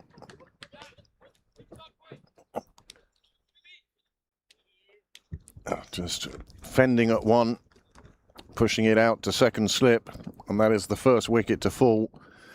Just taking the edge of the bat and going to second slip, where a nice catch taken, and Wilson picks up the first wicket, and the Lightning lose their first wicket in the first over. Not how they wanted the reply to go, but a super delivery, getting Tector into a difficult position, and one he could only fend the ball away to second slip. Tim Tector departs.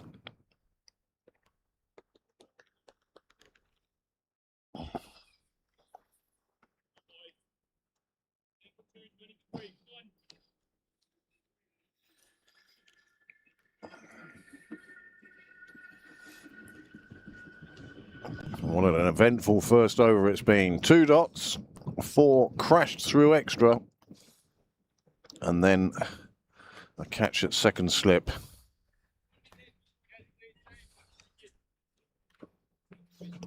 See the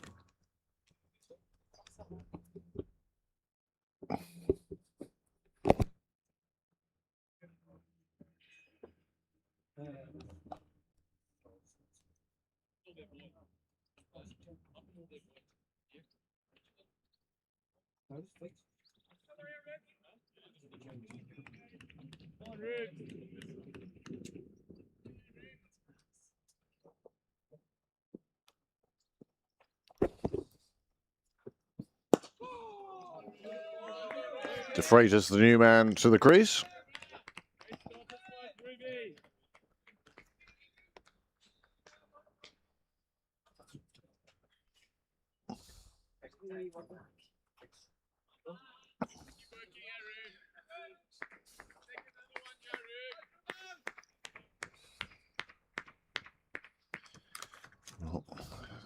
exactly the first over the Northern Knights would have wanted to see the back of the very dangerous Tim Tector. It has brought Christopher Freitas to the wicket.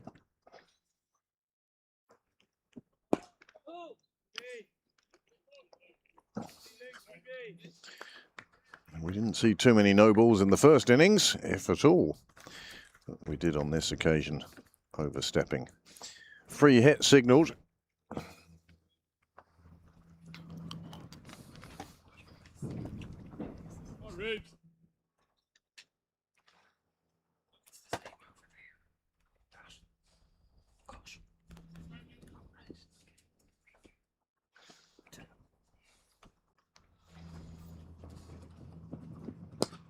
Wide, De Freitas takes it on, and it nearly ticks out Bill Dwyer. Good end to the over for the Lightning. So double figures as De Freitas chased that very wide one, safe in the knowledge that it was a free hit, and bounced back off the chapel. And at that stage, Bill Dwyer taking evasive action. So, end of the first over. 11 without loss. Or 11 for the loss of Tim Tector, rather. So the run rate fine, but the loss of wicket, oh, not desirable. Tom May's now in for his first over. He'll be bowling from the nursery end. And Stephen Doheny, having seen his opening partner disappear, will finally get a chance to face the bowling of Tom May's. Tom May's another one in that bracket with Moondra and Hollard, who were all pushing for that backup spot for the fast bowling ranks in the Irish side.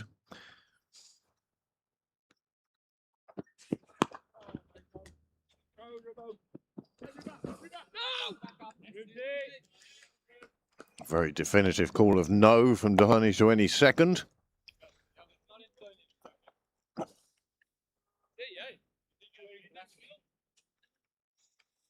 Big chase required by the Lightning. They are chasing a very large total, but it did look like a good batting track for the Northern Knights.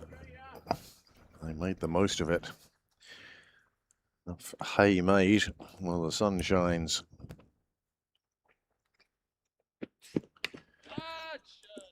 Drifting onto De Freitas' leg side, and he plays that beautifully. Not overhitting it, not looking for the boundary, just looking to play it away with timing. And that he did. May's delivery, perfect for a right-hander, but for a left-hander, free hit. And he placed it wide of the fielder on Cyril's way. Nice boundary for De Freitas, nice boundary for the Leinster Lightning.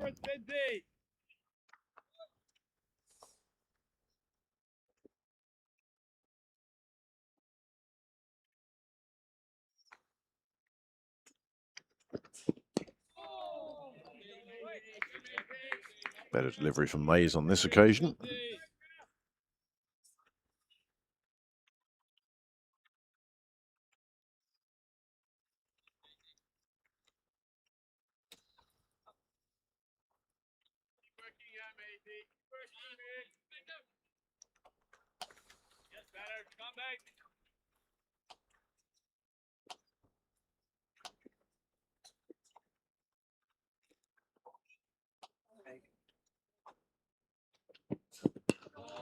Fraser's coming forward to that, playing it on the offside.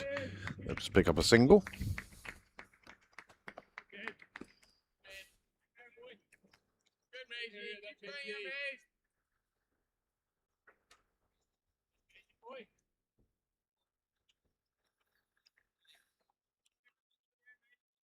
On boys.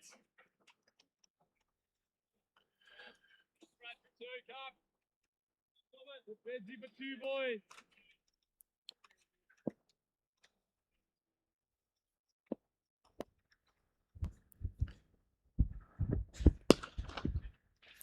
Nice shot back down the ground.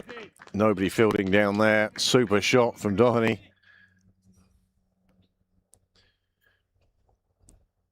He's played it so straight. That was only going one way. De Freitas, well, more ball watching than running. He knew it was going to the boundary. That's a super shot and brings up 20 for the Leinster Lightning.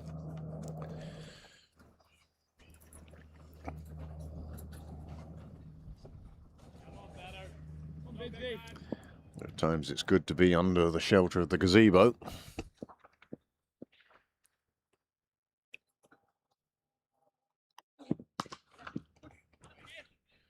Doheny with another nice shot. This time the fielder does get round, but the journey he had to make ensures that Doheny and De Freitas could complete 2 to finish off the over.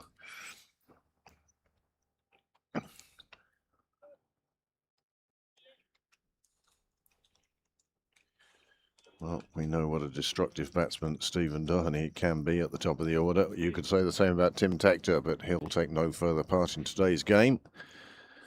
His time has come and gone today. We'll see him again on Thursday. Down with Rubes, boys.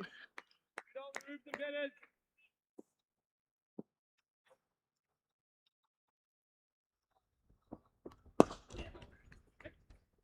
I said,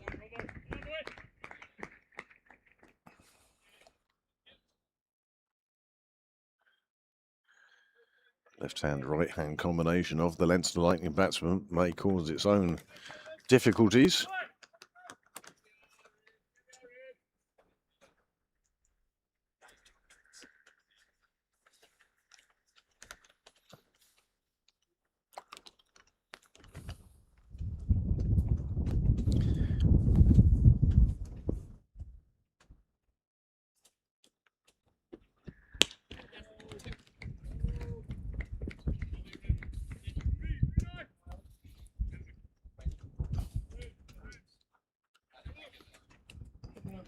Another 2 taken runs, and this will be a key part of the Leinster Lightning innings. It won't all be about boundaries. It's about taking those singles successfully, turning ones into twos, trying to avoid dot balls.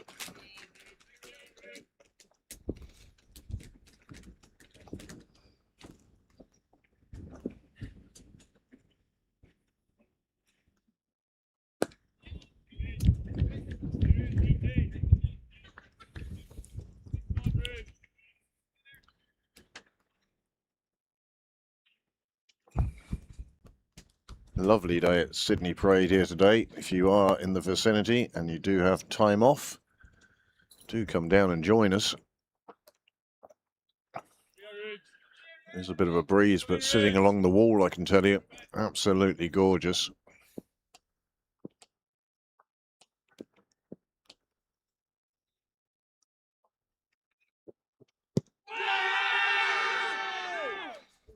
Thudding into the pads of De Freitas.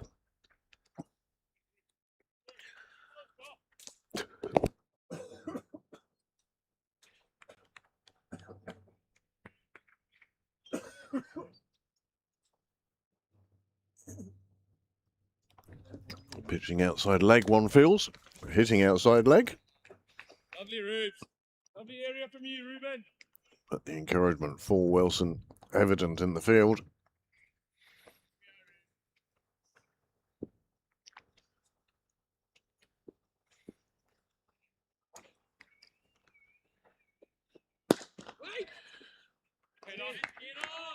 Cracking shot, well fielded, means no run.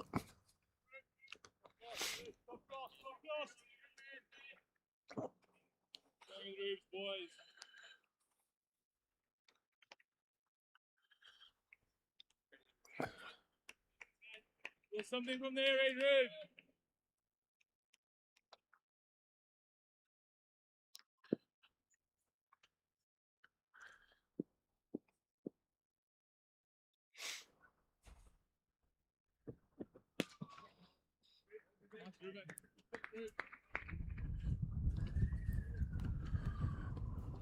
Well, another single to close out the 3rd over.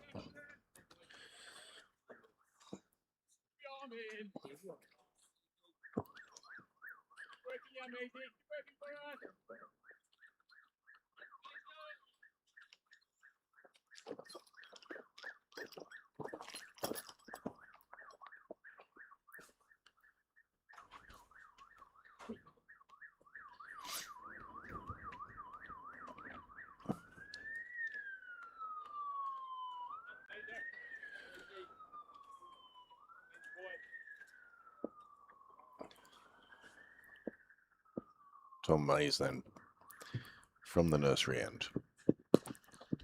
Drifted down the leg side, Doheny putting a bat on it. Just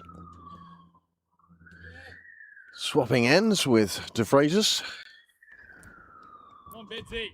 Come on, Bidsy boy. The umpire having to go from square leg to square leg.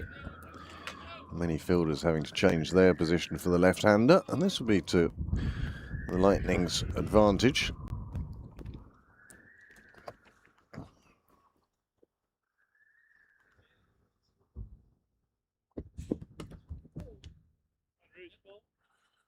Oh, that's not going exactly where De Freitas wanted it to. It's been signalled a no ball. Dead ball.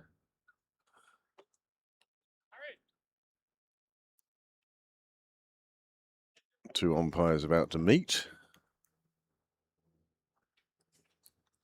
There will be a quick check for the two batsmen.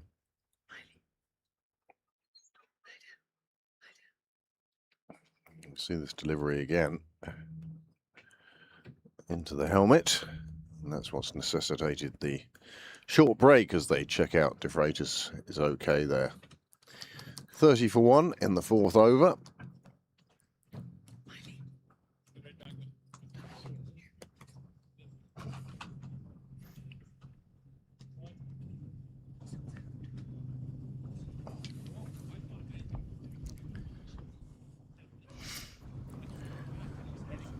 More people making their way down to watch this Leinster Lightning innings as they go in pursuit of 4-1-5 for victory. Bidsy.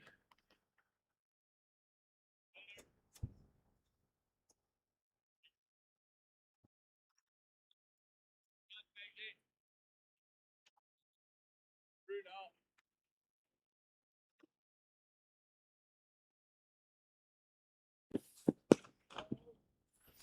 Gets past the fielder in the infield. There are two players chasing after it. They hope to get there before it reaches the boundary, but can't. And that runs away, and De Freitas picks up another boundary. That's his second 4 to go with his 6. And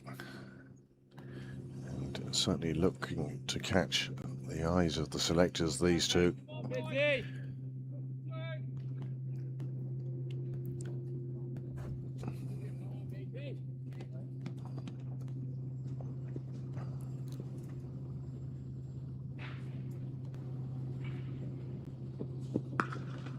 De Freitas picked that one up on length and punched it away. It's a 1 bounce 4, and that bounce wasn't too far away from the rope itself.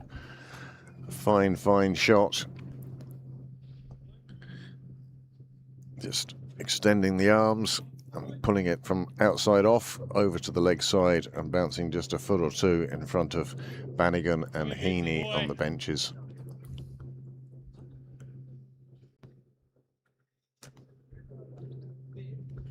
Sight screens at the far side being moved for De Freitas. Mays deciding to go around the wicket to the left-hander. Legs off stump guard for De Freitas.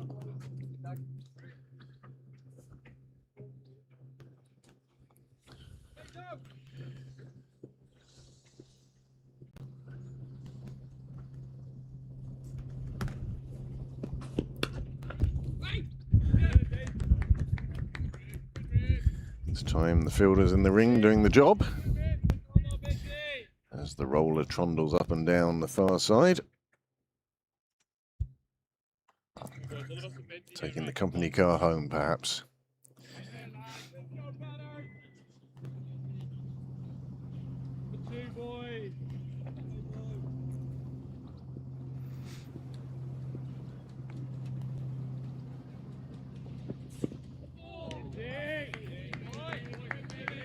Good delivery to finish out the fourth over. 38 for 1.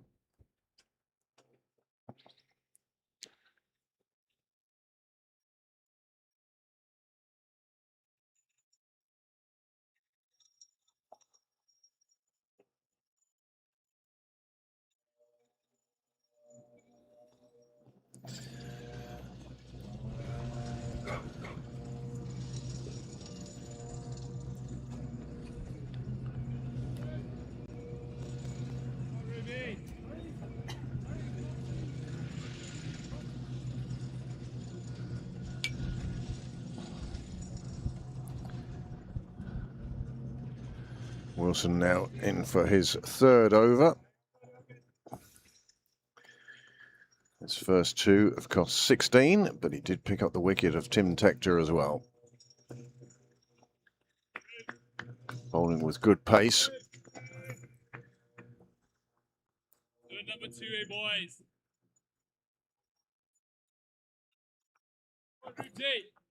Who'd be a bowler, eh?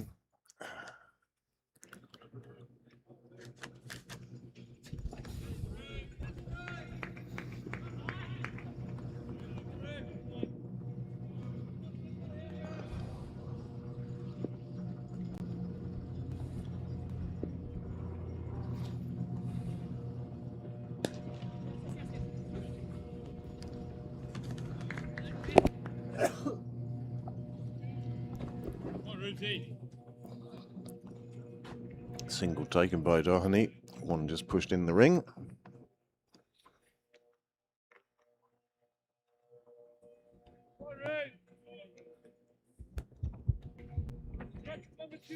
Many thanks to those of you who have joined us today here on Cricket Leinster, or Pembroke Cricket Live.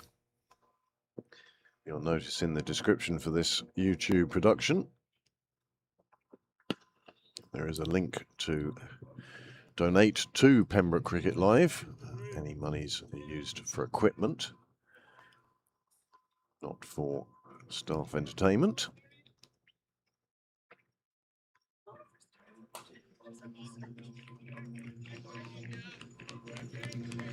So as I say, that link for donating is live in the description for this game and also for Thursday's game. We thank you very much in advance.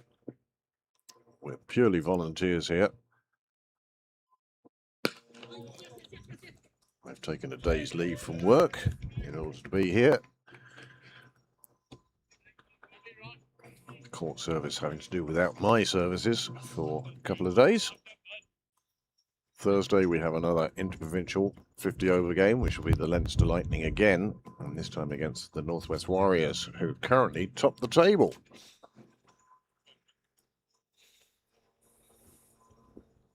Friday sees the Leinster Senior Cup for Women being played here at Sydney Parade.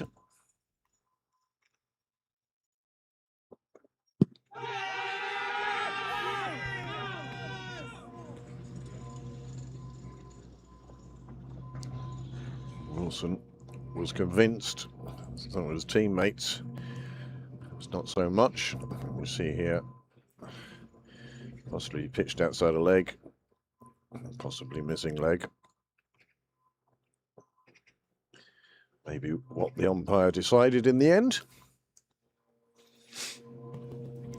Don't need a second replay of that. Questions, Ruth. Keep asking questions at Ruth, boys. That's exactly what Ruben Wilson needs to do. Keep asking questions. You heard it in the field, you hear it here in the commentary box.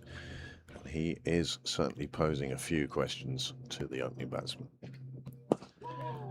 De Freitas using his feet to push this one out in the offside, and it trundles its way to the fence. Another nice boundary for De Freitas. He'll move on to 25 now as a result of this shot. Just a push at, opened the face, steered it to where he wanted it to go, and despite the efforts of the fielder running down Cyril's way, it wasn't to be, and it made the fence quite safely. End of the over then.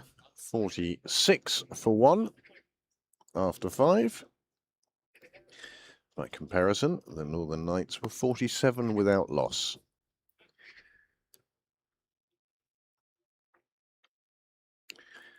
Even Stevens, I think they'd call that. Swingometer of victory. Well, probably leaning towards the Northern Knights, but not too far whilst the Leinster Lightning head off at 9 and over. Certainly well up with the required rate at the moment.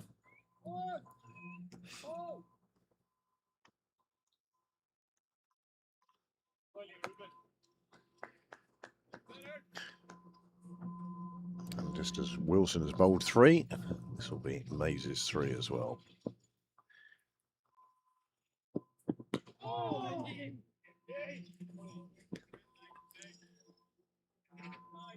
Stephen Doheny, unfazed by the oohs and ahs of the fielding side, gets through for a single. Right length, Betsy.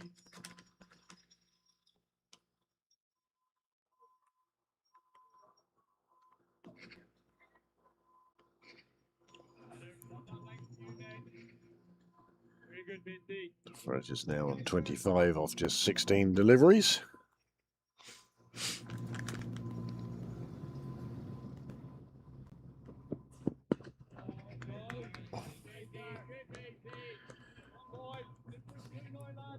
Brilliant, Ben. Oh, somebody making use of the dugouts as the roller adds another layer of compaction to the new A couple of dots together this set, rugby Betsy. viewing area. I say rugby viewing area. When they're playing this far across in the square, it's not a bad spot to watch cricket.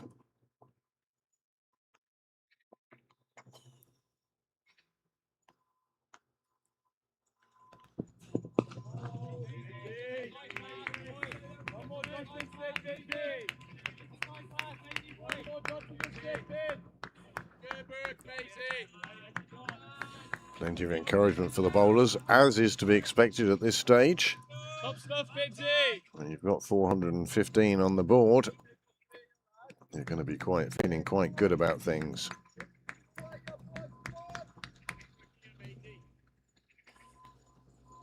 These two have put on 42 already.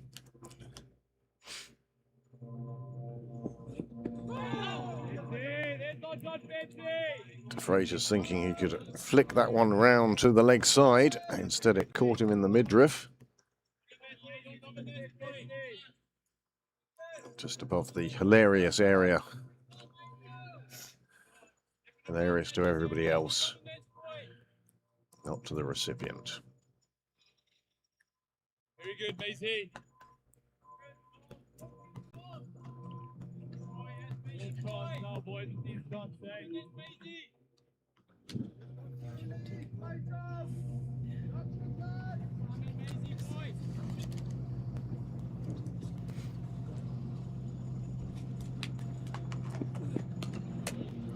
That's how he meant to play the last one. That's how he plays this one. Tucks it round the corner, takes the single.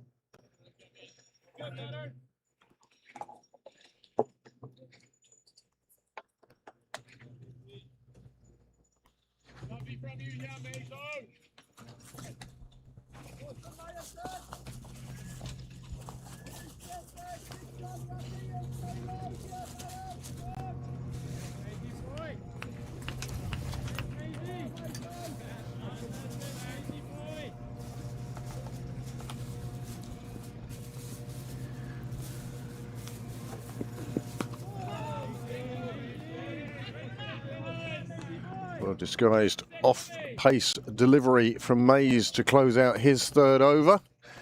The score now 46 for 1.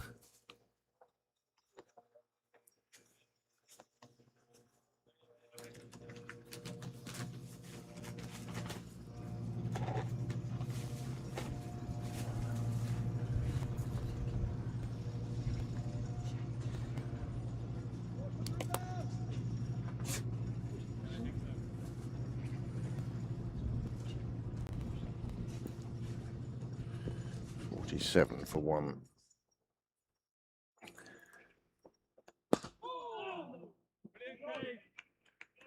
Well, by comparison, whilst the Leinster Lightning 47 for 1 after 6.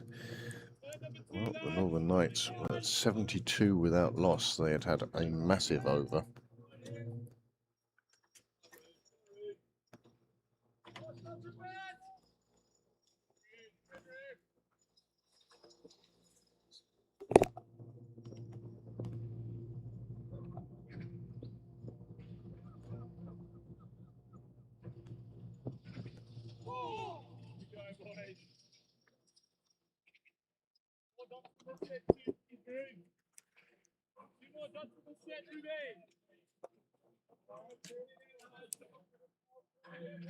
Well, the Leinster Lightning do not want to go off and lose too many wickets too quickly.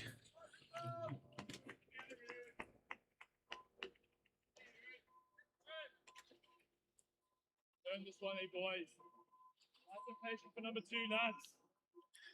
If you are watching this CJK sponsored production,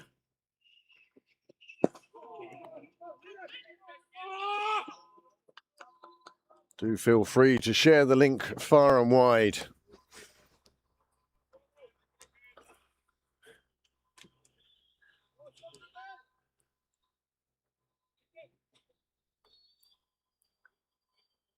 Just fumbling on the pickup. I think the batsman would have been safe anyway, but the fielder, you always want to feel those ones going into your hand cleanly and first time.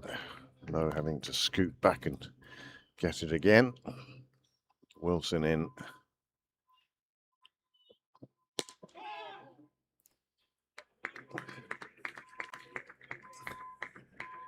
Just somewhat of a false shot from Doheny, not getting it exactly as he wanted.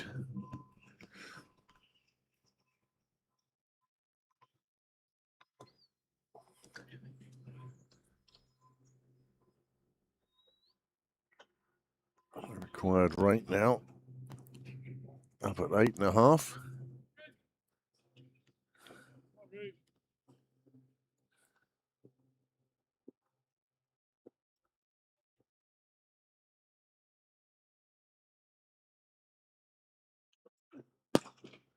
Oh, that is the shot of the innings thus far. De Freitas foot down the pitch, and then the swing of the bat, pushing that one through extra cover with a full face of the bat. Beautiful shot. It was a bit wide, and that width gave De Freitas the freedom to play it as he wished. Lovely shot, crashing into the boundary. 4 runs. And that is the 50 up for the Leinster Lightning.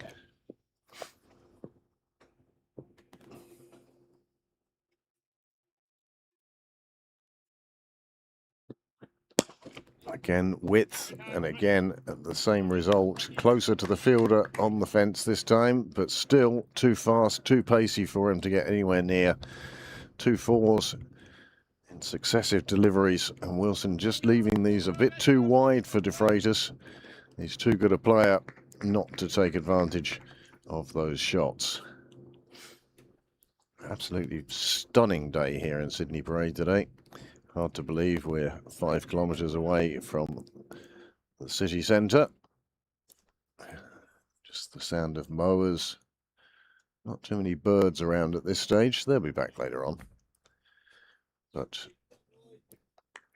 sun shining, the umbrellas up in front of the chapel.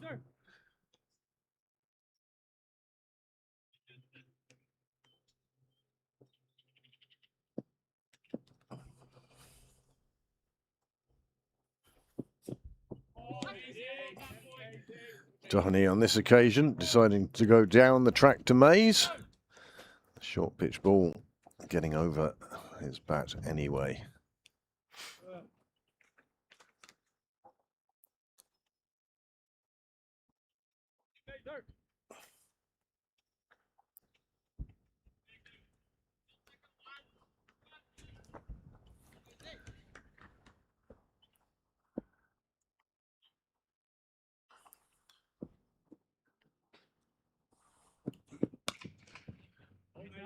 This time, covering fielder will collect it and keep it to a single.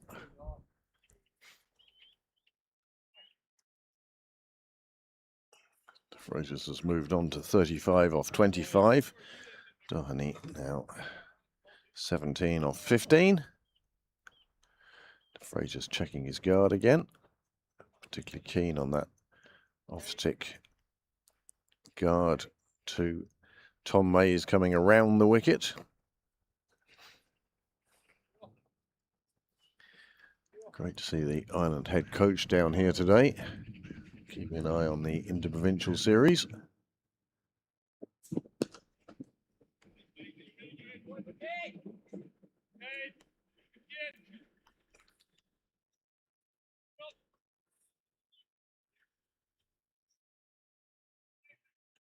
Another example of keeping the good ball out, but not letting it turn into a dot. Freighter's shot off. So schooled it for that signal.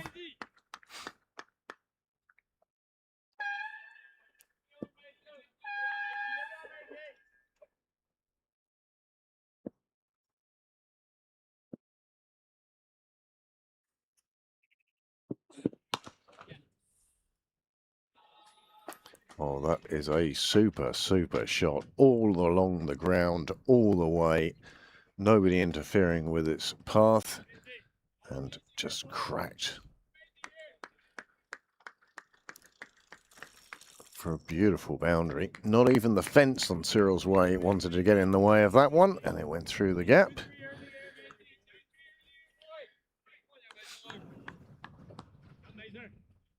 Both batsmen scoring it better than a runner ball.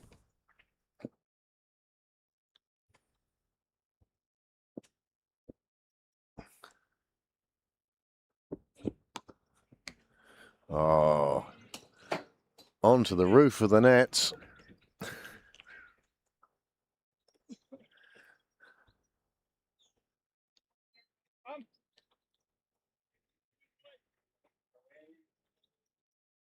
On top, Prince. I know, I'm just going through the ball. You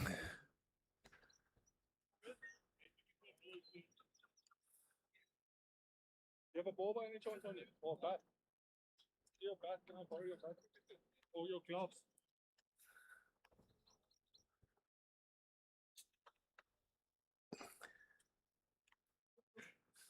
Slight delay while we retrieve the Are you ball biting from the badly? top of the nets. We missed Phil a few times, but I'll back the line, so I don't mind. Successfully retrieved. He stays very leg side of it, so your straight to him needs to be like straighter than usual. Middle and leg. Yeah. Super shot that from Doheny. He recognised The other one? the delivery.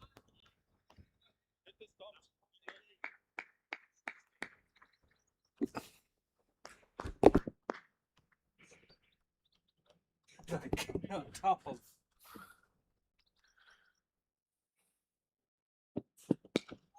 Slower delivery from this time from Mays. Doheny gets enough on it to get down to the non-striker's end.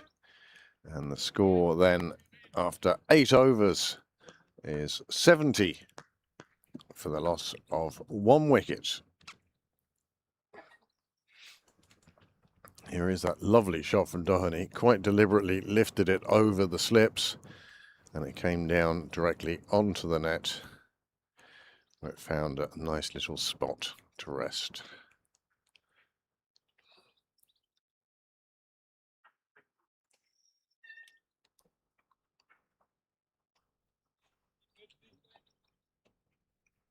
Cian Robertson now will bring his brand of left-arm spin to the middle. Reuben Wilson taking a break after 4 overs.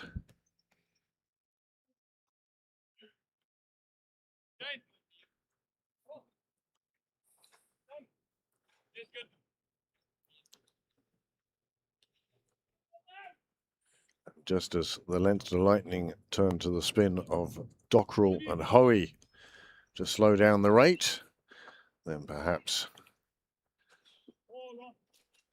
the Knights have done something similar in bringing Cian Robertson into the attack.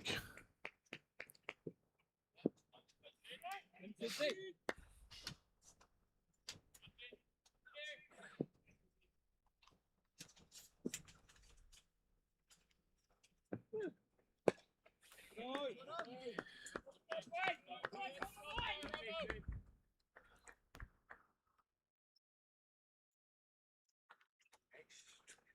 28, 29 in the shade. Real temperature. Yeah. Out of the breeze, but in the shade. Just getting close to nudging 30 degrees here. If you are coming, bring the sunscreen.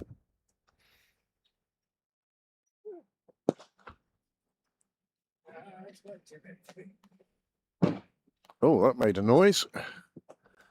Don't know what that hit, but it went a long, long way.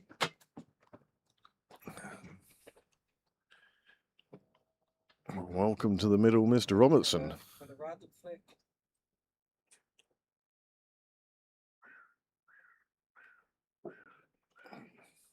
Take the shot. Nice cameo at the end there, Niall. Need to go and check the car now, do you? Well, there's no sound of breaking glass anyway. Not sure. I think it was the roof. Oh, Camera. no. Absolutely fine shot from Doherty. He's not going to let Robertson settle here, one feels. 50 balls delivered now and 76 runs on the board.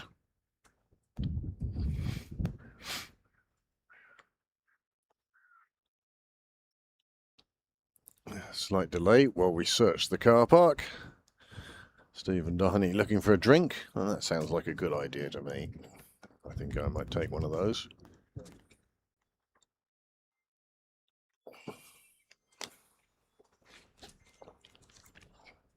Doherty taking advantage of his massive hit and the time spent fetching the ball.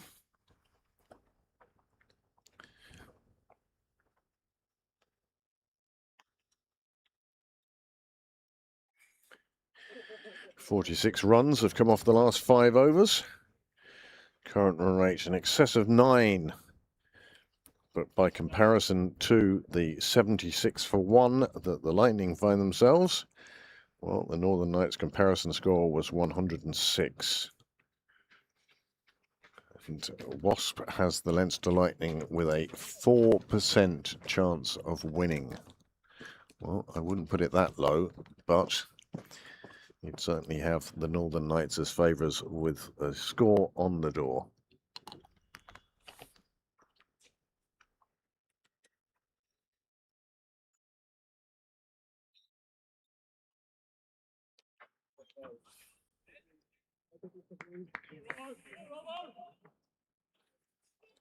I'm just trying to find the damage on the cars now. It's like, no. Good sign.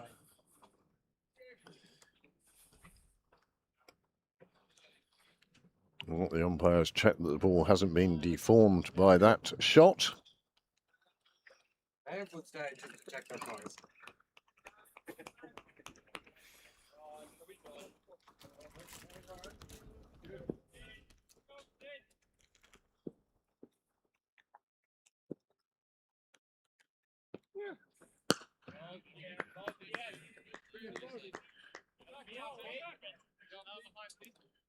Next delivery from Robertson, just conceding a single.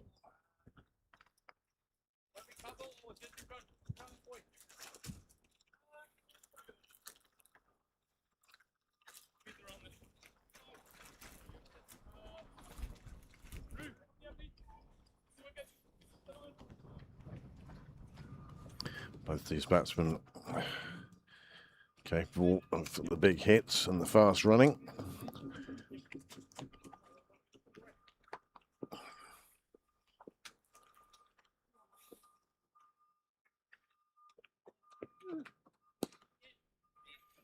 Again, not trying to take too much out of the bowler. Take what's on offer. In this case, it was a single to deep square leg.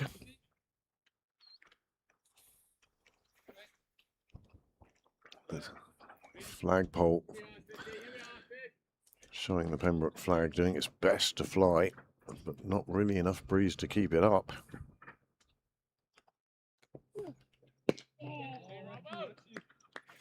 Doherty's eye-hand coordination keeping that one out, and in fact even gaining a run from it.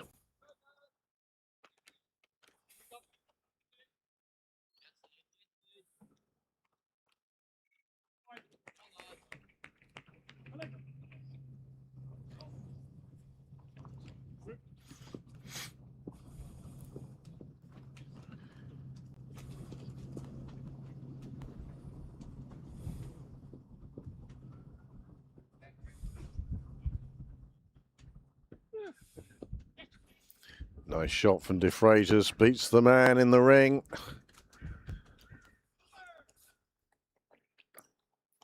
Nice way to finish the over for De Freitas. And indeed for the Lightning. Came round on it. The fielder in the ring was beaten. And the ball ran away safely to Consnook.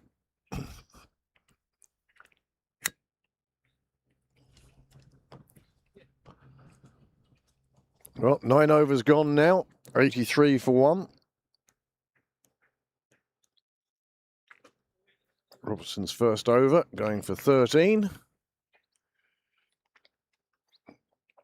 But on a comparison, well, the Leinster Lightning 30 behind where the Northern Knights were at this stage. But this was when Ross Adair and James McCullum were in full flow, taking on bowlers left, right and centre.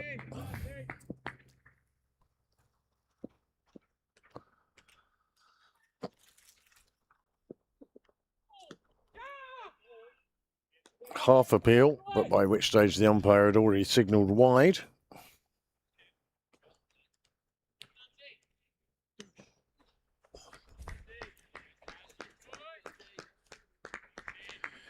Our next broadcast here on Pembroke Cricket Live is the next IP50 game.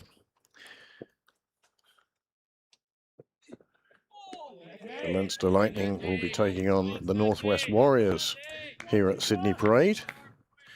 We hope you'll join us for that game on Thursday.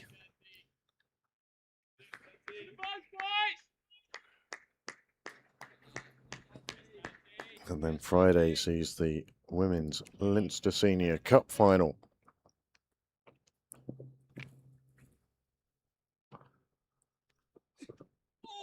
Oh, beats the batsman there.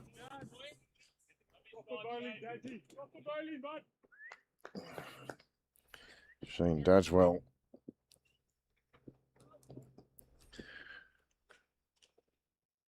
Change of bowling at the nursery end, replacing Tom Mays.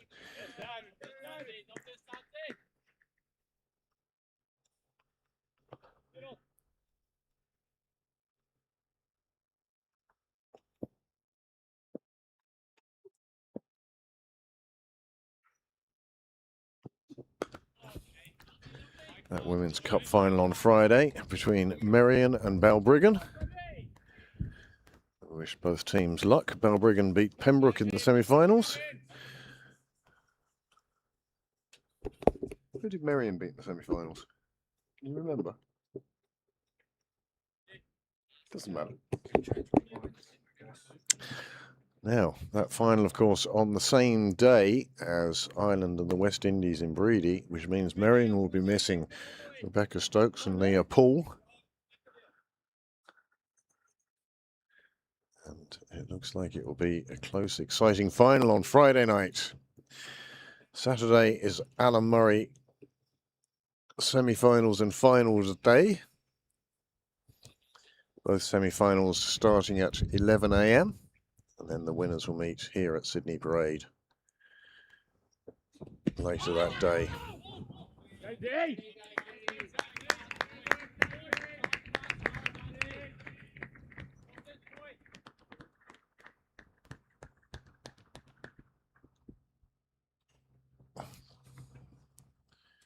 Dadswell doing a good job here for his side.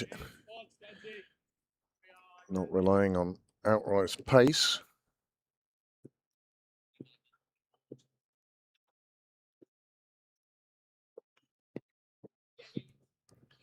This one coming off the edge of De Freitas' bat. Runs away to the boundary. Not the most comfortable shot Chris De Freitas has played so far today, this one. But angled the bat beautifully to let it just run down to third. And he picks up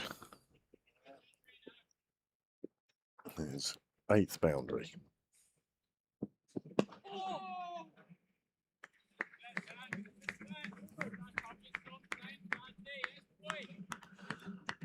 Well, that's a good opening over from Shane Dadswell.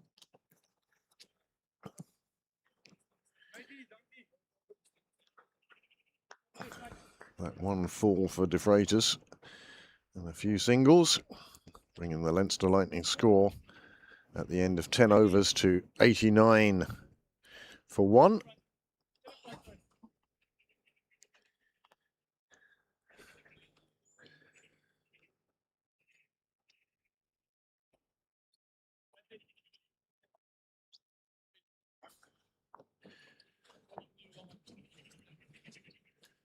At the same stage, of course, the Northern Knights were 122 without loss. Both openers still there and going along very nicely. The required run rate now is 8.12. The current run rate just a smidge below 9.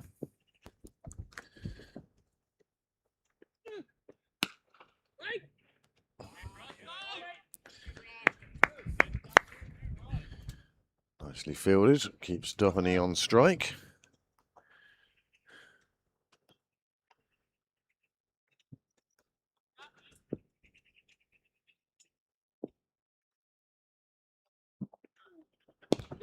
Comes down the track on this occasion. The Crays catch. Well, it bounced far too early for anybody to get a hand near that and made it all the way to the boundary. Came down the track, didn't catch it as he wanted to, but got enough on it to clear the infield.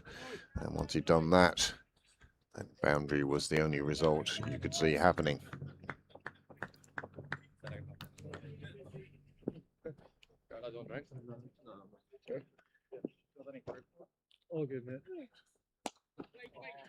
This time Duffany had given himself space on the offside, but finds the fielder.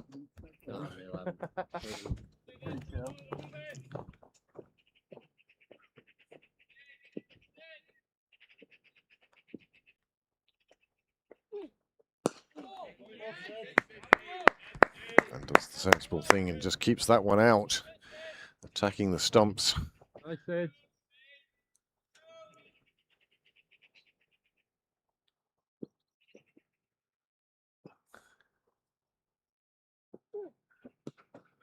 This time cut wider than the fielder in the ring, but not too wide. The fielder on the boundary couldn't stop it and keep it to a single.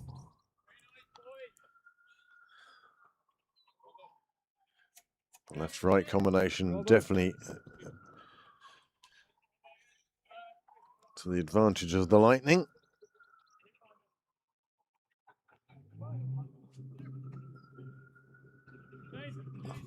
Leinster Lightning keeping up with DL. Not that I see any rain in our future, but just as an indication as to how well their innings is going. They're well behind the 125 at the end of this over. The Northern Knights had amassed.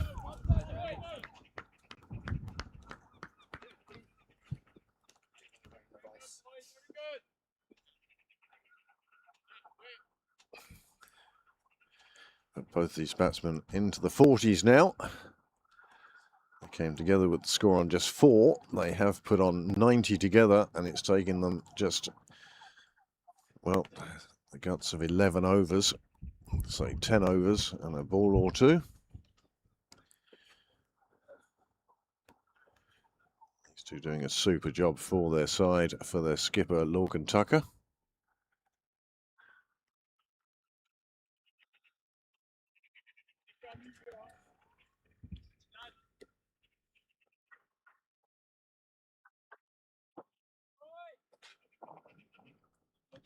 And after 11 overs, scored 94 for 1.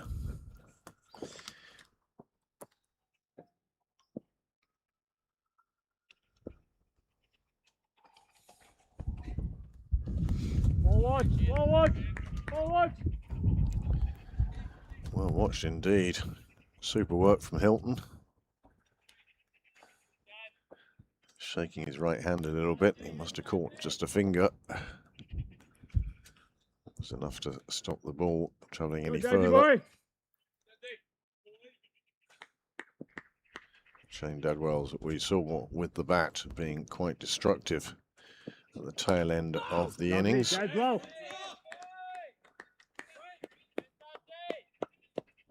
Off working there, Jonesy.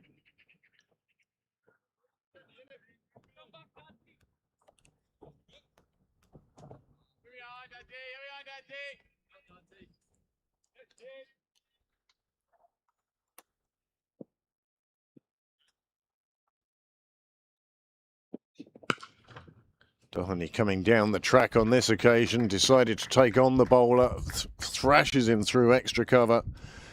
And that's 99 on the board for the Leinster Lightning.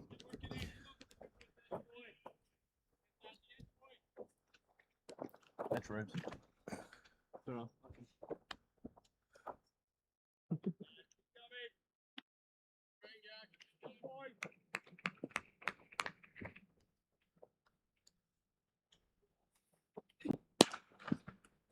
Well, that's just too short, but there is cover out there that will keep it just to a single. But that will bring up the 100 for the Leinster Lightning in the 12th over.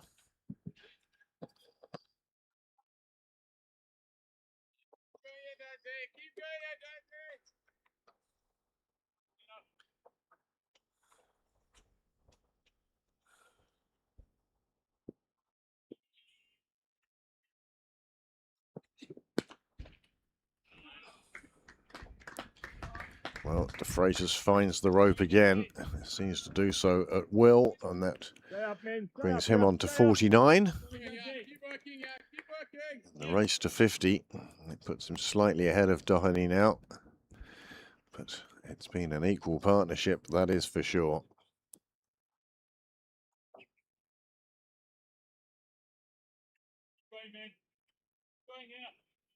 100 partnership for these two has been reached. And after the early loss of Tim Tector, it's exactly what the Lightning needed. How much further can they take it is the question, as De Freitas pulls to the fielder.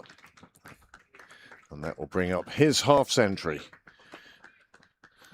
50 runs to Chris De Freitas, brings forth a little ripple of applause from the sidelines of his teammates and a few of the Leinster supporters who have joined us here today.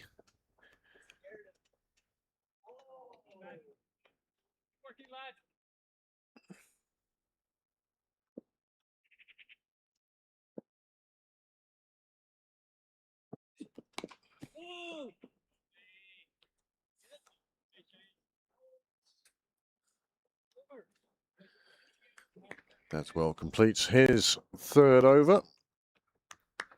Second over.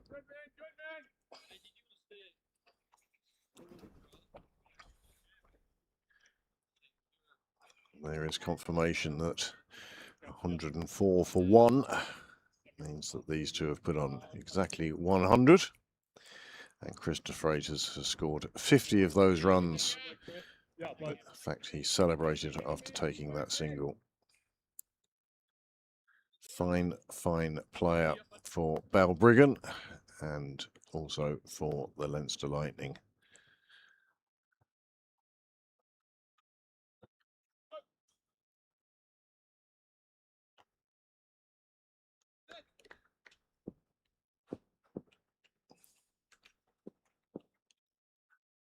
Robertson's left arm spin, coming over the wicket to the left-hander.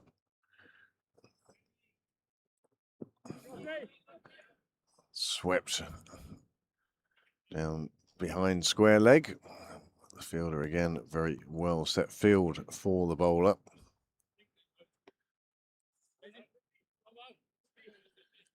Now Stephen Doheny with a chance to reach his own personal landmark.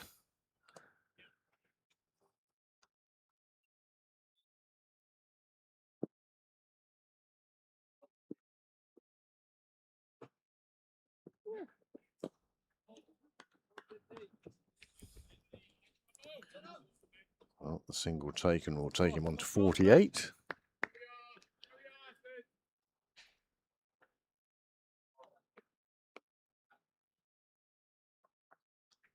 He certainly won't mind waiting another ball or two, or even the next over, before he gets another attempt to reach that half-century. Nicely driven down at the park by De Freitas for a comfortable single. Through at a trot.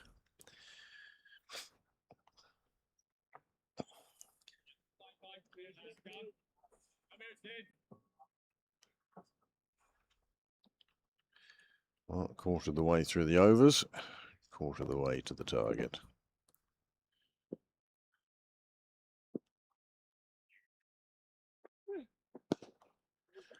Well, he drifted onto the legs and scatters people down at Michael Sharp corner. And another half century recorded for Stephen Doherty.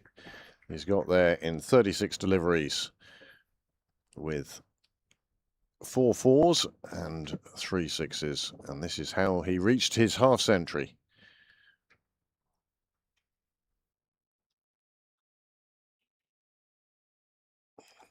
Moving people from their seats. Don't get too comfortable over there, folks.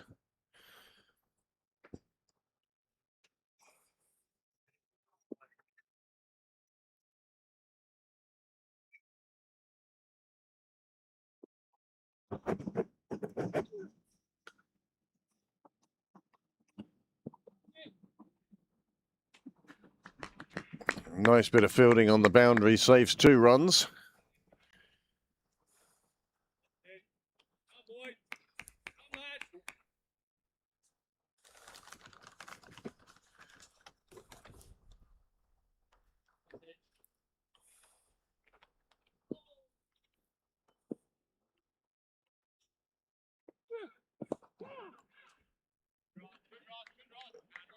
The reverse found the fielder, but he couldn't take it cleanly, and they get through for the single. That ends the 13th over. The score has gone beyond 114.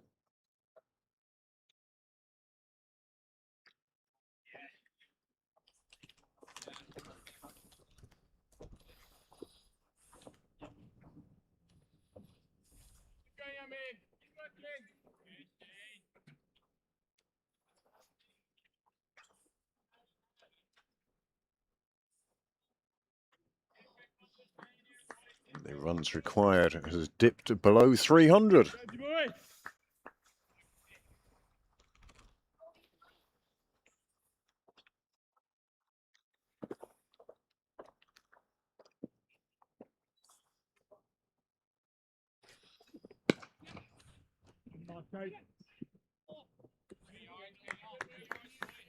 Doherty willing to take on the fielder, does so successfully.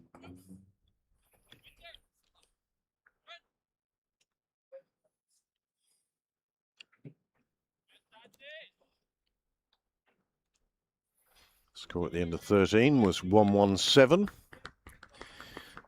As I say, the loss of Tim Tector in the first over, having struck a beautiful 4 through extra, gave the catch to second slip.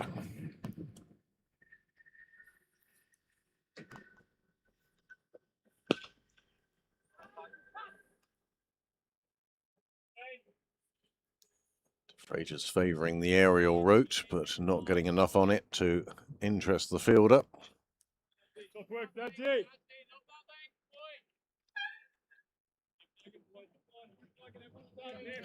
That's well into his 3rd over now.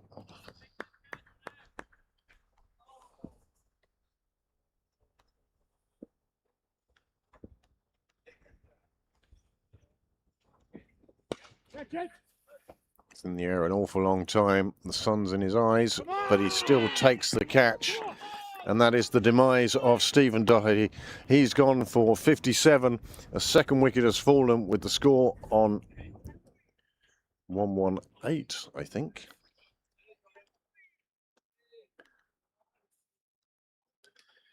Stephen Doherty departs, but he's done a fine job for his side. 58 runs from 41 deliveries, 4 fours and 3 sixes, until finally he gets this one off the toe of the bat. He knows how high he's hit it, waits to see, just to confirm that the fielder does catch it despite the sun being in his eyes. That's a good catch down there at this time of day. didn't really get what he wanted on it. Well, a second wicket has fallen. Shane Dadswell delighted to pick up his first.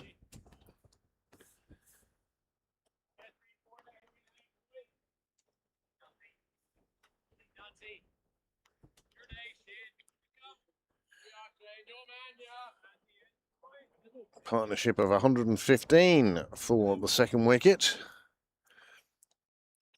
And that brings to the wicket one Harry Tector.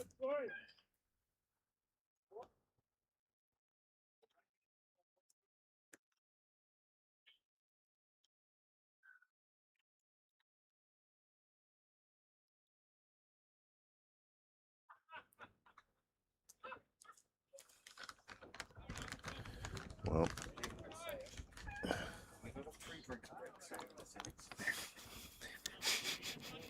every 10 overs, I think, drinks should be at this stage. Every hour on the hour. Very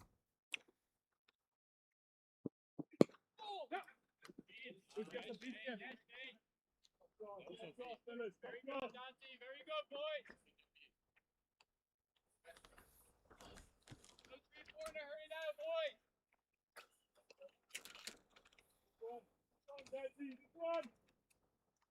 Oh, boys. Hold on a drink, boys.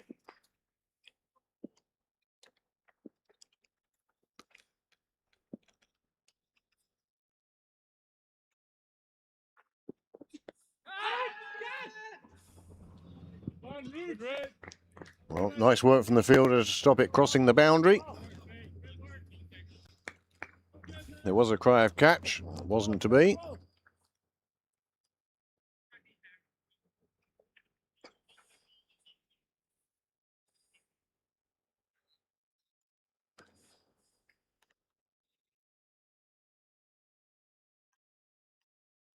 I like the way you can see the ball inside the road, and the fielding's just gone. Yeah. Like it hit a brick wall, I'd have said. As De Freitas plays one quite square on the leg side, takes his single. That is the end of the 14th over. An eventful over. The second wicket fell. That of Stephen Doheny. He got his half century before he took on the bowler one too many times and the catch was taken. Here it is. Here.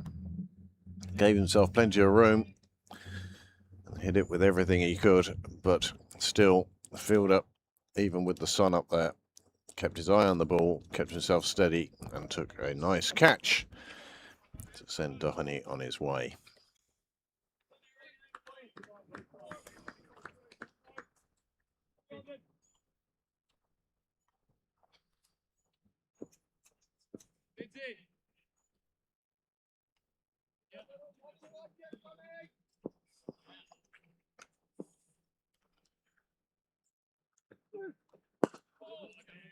Robertson continues.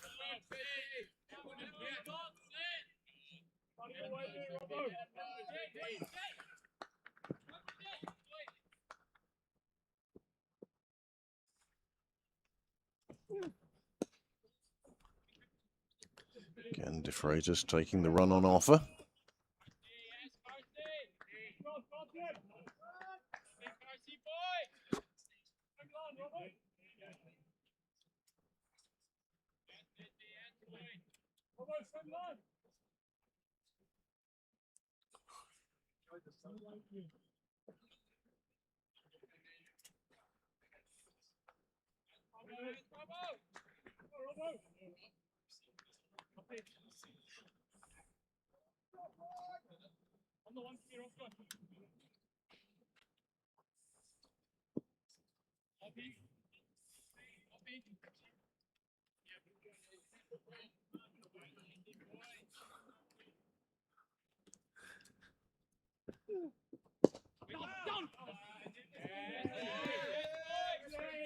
No easy run for Harry Tector there.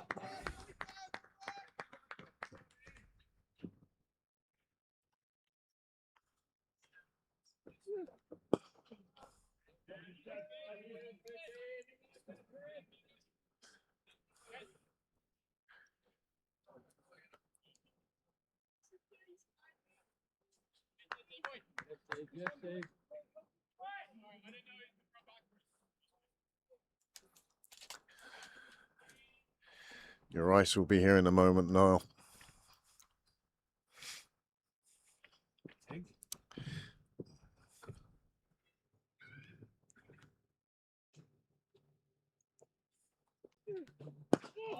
Comes down the track on this occasion, offering encouragement to the bowler, who likes to see that.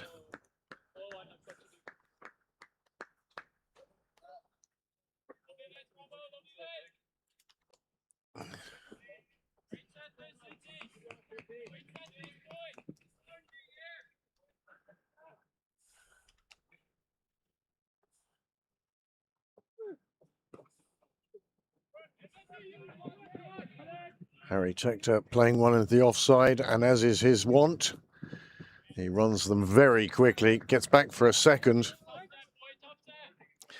and that will see us through to drinks. 15 overs gone.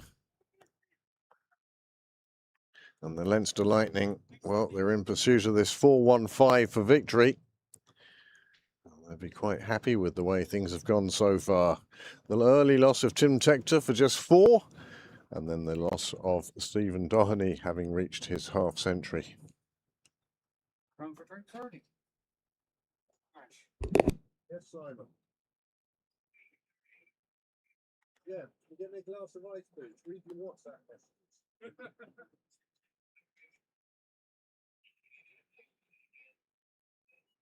Yeah. No, it wasn't a voice note. Just read your read your WhatsApp messages. Anyway, I want a glass of ice, please. Thank you.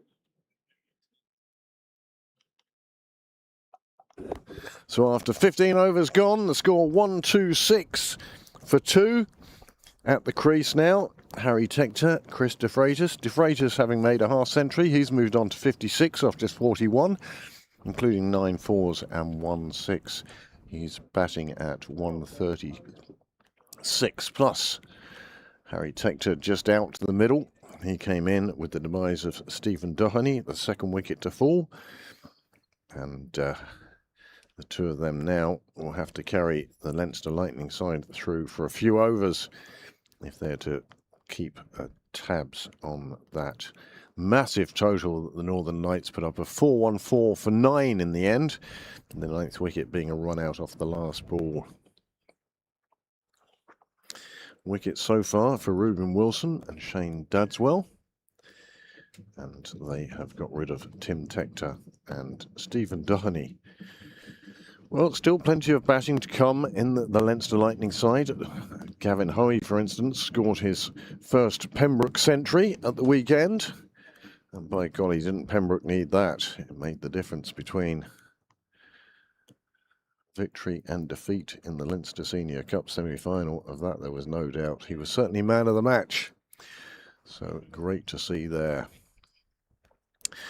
Meanwhile, back here, the IP50 game between the Leinster Lightning and the Northern Cricket Union Northern Knights. It's a tight contest so far. The Knights will be delighted with the way they put 4-1-4 on the board. And 4-1-4 without anybody reaching a century. There was 95 off just 40 deliveries for Ross Adair and 86 off 81 for Morgan Topping.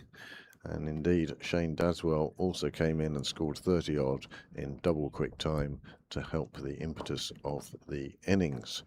4-1-5 from 50 overs. Well, 8.3 would have been the required rate at the start.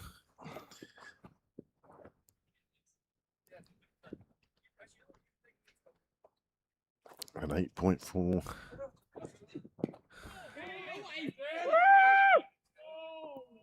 What about a soft one after the break, boys? Shows that the Leinster Lightning are up with the required rate. Fraser's doing well to keep out that delivery.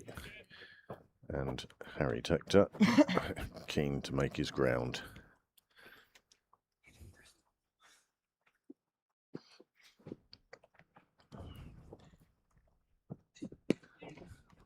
These elite players, they don't mess around when it comes to a drinks break, that's for sure. It's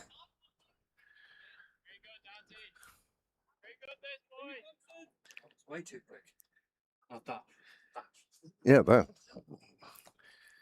As I say, it used to be you used to have time to go over to the sideline, make a phone call, get a drink, bit of a chat with your teammates, see what's going on. Here it's off, get a drink, get on again.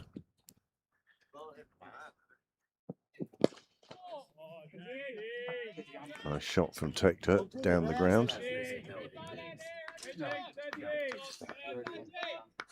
A couple good overs together after the break, boys.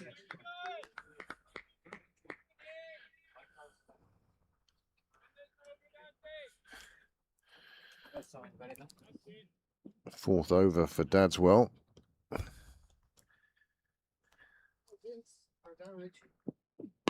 And a very good ball to Tector. He did well to drop that one on his feet.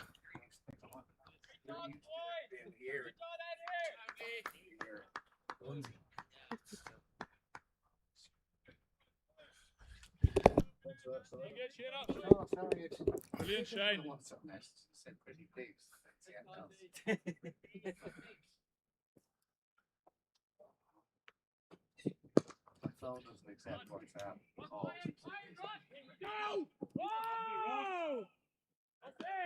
Good call from Harry Tector, sending De Freitas back. De Freitas was keen on a second, wasn't to be.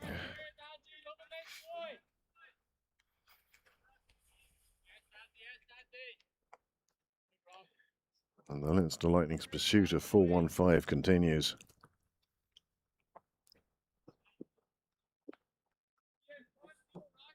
Sure.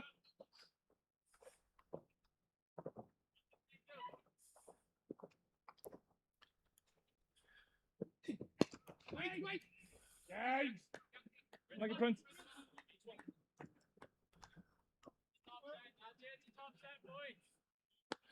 Single taken after the slight misfield. That sees Dadswell through his fourth over. And the score now 1-2-9 for 2. By comparison, the Northern Knights were 1-5-1 for 2. So 21 runs ahead.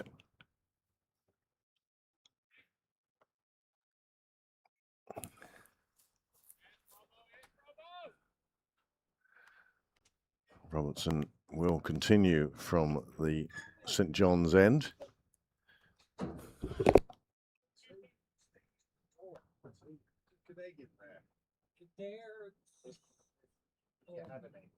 It's all right. The door is literally just. Lovely, lovely hot day here today in Sydney Parade. The thermometer, well, it's just about touching 30 degrees in the shade. So it's got to be tough out there for the fielders, bowlers, and even the batsmen. The reverse pays off for De Freitas. Ends up down at the clubhouse. There was a brief moment where the man in the ring, Dadswell, would have thought he was in with a shout.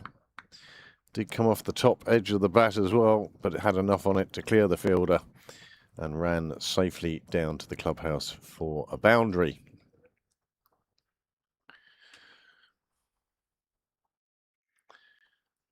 Takes a while to dig the ball out of the hedges.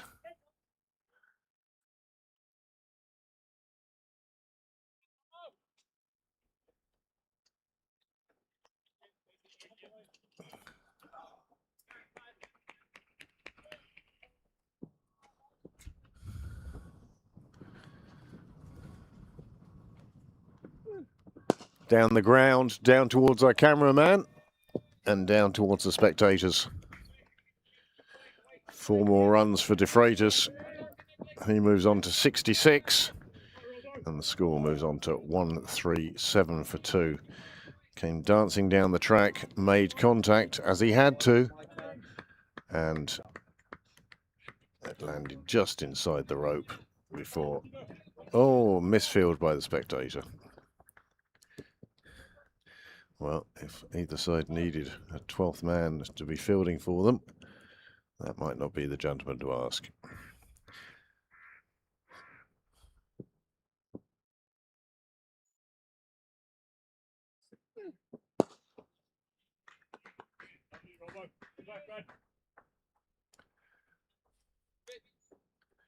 Nice riposte from the bowler. Just a single taken.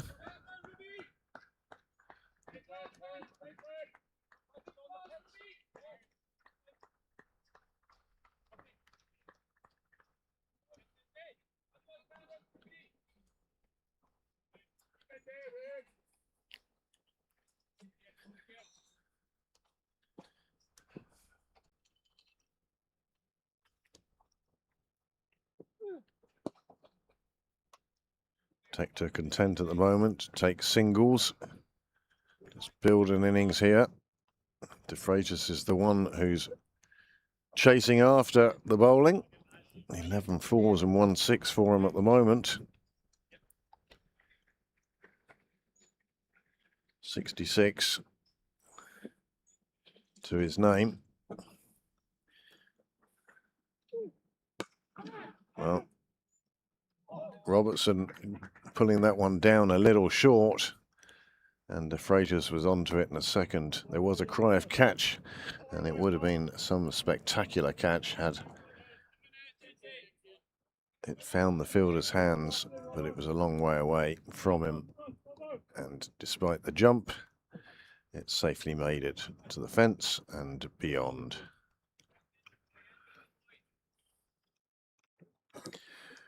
Well, it's certainly a run fest today. We've already seen 550 runs.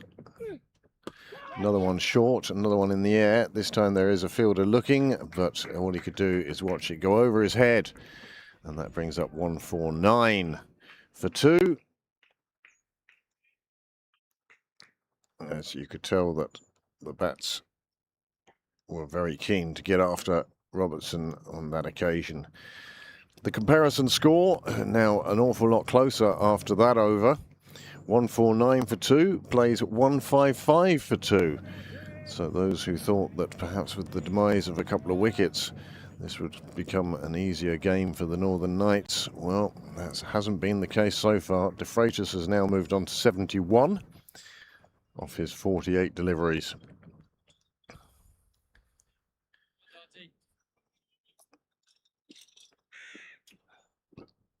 Shane Dadwell will continue from the nursery end.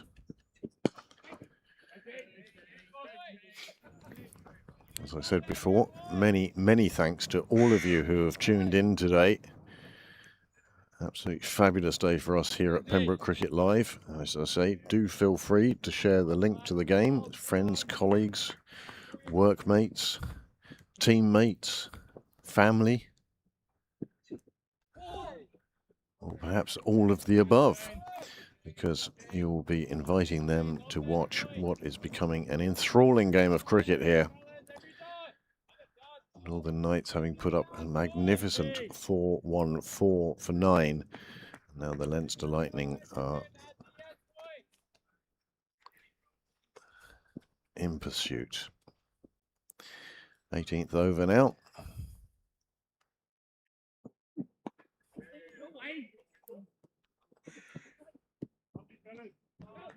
Nice backing up, willingness to put the body on the line. And it came off the forearm of the fielder there.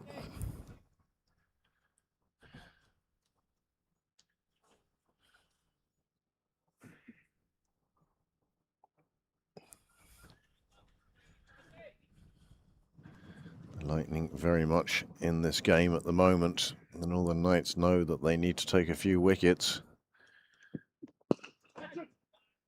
Freitas hits that wide of the fielder. He's got a big chase. He's not going to make it. It's another 4 for De Freitas. Takes him into the 80s. Well, the cry of catch it was more in hope than expectation. It was aerial, but De Freitas knew exactly where he'd put it and was happy enough that, well, he ran the first one quickly and came back for the second. but by that stage the ball had crossed the rope. 150 plus on the board now for the Lightning. They really are doing a good job of chasing this target down at the moment.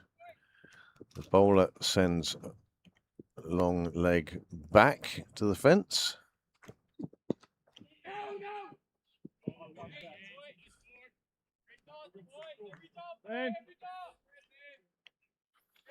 Difference of opinion between the two batsmen as to whether there was a run there or not. They decided there wasn't, and it probably the joint decision was the right one.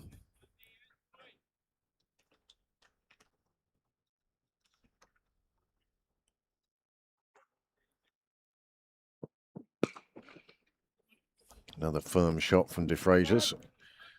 Just a single though, as the fielder on the boundary does his job. De Fraziers will retain the strike. Dadswell finishes his 5th over, and the Leinster Lightning very much in this game. NV Play scoring just a little bit behind real life, but you can see from the scores that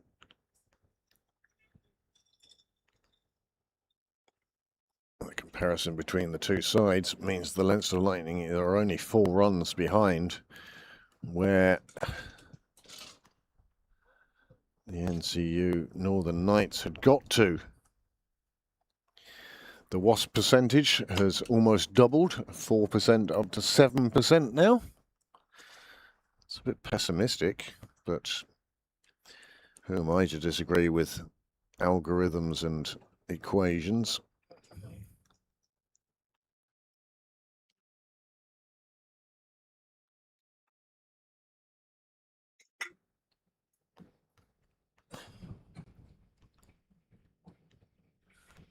Carson McCulloch now coming into the attack, replacing Robertson.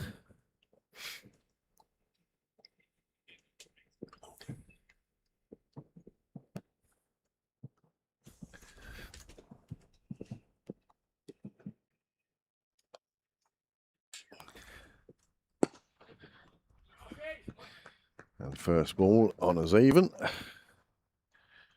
Fraser's just playing it back to the bowler. Here, have another go.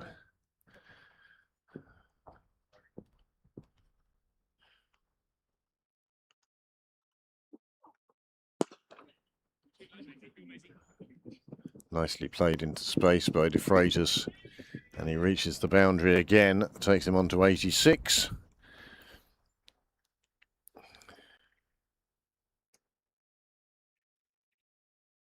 Just steered to exactly the right spot on the fence. By exactly the right spot, I mean he gave the fielder a thought that he might get there, and really made him run hard for that one.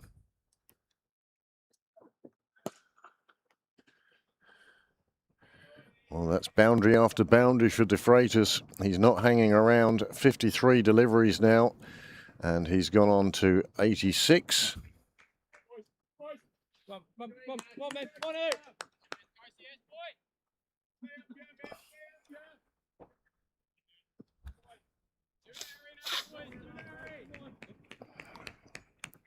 When you see the fielder on the boundary just jogging, you know that he's jogging to fetch rather than jogging to stop.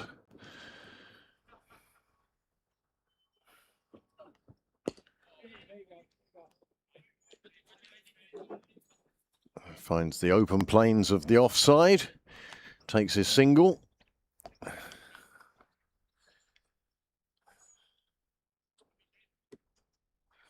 You noticed far away from the stumps the keeper takes most of the throws. Yeah, he's a long way off.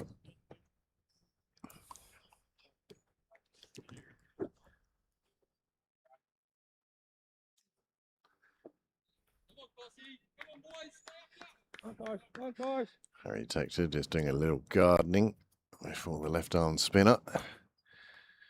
He would far prefer to be bowling to the right hander, one suspects.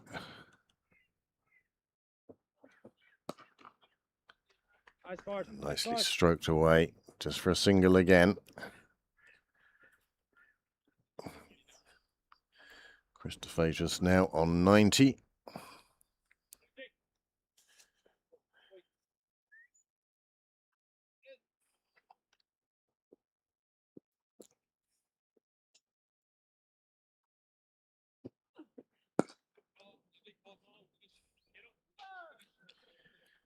He sees out the over. And so 19 gone now.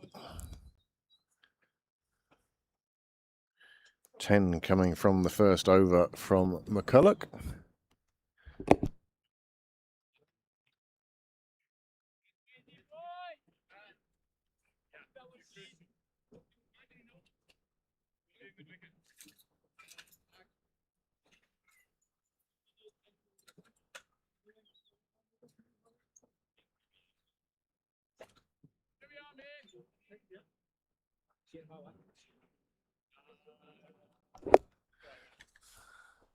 When it's up, it's muted. It's down, live. It's like the Sunday game. Well, I'm delighted to say I've been joined in the commentary box today for the first time, and for the first time in a while, Joe Prendergast. Joe, welcome. Hi Craig, how are you? Grand. Amazing. Some impressive total from the NCU Northern Knights. Absolutely. But the Lightning have come back into it here, you know, a great start, so looks like it's going to be a cracker. Cracking shot from Tector, finds Cyril's way. Well, I mean, the Northern Knights, they started with Bish Bash Bosh with McCullum and Rossadair going after it, certainly, and it's been more measured from the Leinster side, and perhaps the loss of Tim Tector early meant that they needed to take that approach. But they're right up with what they need to be doing now. Absolutely. I think Chris is such a classical player as well, you know, it's just beautiful to watch. Left-handers always look good, don't they? Yeah, absolutely. That having been said, this right-hander isn't too bad either, is he? It's a beauty, isn't it? Second successive boundary for Tector. He's got right on top of that, you know, you'd think maybe he'd be going over point, but he's kind of hit it hard, a bit straighter than you'd have expected. That's excellent work indeed from Harry.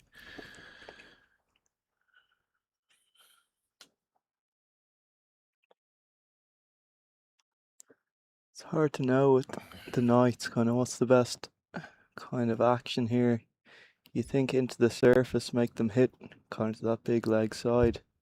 But again, it's very early to be going to that strategy in terms of a kind of T20, you'd be thinking, yeah, it's a T20 tactic, exactly, isn't it? You still got to kind of be looking to take wickets in this phase. So it's certainly not an easy, and the Lightning probably fell into that trap a little bit earlier with Ross as well. It's so hard to defend when players are coming at you like this on a good wicket, a quick outfield. So it certainly seems to be a batter's day.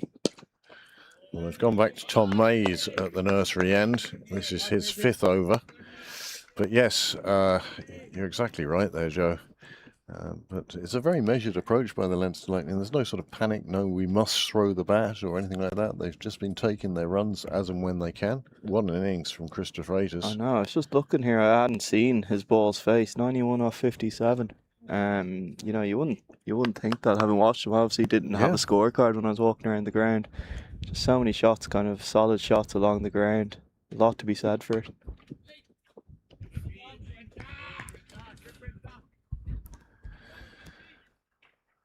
Yeah, but as you say, a run fest we're seeing here. We're nearly at 600 runs for the day, which, well, if you had a first team game with 600 runs, you'd say it was a run fest, and here we are still with 30 overs to go. Yeah, I know, and you know, that turf cricket ball as well, it stays so hard. It's not going to get too much more difficult in that sense. In the club game, you know, you'd be waiting for the ball to go soft a little bit. There's not going to be any danger of that here, so I think you get what you pay for, isn't it? No, absolutely. I think the only way forward for the Knights here is going to be wickets, and I think the Lightning kind of did that well to a certain extent, and then it kind of got away from them a little bit again towards the end, but they kind of picked up a few wickets in that kind of 35 to 45 over. Well, it was the 41st, 42nd, 44th and 45th. They picked up 4 wickets there Exactly. that sort of Yeah, stopped the Northern Knights reaching what would have been a record IP 50 score. exactly. 4-2-5 that was. So,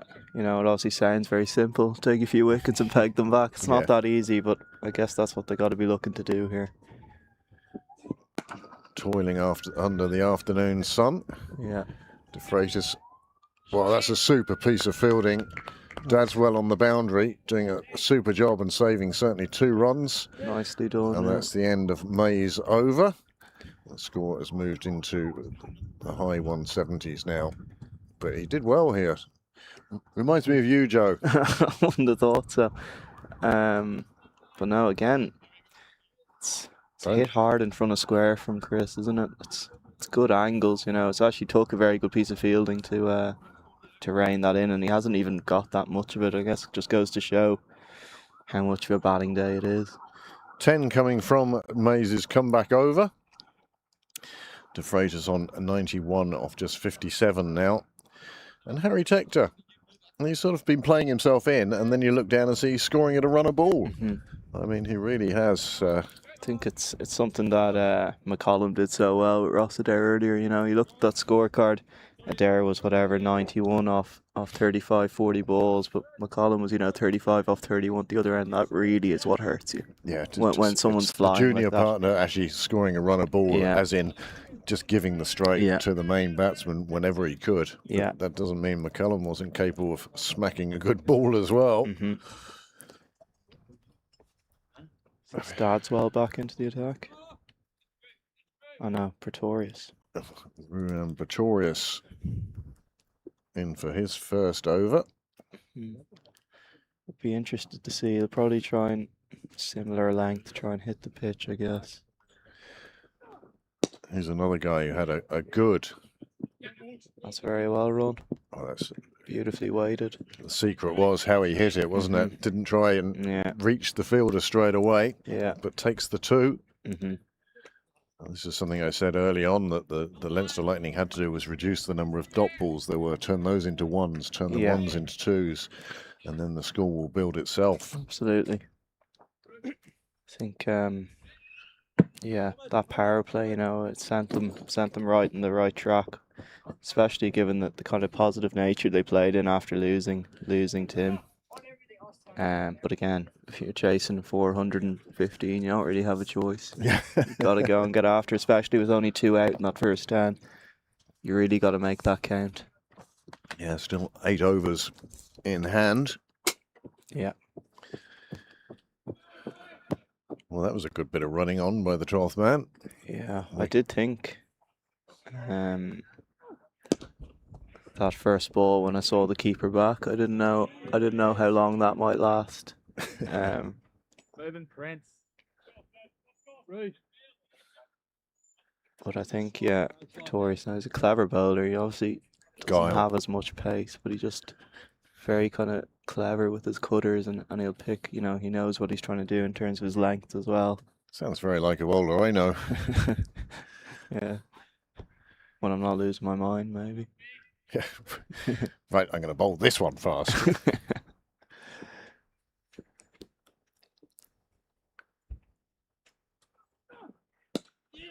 Well, De Freitas edging closer to 3 figures. Now moves on to 94. And doing so at a good rate as well. 160 is his rate. But plenty of boundaries. 15 4s in that 93. There's 60 of the runs there. Yeah. And then 2 6s take you up to 72. So yeah, they have to run 21. Yeah. Certainly can't be tired. I know. I think it's all the singles his partners have scored.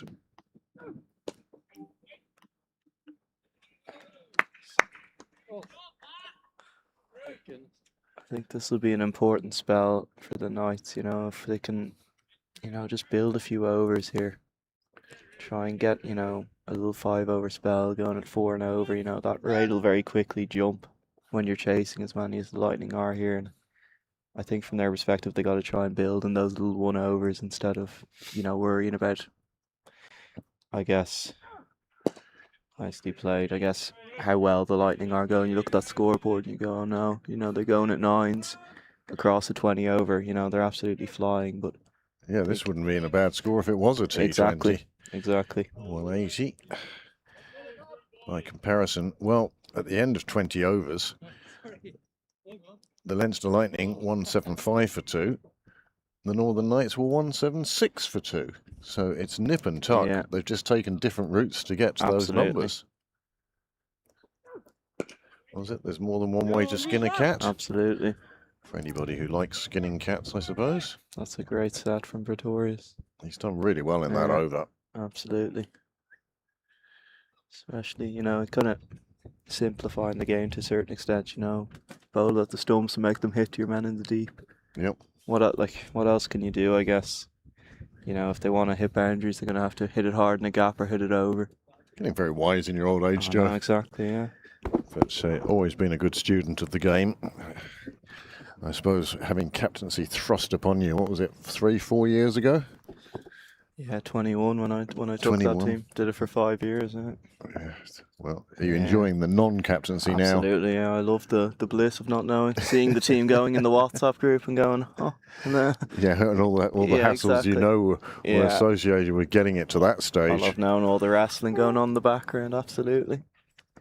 Well, Leinster Lightning, I think 182 for 2 off 21. May's back again.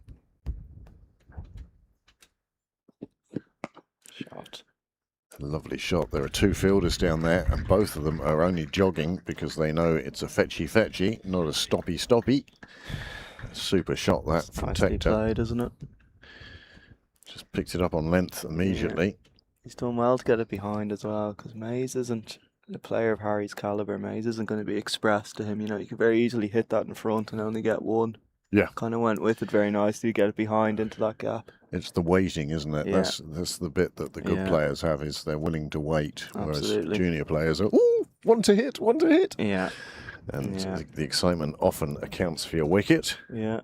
Hit into our building site where our nets are going to be. Yeah, work's coming on well. I know, they're flying, yeah. Quicker than I thought it would be. I see they have the boulders run up artificial down already. Yeah, I think the plan behind that is that you're meant to be able to wear spikes on it, Oh, I hope not. provided you have a bionic ACL. And again, he goes short this time. Those 2 fielders had readjusted themselves and sat very close Yeah. together on that occasion, and that's why it was only 1 this time for Tector. Yeah.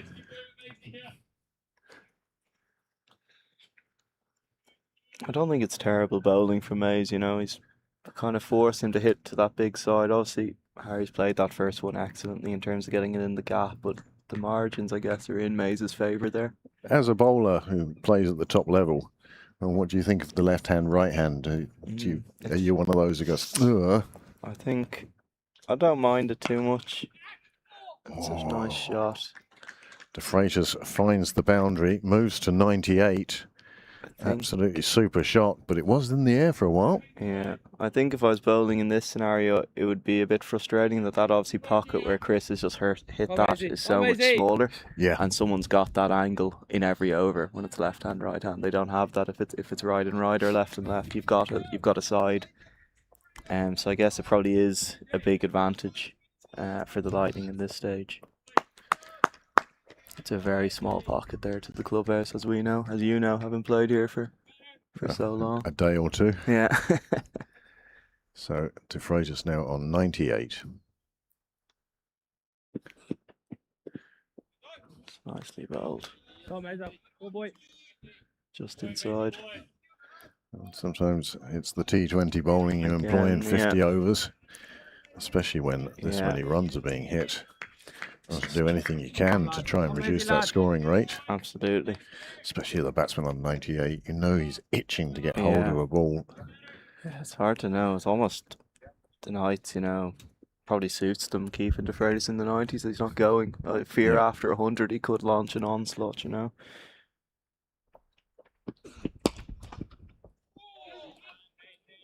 Hand from the bowler. A good hand. Well, that hand from the bowler nearly careered onto the stumps, in which case Harry Tector would have found himself, I suspect, a little bit stranded, because he does back up well. Yeah. That's right, he didn't get it. Didn't get it. If there's a black row across the top, there's no replay to be shown. Gotcha, okay.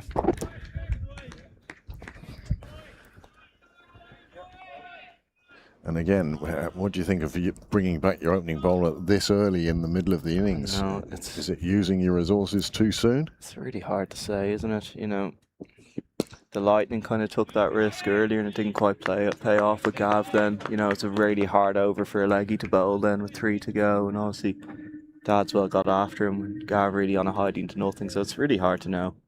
Yeah, that 1 over, 32 runs coming from it. Yeah. And reason. I don't think, you know, it was particularly badly bowled either. You know, it's just one of those they things. just decided they were going. Any Yeah. one of them could have been a top edge taken by the keeper, Absolutely. for instance. And then, you know, if that happens early in the over, you think, genius. Absolute genius It's move. such small margins, so. It's a thin line, Yeah.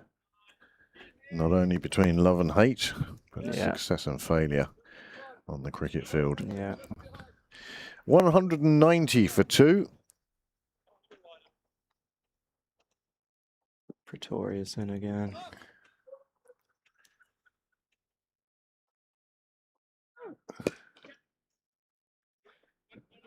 Really changes the game, and you know, I kind of feel it from my perspective as well, that when you don't have that extra pace, being able to bring your two men behind up.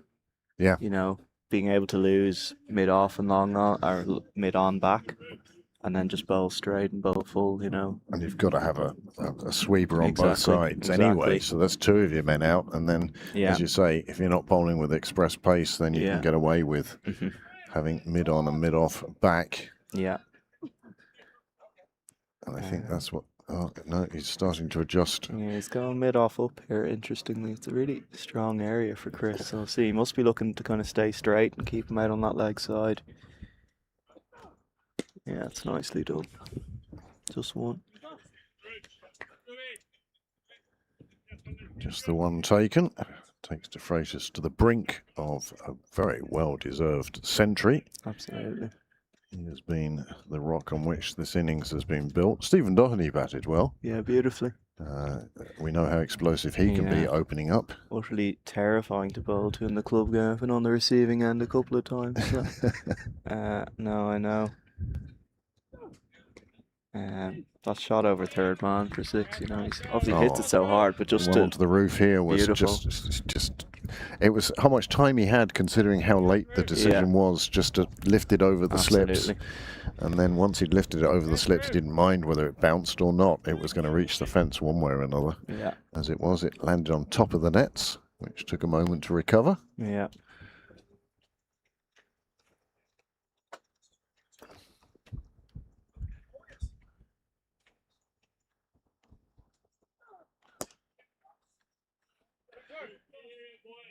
Harry's doing a good job here, you know, just scoring off You have every the ball. strike. I know, yeah.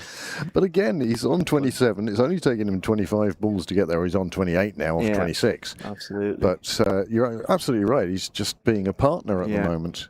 Yeah. He doesn't feel the need to really take anything on. The rate is good enough. He's a good enough reader of the game to know the pace he wants to be scoring at. You know, I think the Lightning are being quite clever here. That, you know, they obviously got off to a flyer, but it's easy to kind of go too early. You start losing wickets early in a chase like this, and it makes it messy. So you kind of got to hold the line for a little while. I think they're doing a good job of that. You know, 6, 7, 8 and over now with relative ease is what you want. Nicely Well, played. there we go. That's it. The round of applause will tell you in the background that Chris De Freitas has reached his century. It's taken him 66 deliveries. He's been going along at a lovely rate, a rate of 150 odd, and that is a knock for the ages. Chris De Freitas. Beautifully done, wasn't it? Again, not really a shot in anger, just solid shots. Classic shots. That's all it's needed. Yeah. Whereas you felt that Stephen Doherty was more employing the sledgehammer. Yeah. It's been very much the rapier from De Freitas. That's not to say he hasn't smacked a couple of balls a long way. Yeah. But he has batted superbly well. Sort of nudge, good when Gary Wilson is in attendance to give him the nudge that I'm here if you need me. I was saying earlier off air that it was good to see Ross Adair scoring runs and scoring so freely, because that's the role the Irish side are looking for him to play. Absolutely. And great to see him back Yeah. scoring runs again. So Chris de Freitas' century comes up in the 23rd over. And there is the celebration, well deserved. I actually said to him after the IP, when he batted and fielded so well, and he was due in a double header against Pembroke the next weekend. I said, congratulations, I hope the streak stops now. I know, exactly. But he's back on it anyway. Yeah. Yeah, he's such a dangerous player. You know, and I think, you know, I mentioned that kind of angle of that you don't realise he's thumping you around because it's so classic. You think, oh, he's just hit a cover drive for 4. He's hitting 3 of them and over almost, you know. Well, there's another one. It's a lovely shot, that. Exactly. Whereas when Ross Adair is getting after you, you know someone's getting after you. It's kind of a different... it's almost a different attitude towards the bowler. Yeah. Chris de Freitas is sort of saying, ignoring the bowler. Yeah. Whereas Ross Adair is saying, come on, do it again. Oh, that is a super shot. It's just beautiful, isn't it? Out of reach of the fielder. There was a momentary call of catch, but it wasn't to be, and it safely reached the fence. And that was a very good delivery. Reuben Wilson it is who's back on at the top end now, replacing Tom May.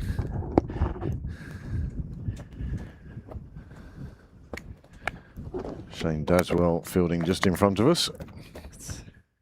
He's had a good game, both with bat and ball. Yeah.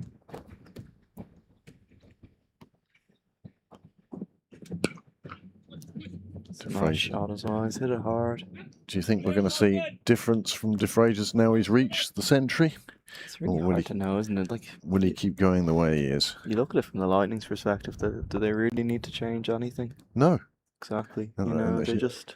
But again, it's that psychological lifting the weight off the shoulders when you reach the century. He says, having reached it once in his life. Yeah. But I felt the weight come off my shoulders. It was a monkey off my back. Yeah. And then you go after things that perhaps you shouldn't, because you're seeing it so well. Yeah. But de Freitas carrying on as before. Shot. Harry Tector, on the other hand, has come down the track and thumped one down to Con's nook. It's nicely done, isn't it? He's broken his bat, though. Yeah. How much was this shot worth? Because it may have cost him a bat. Nice shot, though, all the same. And again, it's just one of those shots every so often from Harry, and it just brings his scoring rate back up to a runner ball. It's one of those ones again, isn't it? Who'd be a bowler, you know? He probably thinks, oh, that's come out of my hand nicely. That's on a length. Oh, there it goes. You know? Yep.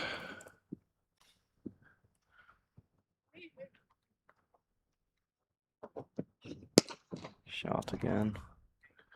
Wilson, who bowled it so well from the St John's end earlier, he's been swapped down.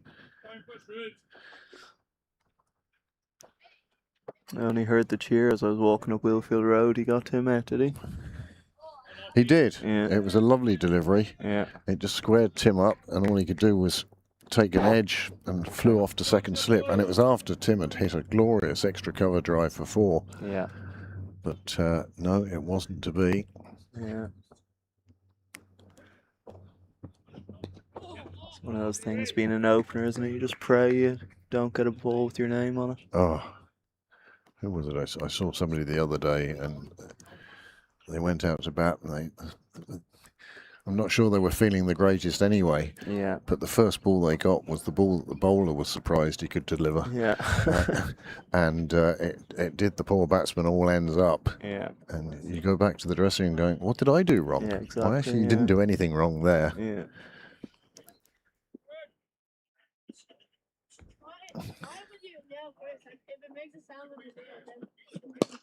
Oof. Another nice shot. Oh my God. It's a run fest. I mean, not Sydney far Parade really is becoming a centre of excellence for batsmen, that's for sure. Anybody who's getting to bat here is enjoying it. Well, dry gloves and a drink for the batsman at the end of the over. It's not far away from Wilson, that is it? No. Again, just one of those things But you far think, enough away. you got to imagine what what can he do in that over? He's gone for 3 4s. He's not done very much wrong. You know, one up is just past mid off. Yeah. A good shot from Harry, and then one up is just past him that runs away. On another day, you know, you're coming out of that over 2 for 2. Yeah. You want me up? You know. It's amazing what a cruel game cricket can be at times. And for Harry, you want me back? So 208 for 2 after 24. Get on the bag, yeah.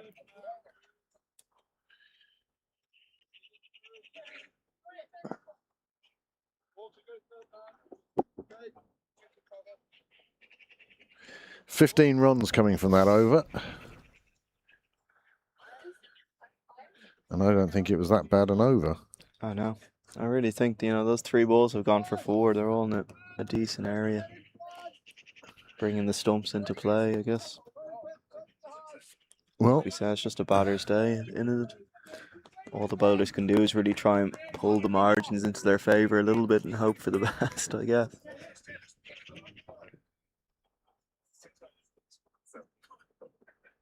I was wondering, was he going to release that or what was going on his there? run up just slowed right down, know. and then he seemed to speed up again, and then again he lost it and just said no. 24 overs gone now, and in fact the Leinster Lightning are ahead of where the NCU were, and we thought the NCU had gone off at a rate of knots. Yeah. But so have Leinster, but it seems, I don't know, it seems more controlled innings. Yeah.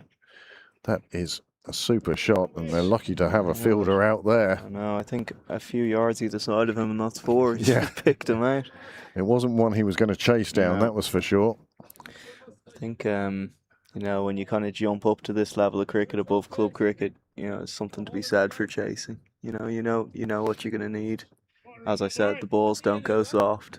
The wicket stays good. I think the wicket, if anything, improves during the Yeah. day. Bit of heat and a bit of sun on it. So I think, in club cricket, it's almost a rule of thumb. You win the toss and you bat, and you generally do win doing that. Yeah. Scoreboard pressure. Yeah. Whereas these players, they're well accustomed to scoreboards, and Yeah. they don't apply as much pressure as Yeah. they do to junior players. That is for sure. Yeah.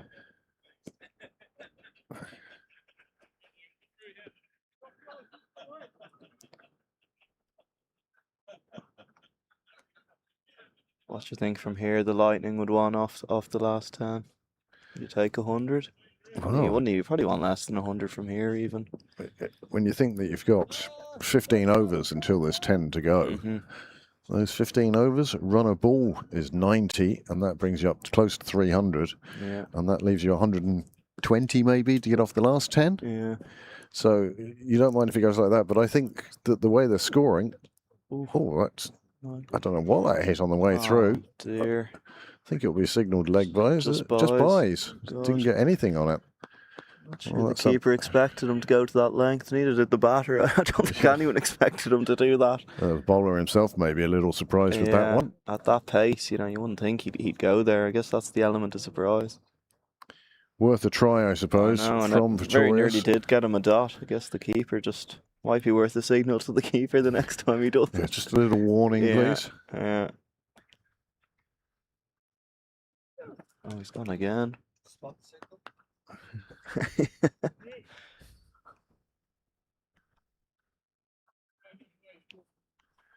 But even as a batsman, if you spot a signal, you don't know if it's double bluff anyway. So Absolutely, yeah. it just warns you that maybe it's going to go that way. Yeah. Well, On the roof, come on the roof.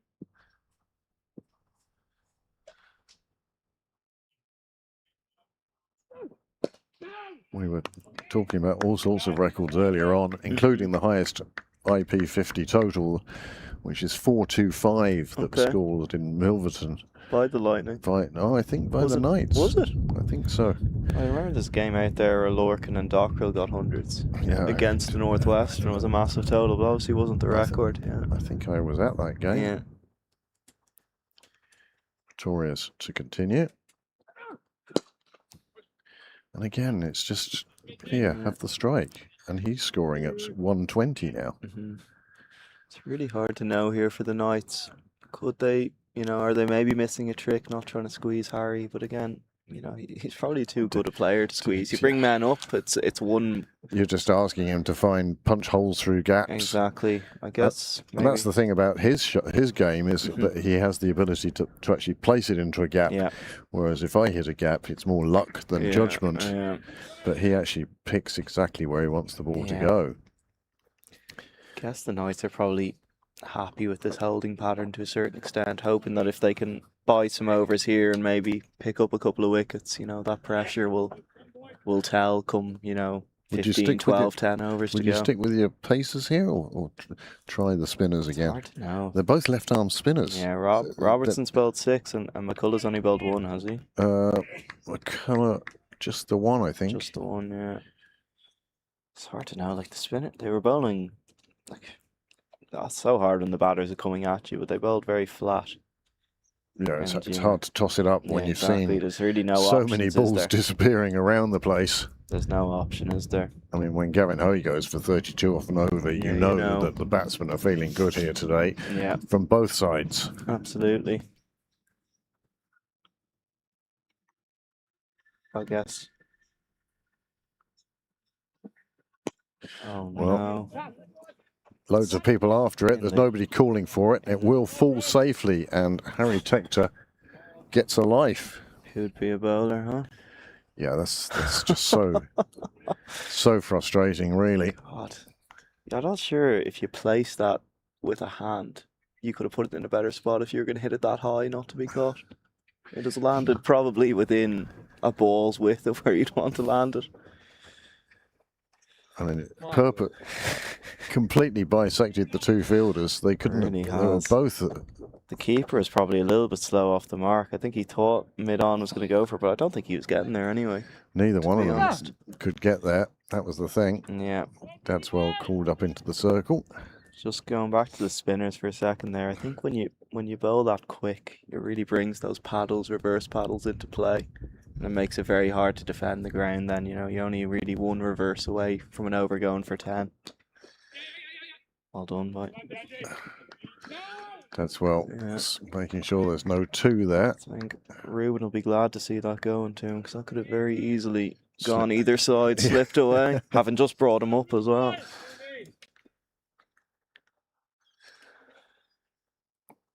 Well, I can tell you that with that run, these two have put on 100. Yeah, and not really, as I said, a shot in anger, really. Even since I came in here, the only shot really you'd say that I remembered is probably Harry's one over mid-on off Ruben using his feet. It's nicely done. Well, these guys play together so often these days that they know each other and trust each other's calling, Yeah, and that makes a big difference. absolutely. 217 for 2 as opposed to 205 for 2. And in fact, the Northern Knights had reached 50, 100 and 150 before the Leinster Lightning, but the Leinster Lightning have reached 200 before the Northern Knights did. So it's swinging Yeah, to and fro.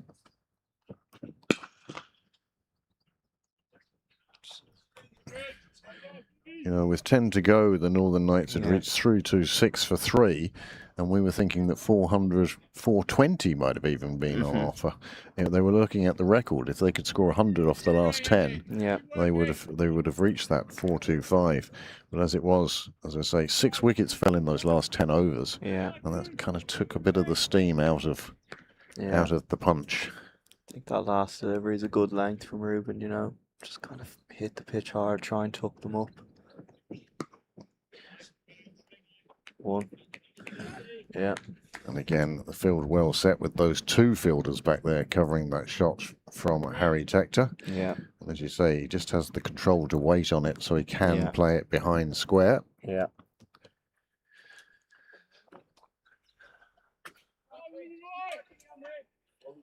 Freitas likes an off-stump guard.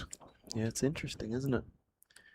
Now, that having been said, we saw earlier, and it was Dadswell who was doing it. He was actually set up outside of off. Yeah. It was about another 3 stumps Yeah. away. But again, this looks more like, you know, that's a good shot. Well, tries to go short, and that skims across the roof of the clubhouse and Yeah. into the garden, and that will be a new ball, please.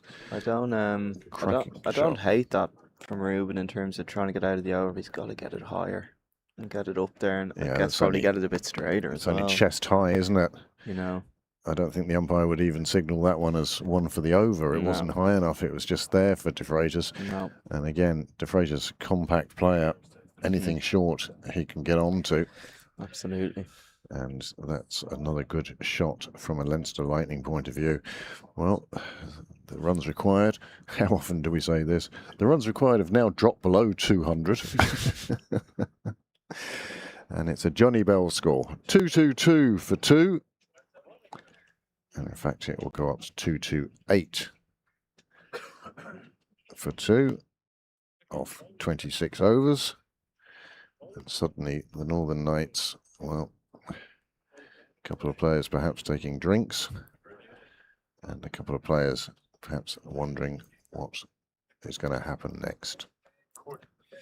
Yeah, it's an interesting one. Just looking at the Knights' bowling attack there on the scorecard, you know, 4 right arm seamers and 2 left arm spinners.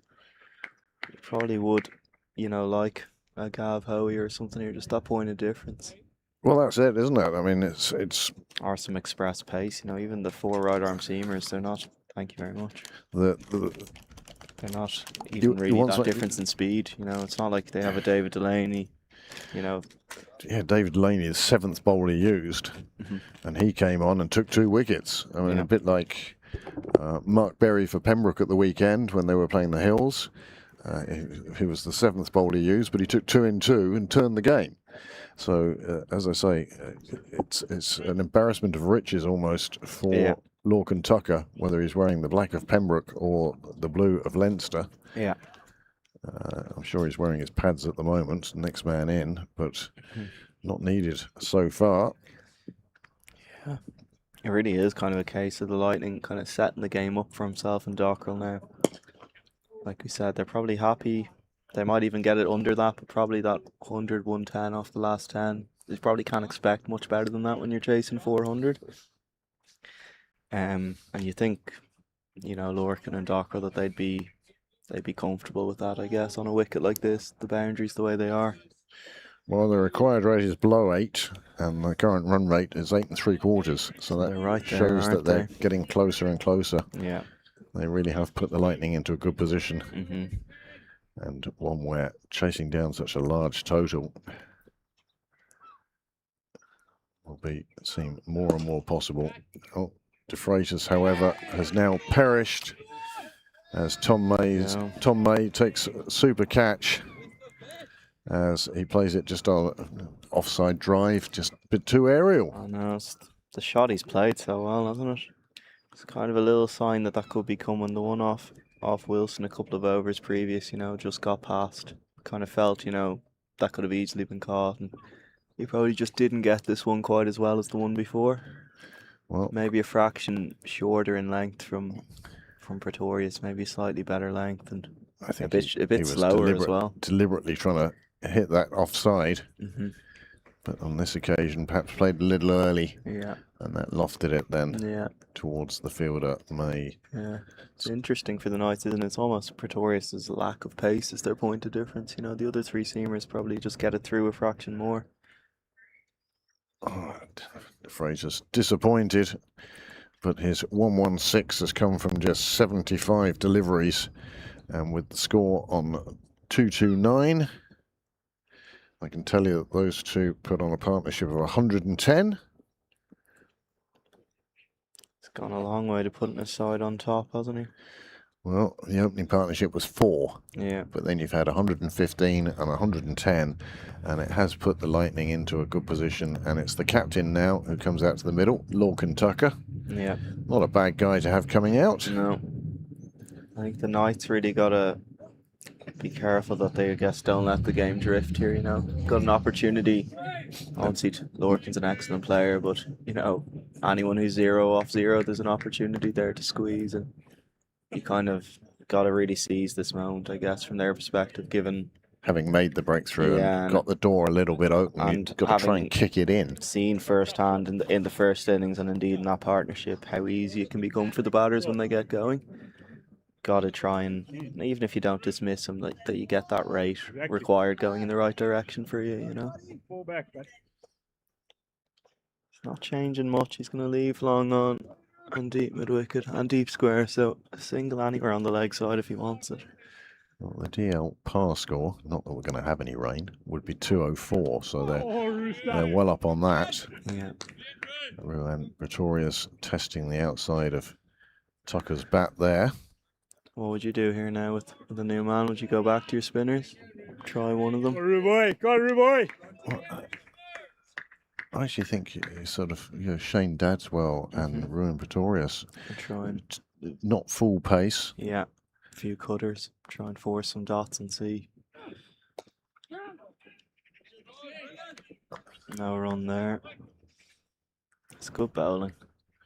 What a lovely day it is here today in Sydney Parade. Beautiful, isn't it?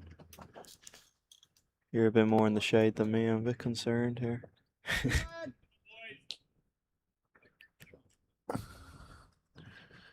Just the 157,000 views of this game so far. Wow. 3,000 devices connected at the moment. Unbelievable. So thank you for joining us here on Pembroke Cricket Live. Run him out, James! Lorcan Tucker slow to take off there. Wow. A direct hit would have been... Was it a direct hit? Well, the bails came off, but I think it may have Maybe. been the bowler's fingers Yeah. rather than the ball, from his expression. Yeah. Look like... You see him here rushing back to the stumps. Yeah, it's his left hand when his right hand went to collect the ball. Yeah. I don't think he really appealed from that sort of head in hands position. Absolutely. It's having played a bit with Lorcan and watched him over the years, it's near impossible to run him out. I would suggest. So quick the between the speed. wickets. We always slag him, you know, he runs with his bat like a sword, he just like flies up and down, you know. Top class, Riza!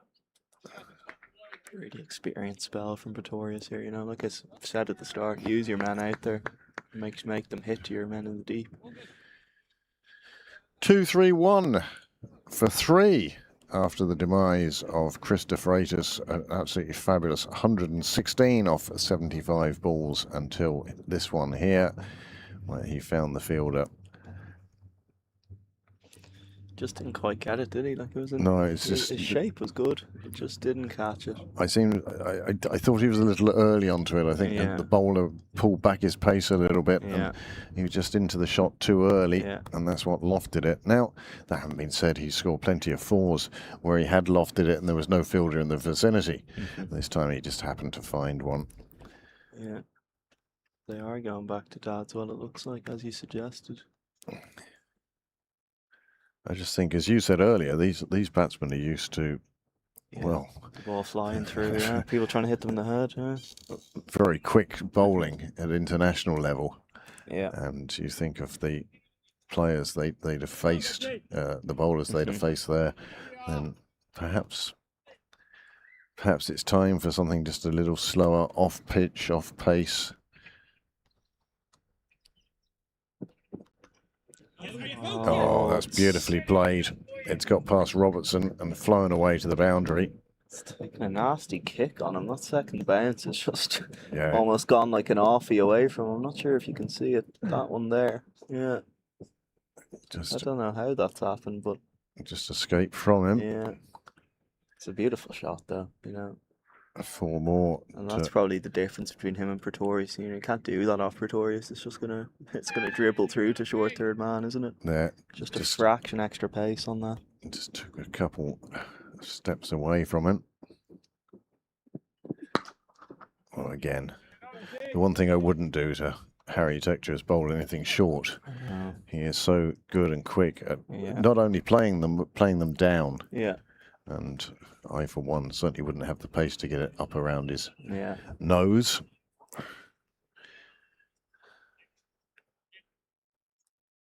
On that G.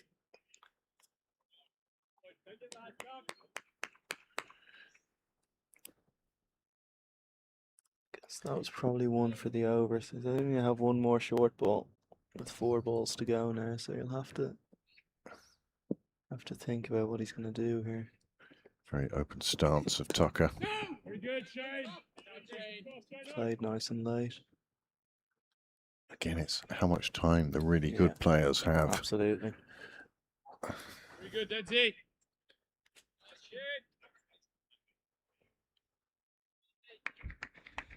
Again, I guess the name of the game here for the Lightning is just trying to set it up for themselves, you know. That 100, 115, 110 off the last 10 you probably take. It's nicely bowled. Well, that was down the wrong line by Tucker and nicely bowled. Yeah. Indeed by Dadswell.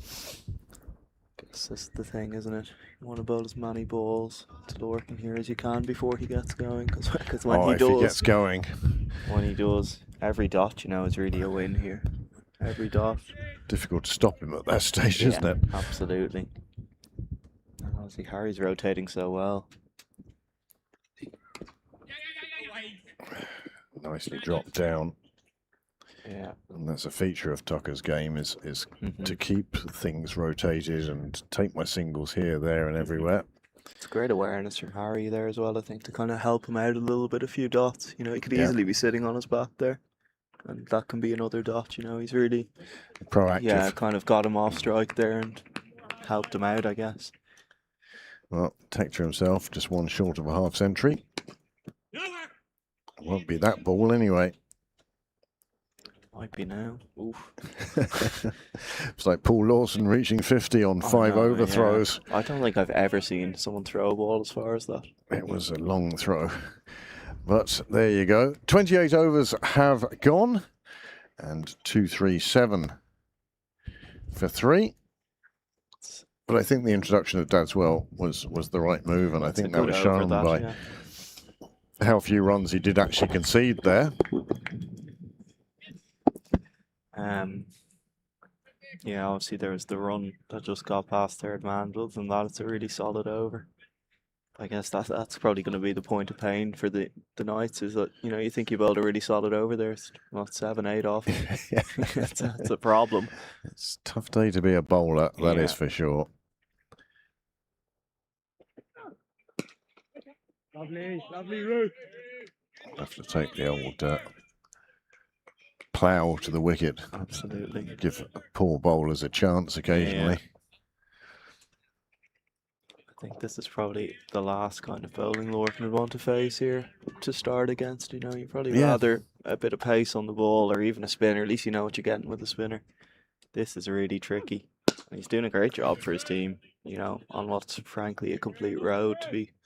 It certainly appears that way, doesn't it? 4 overs, 1 for 16. It's a really solid effort. I guess it's one of those things, isn't it, though, that they're going to have to get their overs out of him now, though. Yeah. I'm not sure what use this will be. If it was coming to the end. Yeah, if things come. And to be fair, you don't know. It could be useful at the end. Maybe from the other end, if you stay straight. It's obviously a big hit out there. But I think they'll look to front load this as much as they can now. Well, these two batting like it's Sunday afternoon and they're out for lunch. 50 for Tector. And there is his half century. It's come in 43 deliveries. He's striking at about 120, and I don't know how. It really is remarkable, isn't it? Because there haven't been any massive shots, or you know, he hasn't been going after the bowler, or there's nothing to jump up and down about. But he's just kept going and going and going, and he's got to his half century.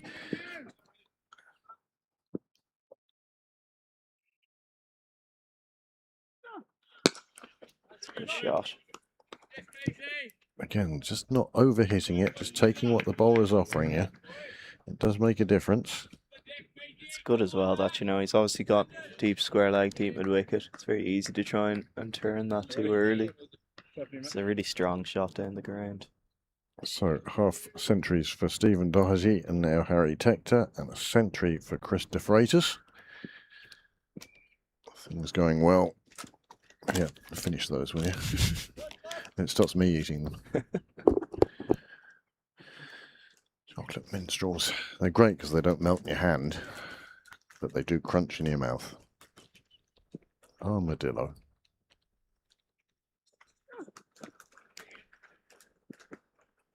And again, even though it's hit straight to a fielder, these two understand and know each other so well. Playing for the Lightning, for Ireland, for Pembroke. The one thing they're missing from their CV is playing for Pembroke Sixes.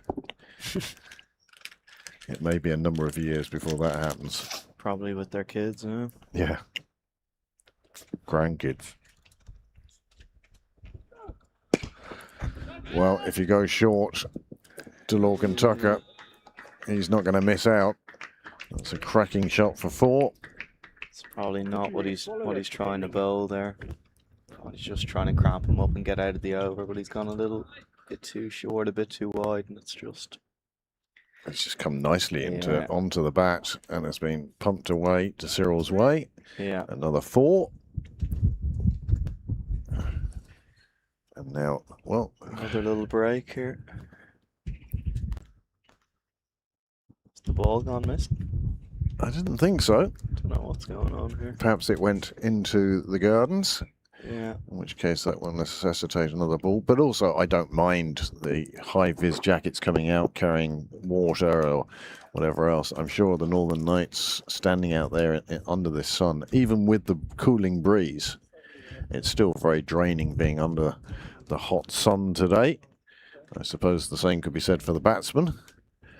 But they serenely go on. It's amazing how batsmen can cope with the heat because they're getting runs, whereas fielders are kind of, when's it coming to me next? And two of them looking down at the scoreboard. I'm sure it's the scoreboard and not us. But they'll be happy enough with the way things look at the moment. We were talking about them being close to 300 or just past 300 with 10 to go. Well, they're certainly on track for that at the moment. And the rest, you know. One of those things, isn't it? Just feels like you almost don't have to do anything to go out and over here. Yeah. So it looks so easy. It's just really, you know, the bowler misses by a fraction, that's a boundary. Then you pick up your singles. That's 8. It used to be if you got down to the last over and the opposition needed more than 8, let's say 9. Yeah. You thought, I'm in here. These days, that is not the case. Yeah. Cricket has changed dramatically over the last 10, 15 years, since COVID, I think. Yeah. It's almost like we all have discovered a joy for life, and if I'm going to bat, I'm going to enjoy it. Yeah. Gone are the days when people come in and dig out an innings. Oh, it's 43 off 30 overs. Yeah. Ooh, what? I guess that's kind of another thing, you know, this leap, I guess, to the more elite level is in a club game, you know, you bake in the sun for 3 hours, get whacked for 400, the openers are coming out hallucinating, you know. It's not really the case here. The openers have come out and concentrate and do their job. And got after it, you know. They spend the last 10 overs going, oh, can't wait to get out there. I know. Really want to get out there. God, yeah. Whereas, as you say, in a junior game, it's, oh, do I have to go out there now? Yeah. And you can knock over 3 or 4 in a junior game. Exactly. And then the scoreboard starts looking horrible. But the Leinster Lightning have done this to perfection. Yeah. This is a list A game, and they've played it very professionally. Yeah, they know what they're doing, don't they? Who won the toss? The Lightning. Yeah, and they chose to bowl first, which I was surprised with. I wouldn't have, because of standing under a hot sun for 3 hours plus. Yeah. But they obviously trust their fitness, and they obviously felt that the wicket was going to get even better to bat on later on. I mean, it's been good all day. I know, having kind of spoken to them, that this ground is very much kind of seen as a batting ground. That, you know, you feel like you're never out of the game no matter what you're chasing, and kind of so it's proved here. Yeah. I'd say they probably, you know, you choose to bowl, you're probably hoping maybe you're chasing 320, not 420, but it's... But you don't mind how many they get, because you look at your batting lineup and say, we can chase anything. Yeah, and I think that'll really come to fruition, I guess, in the last 10, knowing what you need. And that's another thing about top-class players, is you know somebody is going to get runs, whereas in a junior game, you know, we bat all the way to 11, and then we prove it. Yeah, and then everyone will bat. First 15 overs. Can you go in number 10? Oh, that low? You'll get plenty of time. Yeah, don't worry. I wouldn't worry, Wouldn't worry about it. That is superbly well run. Yeah. And again, Lorcan Tucker showing his absolute That's it. breathtaking speed between the stumps.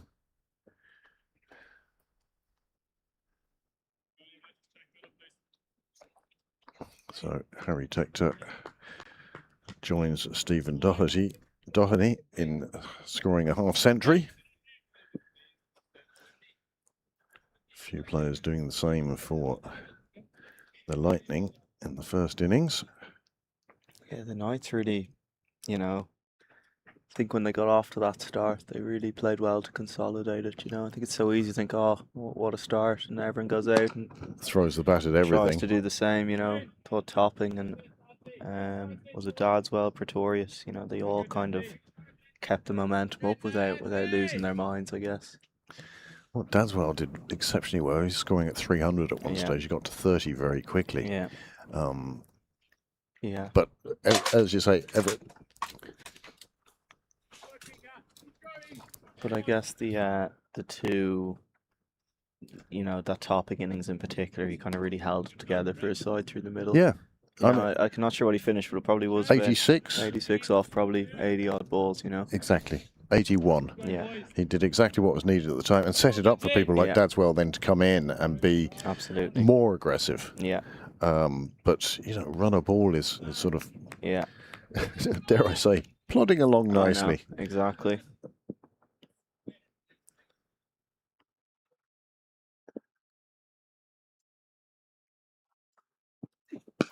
Shot. And again, shot for no runs. It's really well done by mid-off there to charge that down. I think it was Ross Adair, It's very easy to sit on the ring to that. You think it's come off the bat well. But that's going to be a run. You kind of have to charge it down at this level. You were talking about the previous over and how it just sort of was a good over. There was still 8 off it. Tucker going to his T20 box of tricks there, just trying to get the end of the bat onto it. He was almost playing snooker with a moving cricket ball then. It's a good delivery, That's kind of, I know Wilson Bell wanted to defray us a few hours ago, and we thought, you got to get it up there. That's probably and where that's you the want. one. That's where you want it. It's not probably fractionally quicker than what Ruben was bowling, but it's the direction that really matters there. I think if you bowl it slower and get it in the right area, head, throat, chest, it's much harder. Oh, full toss though. That, on the other hand, is not. But it's only cost him a single. Looked like a kind of slowy gone wrong. I'm not sure what type. Oh, But again, it certainly was a surprise. He's got out of the over with it. Solid over from him. He's done a good job as well, Well- 7 overs, 1 for 40 possibly. we're seeing a change now. Pretorius making way for Robertson. Robertson coming in for another spell. Yeah, And again, I think this is a good move. I think it's shrewd captaincy. I think they probably got what they were going to get out of Pretorius there, and he was getting lined up There then, to a certain extent. next over will Next take him. over will take Well, him. Yeah, whip him. Yeah. And no, it's smart cricket. It really is. It is. It That is. 5 over spell, and obviously Dadswell's bowled 2 there. They've bowled, a good 5 over spell there between the two of them. And you may find that should a wicket fall, they'll quickly Yeah, get them back exactly, on yeah. again. Yeah. I'm As you not say. sure what they'll do in terms of the makeup. You think Dadswell, Mays, and Wilson will have to bowl 10 each. So 7 bowlers on the Leinster Lightning side, so Yeah. there was choice. This is a long way in the air. Oh, he's gone under it a little bit. He'll get 2. I mean, you've hit it up and a long way in the air if you can run 44 yards Yeah. in the time it takes for it to come down again. Yeah. Now, luckily, it fell into the open plains along Cyril's Way now, Yeah. but you can see what Tucker was trying to do. Yeah. I think that, that Lightning 7 bowlers, it really was, and they needed them. I think you probably weren't expecting Moondra to go the way he did. They got after him for whatever reason, kind of had to adapt from there. And tough for him. That's out. Tucker is run out. There was no need for that. Now, I know he's quick, but he took on That is a crazy. super throw, and that really is a disappointing wicket for the Lightning to lose. And amazing. the skipper goes, and perhaps that's the turning of a game. Really, wild, you know. He hit that, and I turned to you, thinking, "No, that'll be one." I was Yeah. looking at you, and then suddenly he was coming back. And he knew he was struggling as well. Yeah, it's a good throw. I'm not sure who threw it. I mean, he's a long way down the track, in fairness, but it's a super piece of fielding. And the delight of Cian Hilton evident for all to see. And they're all heading off then to congratulate the fielder. He did a super job. And that is now 4 down for the Leinster Lightning, just as they reach 250. I think that could be a big moment.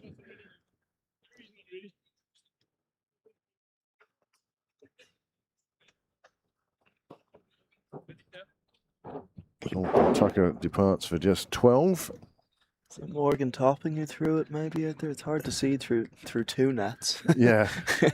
One thing, well, Yeah. they won't be there much longer. Yeah, you might be able to see on the scorecard. I think it might be Morgan Topping though. It's a great throw. He really skidded off the square, didn't he? It's actually Carson McCullough. Is it? And as you say, an absolutely super throw that. Yeah. Oh, yeah. Have a moment, No. Robert. Not sure if Lorcan read. I'm not sure. He's obviously a left-arm bowler. Is he a left-handed thrower? He didn't have to get his feet around that, you know. It's going to his left-hand side. Pick It's and saving throw. him, and you're talking fractions of a second there, really.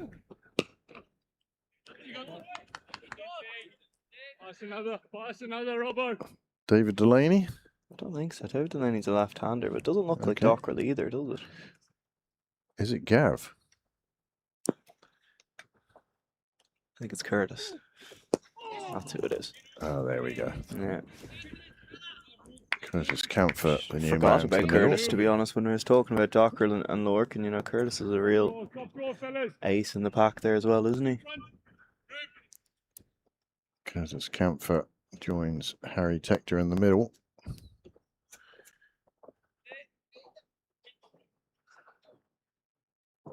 Curtis coming back from injury. Thought he actually bowled nicely earlier. It was good to see him back bowled bowling again. 3 or 4 overs, didn't he? Didn't bowl too long, but Yeah. nice to see him back in action. Absolutely. He was an early pick in that Euro Slam draft, so. Yeah, you didn't get the nod there, Joe. No, I actually wasn't in it, which is interesting. There was a lot of names in there, a lot of names I knew, so Yeah. seemingly I didn't know everyone was allowed to go in there. Sure, I'd have thrown my name Yeah, in if I knew exactly. everybody was allowed to go. Unlikely to get selected. But remarkable for Moondra, wasn't it? Go first overall or first in that draft to go to the. Well, it's amazing how your life can change with know, just yeah. one game of cricket. Hmm. You know, the Irish side missing 6 names. Yeah, Uh, probably but- wouldn't have even been playing. Wouldn't have had the chance if Yep. you know Barry And wasn't himself, injured. himself and Hollard Yeah, both did so well, yeah. Hollard picked up as well in that. unsurprisingly. Yeah, I mean, he's bowled really well in the interprovincials, Mhm. but it's that performance against India that really Yeah. has brought him what must be quite a nice Yeah. payday. Oh, hang on. Tour de France going past the top sight screen. but no, Moondry, no, really remarkable, and could just be the beginning for him. You know, a left armer who swings it back at pace. Have to imagine there'll be a few franchises looking for something like that. Yeah, being left-handed, one of the great advantages is Mm. playing cricket, especially left-arm seamers. He really does get it through, and you know, like not all left armers swing it back. To swing it back the way he does as well. Well, at the beginning of this over, the score was 257 for 4. And the Lightning continuing their progress towards what is a testing title.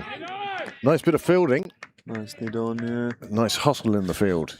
It's one of those things, isn't it? It's so hard for the Knights, but you got to keep your energy up here because every kind of little moment like that is just as those margins get tighter as you get towards the end, they're really going to matter. You really need to stay Yeah. alert to every possibility. Yeah.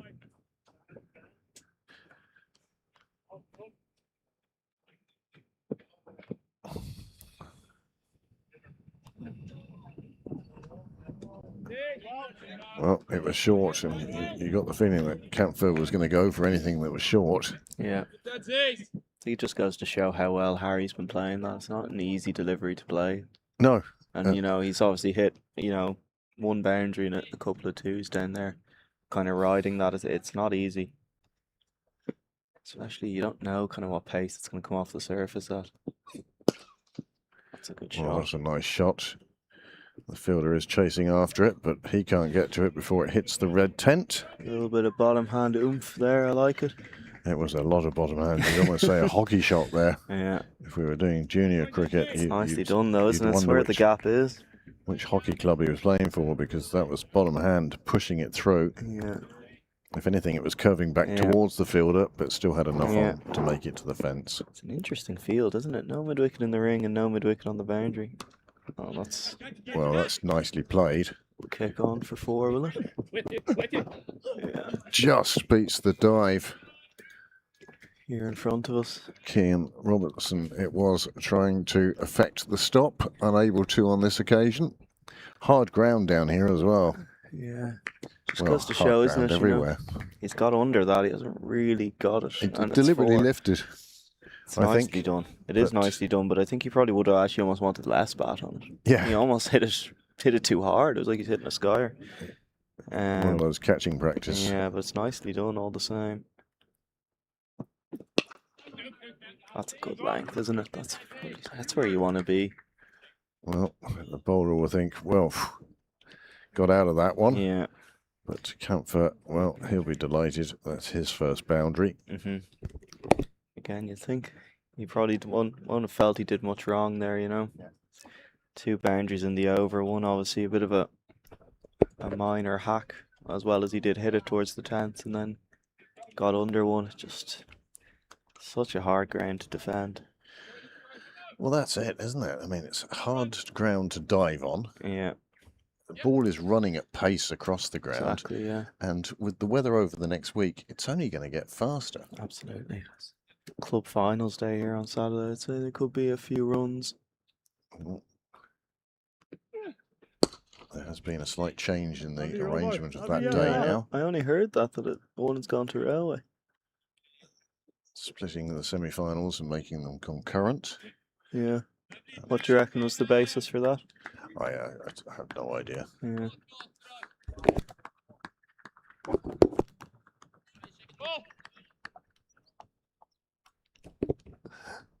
Women's final here on Friday. Yeah.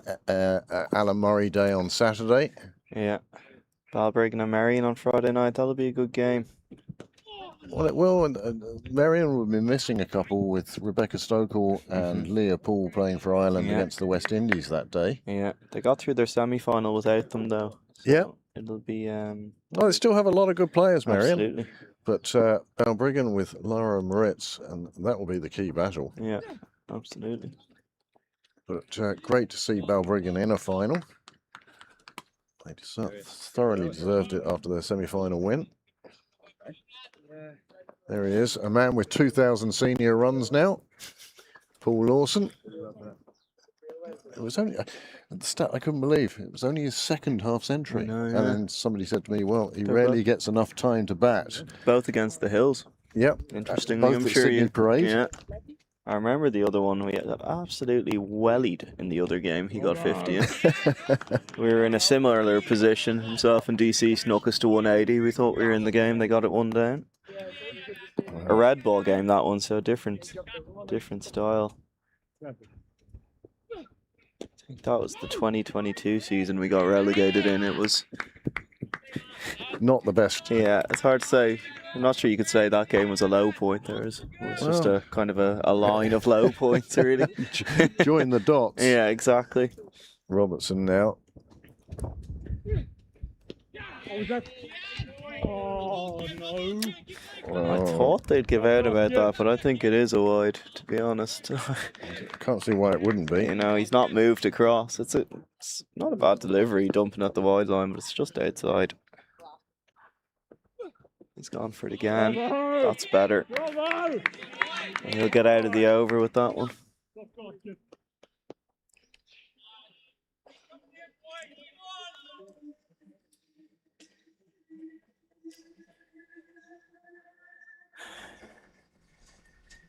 Guess 1 more over till the ice break.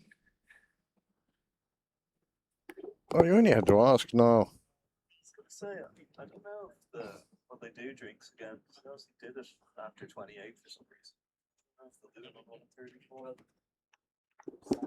Just those balls.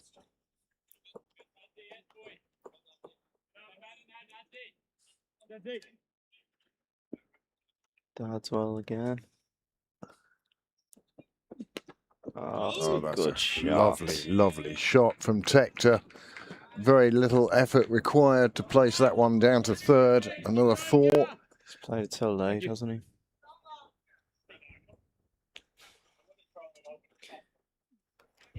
Can't see the line from that, but it doesn't look that wide. It's an excellent shot. Certainly the mark of a good wicket, isn't it? Ball hitting the top of off and you're bludgeoning it behind point for 4. 4 more. That's not a great delivery with those 2 men up. And again, it's just the actual casualness, even of commentary of, oh, there's another 4. Yeah. We've had games where it's, Yeah. oh, a much needed boundary. And Yeah. here, boundaries are just running, Yeah. raining down. I think the first ball, you know, that's an Oh, that's excellent it. shot. I think that ball there was more asking for it, for action. Again, I Well, think he probably wants to bowl that length that he's bowled there, but he wants to get it straight. Trying to force him, cramp him into that big pocket at deep mid wicket. just the comparison between the two sides after 33 overs. That's a wise decision not to take a run. Yeah. Northern Knights 247 for 3, and they were going along very nicely. Their 4th wicket partnership, which was worth 123, they were in the middle of that at the time bit. But the Leinster Lightning have reached 271 for 4. One more wicket, but It's wild, isn't it? Yeah. they really have. Kind of, it was hard to know at the time, but if the Knights are to go on to win this, it really will be that kind of last onslaught from Dadswell, which will have got them there, wasn't it? Because you Yeah. thought that was probably icing on the cake, but it hasn't really proved to be. It feels like they're going to need every run that they got here.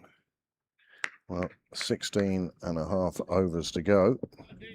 The required rate's still over 8. Yeah. So, you know, there's nothing stop the Knights causing that to increase again. Yeah. But from a Leinster Lightning point of view, they seem to be taking the approach of 1 boundary and we'll take singles and we'll score 7, 8 and over. And sometimes there'll be 2 boundaries. Absolutely. They really got off to a flyer in this over, you know. 8 off the first 2. Don't have to do anything too wild. That's been the name of the game throughout the innings, really, hasn't it? That boundaries have just kind of come. And again, just pushing it out, take the single, even though it's Yeah. gone pretty much to the fielder. They get through the 34th over. Over 280 on the board now. Harry Tector, again, just meandering Yeah. at a strike rate of 130. He's 68 off 53. And Curtis, well, he's only recently to the middle, but already a 4 and a 6 to his name. And he has faced 13 deliveries. Mm-hmm. Interesting again here, you know, Dadswell, that's 9 now for him. He's bowled. Mays and Wilson at the end.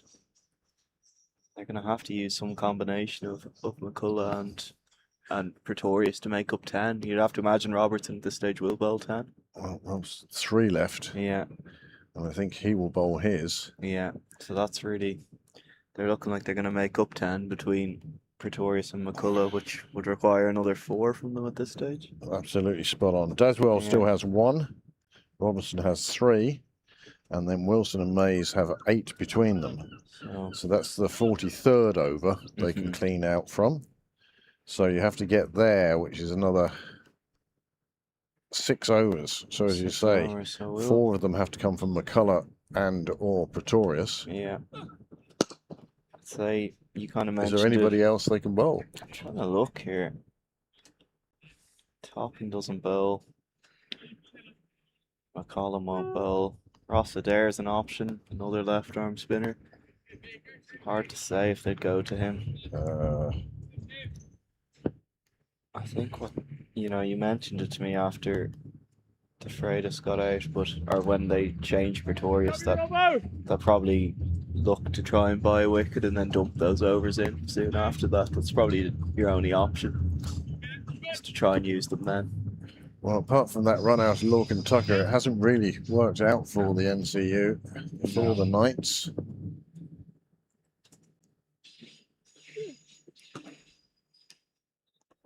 Finds the fielder. But Camphor, as you say, coming back from injury. We haven't seen that much of him this season. Yeah. Well, nobody will catch that. I'm a little bit worried about that. I was about to say before that ball, his field is possibly a little bit muddled, you know. It's hard to know where he can bowl with his field. He's obviously probably wants to try and push him onto the back foot and force him kind of bowl quick and force him to hit straight, but it's very hard with 2 up at point, you know. You miss that by a fraction, it's 4. So that one before, you know, Curtis picked him out, that could have easily been 4. It's a nice wristy shot on the offside now. He's got 2 straight, 1 at square and 1 at kind of deep cover. As you say, he doesn't seem to have a plan of how he's trying to bowl. He's just trying to cover all eventualities. And I don't think It's an he can get away with interesting that one, you know. now. Yeah. Yeah, if they're chasing wickets, they want them to really chase wickets. I just don't see how that deep square can really be in play out there. That's well bowled. That's probably what he's looking to do. You know, that's probably his perfect delivery. Yep. Take the step hit out of the game. You can't really just take a step and whack that at the side screen. And try and force a dot that way. That's a bit. Just got out of the over nicely. Not that many off that. 6, 7. There's the Again, boundary. 6 or 7, I you know, know. yeah. And that one boundary and then the singles in between. Yeah. All add up. Yeah. Drinks again here. Well, as the players take a drink, we will take a breather as well. And we'll be back to you in just a minute. This is real drinks.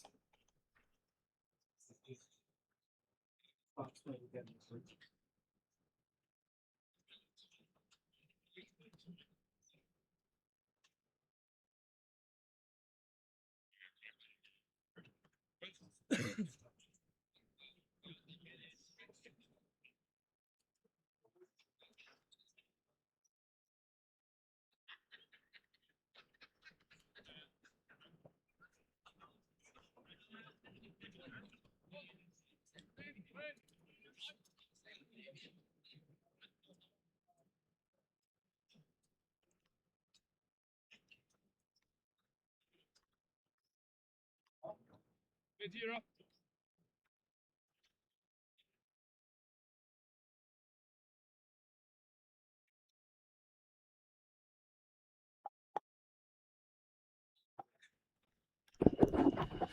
Well, a short break, just letting the batsman take new gloves and perhaps a sip of liquid hydration. Here we go. This is interesting. Going back to McCullough now. So obviously you've established they don't really have another option if they're going to bowl out their seamers as they want to. So they don't really have the opportunity to wait for a wicket. So we'll see what happens here. You know, I think it's a solid enough option. You know, earlier on he bowled kind of quick into the pitch. I think that's a good option here. You've got a big, especially from the end, he's now bowling. You've got big pockets out there. Obviously, you want some speedy fielders. You don't want 6-2s, but I think he could go okay here if he. It's hard to say what his plan will be now, but you'd have to imagine it'll incorporate that big side. Yeah, you can see. At least he seems to have a plan. He's got one sweeper on the offside, quite square, in the covers. Yeah, which would lend itself. But he's now quick. He's now brought mid off into the ring. Yeah, so he's got 3 on the leg side. Opened up the clubhouse side, but he does have, as you say, 4 on the rope on the leg side. Yeah. Where 1 long on, deep mid wicket and deep square. 3. Yeah. So you think out there. Top of the stumps and quick will be his MO and try and force them backwards. There you go. That's good bowling. That's what he needs to do to try and keep the runs down. If anything, just a little bit straighter, perhaps. Yeah. Second in lads. Harry Tector into the 70s now. Mm-hmm. Curtis Campher 18. Such a These two- sneaky kind of thing. How's Curtis on 18? I can tell you one thing. One thing he's done. He had that one hit that we Yeah, saw, yeah. but these two have put on 40 since Lorcan Yeah. departed. It's really wild to think, isn't it? There we go, attacking the stumps again, It's good bowling. and that's exactly what they need to be Yeah. doing. It's going to be interesting to see how the batters will deal with this. He's not happy with the throw bouncing, I don't think, from inside the ring. But I think the batters will probably look to give themselves a bit of space here. Yeah, they'll be And, stepping back. it'll be a and game of that's- cat and mouse, I guess. It's good bowling again. Only one. Colour is doing exactly the right thing here.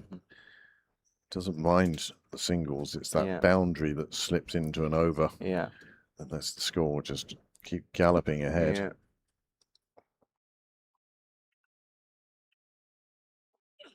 Oh, that was pulled down just it's too short. Too short. It's a good shot. Going, Colin. It's a great shot. It really is. Because, like you say, it's similar to the seamers. You see one short, you think, I'm going to thump this. Yep, But he could have easily whacked that to deep mid wicket for one. He Going, Cossie. but instead, probably is a fraction of premeditation. You see there, he's kind of giving himself a bit of space. It's almost wider than he thought it was going to be. He barely reached it in the end. came off the toe of the bat. And Probably- how often we see those ones going for a catch because there's Yeah. no meat of the bat behind it. Yeah. Take them, boys. Come on. Keep pushing on. Final Good six, shot, though. boys.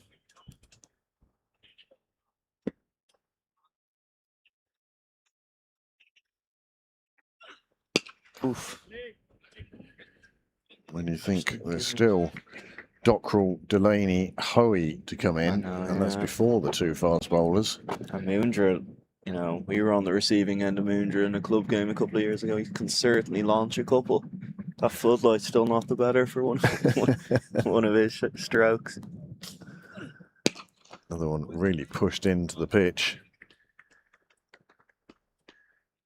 Again, it was that one loose delivery, and suddenly there's 7 or 8 off the over. That's the thing, isn't it? It's such small margins, and like you say, there's not much more he can do than that, other No. than to try not go for that one boundary. And that's what he was trying to do. Yeah, But now, well, the Leinster Lightning approaching 300. And it's nip and tuck, really, between the two sides. The Lightning slightly ahead yeah. of where the NCU Northern Knights were. It's always just that kind of teetering nature to a chase, isn't there? Yeah. Like you say, Lorcan's run out, something like that happens again, a moment of magic in the field, a good catch, and the game turns. So, I think the And as Knights they just say- have to be careful to stay in the game, I guess. Add 2 wickets to the score and see if it's still a good score. Yeah. It would certainly make it very interesting if there were 2 wickets now. Yeah. But again, when you've got, as I say, Hoey, Delaney and George Dockrell, Yeah. all of whom are destructive batsmen. That's the But then thing. again, we also know that Gav Hoey can build an innings too after Yeah. the weekend. Oh my days. Harry deciding to take one on. Yeah. Again, you see where he's trying to hit that. I just don't see that deep squares in play there. I think it's coming away. It's almost he needs to be stump high at the other end, I think. I just don't think he's going to get it that far behind. That's good bowling. A fine bit of fielding as well. Keeps it to a single. Okay, kid. I think if he's keeping the stumps in play as he kind of has to when a batter's coming at him, I don't think he's going to look to sweep at that square to where here he goes now. That's far more sensible, I feel.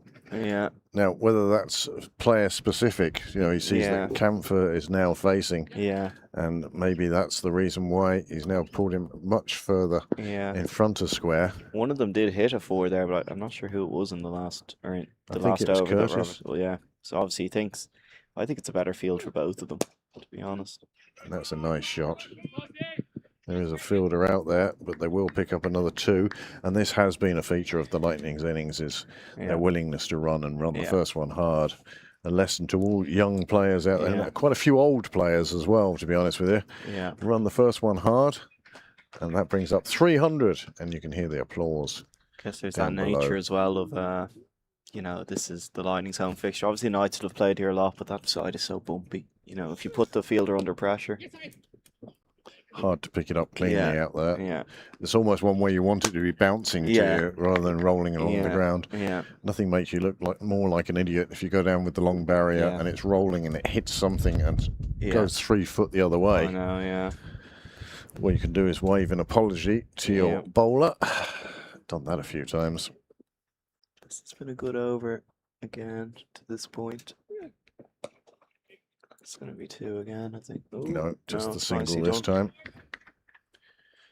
Again, these 1s and 2s are adding up from a Lightning point of view. Yeah. The Lightning's perspective, they've really built these partnerships so well, haven't they, you know? Again, this is probably coming up to another 50 partnership here. You're exactly right. And very little done to make it happen. It has gone past the 50 mark. Well noticed, Joe. They came together with the score on 249 when Lorcan Tucker was run out. And they have reached 300 now. So over 50 on a partnership. But that was also a feature of the NCU Northern Knights innings. They had an opening partnership of 125, a 4th wicket partnership of 123, an 8th wicket partnership of 64. Yeah. But the Lightning have matched that now with 2 century partnerships and a half-century partnership. So it really is nip and tuck here. It really is. I mean, the way that the Leinster Lightning are approaching this, you'd think it was almost mundane or... Yeah, it's a foregone conclusion they're going to get there, yeah. But there's still a long way to go in this game. It's really been excellent. Excellent to watch. Well worth taking the day off work for, I can tell you. But then again, 2 flies going up a wall would be a good reason to take a day off work. On a day like today, no less. Oh, it's an absolutely fabulous day. Glorious. And it's only going to get better. Yeah. Who knows, by the weekend you may actually see me in shorts. That's well bowled. This is the place to be today, because usually it's a bit chilly down here, but now it's perfectly temperate. Yes. Well, you're in the sun as well Yeah. there. I've got the shaded section here. But yes, normally chilly in the gazebo. Well, that's been pulled out between 2 fielders. They both get to it. And they take another 2. Yeah.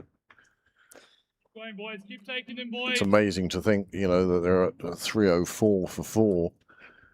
And they still need another 110. I know. We were talking about where they needed to be Yeah. at 10 overs to go, and we were sort of in agreement that 100, 120 would be okay. Well, they've got it down to 110, and there's still Absolutely. 3 overs to go till our artificial cut-off mark.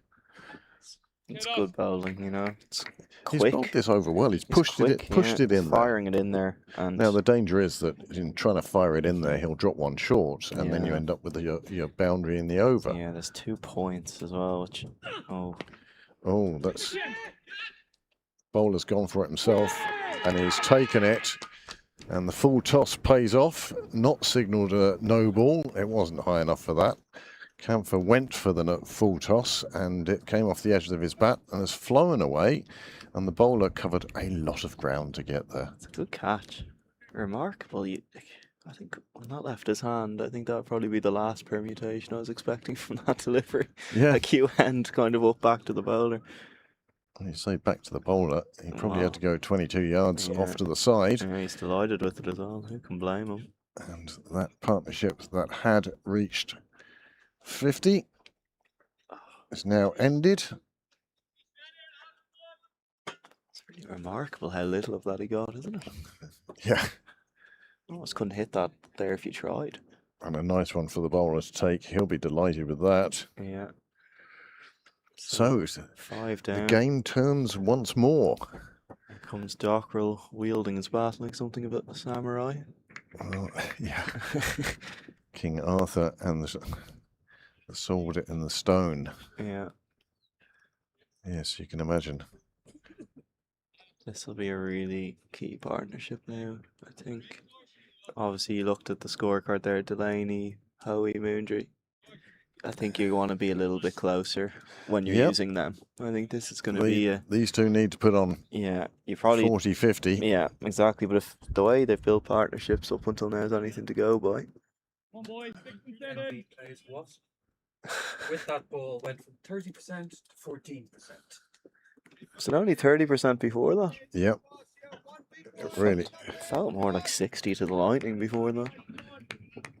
But like we said, you know, wickets are they're the thief of anything here for the Lightning. If they lose wickets, it's going to be hard. Northern Knights just looking for another 5 wickets in these final 12.5 overs. Well done by the keeper. That's the last thing they would have wanted was a Yeah. cheeky 5 to start them off here. Don't give them that to start with, that's Yeah. for sure. It's one of those things from the keepers. Though. Sometimes no need to be pretty. Just get something down there and kick it if you have to. Dockrell realising very early on that that is just a single. He takes that. But this game, it's not done and dusted yet by any stretch of the imagination. 1 to go in the over. At the end of this over, the Northern Knights were 302 for 3. And now the Leinster Lightning find themselves 5 down, 306 on the board. That's the one you were worried about, and he's got away with it, you know. It's very easily in the gap, bowling at that pace. But again, when a wicket's just fallen, Yeah. it doesn't go away. You think you got away with one? Yeah. And here again is that magnificent catch, covered a lot of ground, and his delight at taking the catch was evident. Yeah. I think on balance that spell he probably deserved something. You know, I'm not sure if he's bowled 2 or 3 there in this spell, but it's been really solid effort from, I think that was probably his second one, but you know, he's bowled a lot of good balls and that are very hard to hit for boundaries, so he probably deserved something from it. And he got it. Yeah. This will be Robertson's last. They're going to use him up. And then in terms of McCullough or Pretorius, they'll need 2 more and then they can finish. Well, they'll go back to Carson anyway, won't they? He's Yeah. just taken a wicket. Yeah. Be a brave captain who tries to take the ball off him now. Yeah. It'll just be an interesting one as well in terms of when they get to that stage where they have Mays and Wilson and Dadswell, what way they kind of be a big ask for either of them to just go from 48 to 50 or 42 to 50 bowling Yeah. 4 each. You know, it's not easy.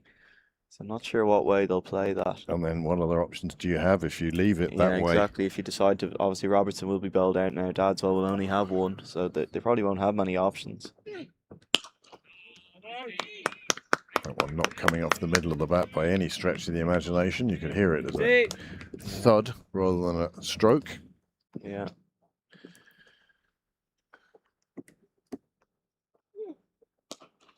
That's nicely cut away, but it will again just be a single. Stopped in, Tector making his way. And again, how's he scoring at 115? Yeah, I know. Just every time he faces, he gets runs. Yeah. SAT boy. It's not been a bad kind of final spell this from Robertson, you know. He's had a clear plan, which is, I guess, dump it at the wide line or keep it out there and force him to hit that way. Oof. Ooh, wide. Oh, I guess that's what comes with the territory, you know. You don't have much margin for error out there. Straighter on that occasion. It's well bowled. Went on with the arm. Good talk, good talk. this proving to be a very good over for the Northern Knights. Still 3 to go.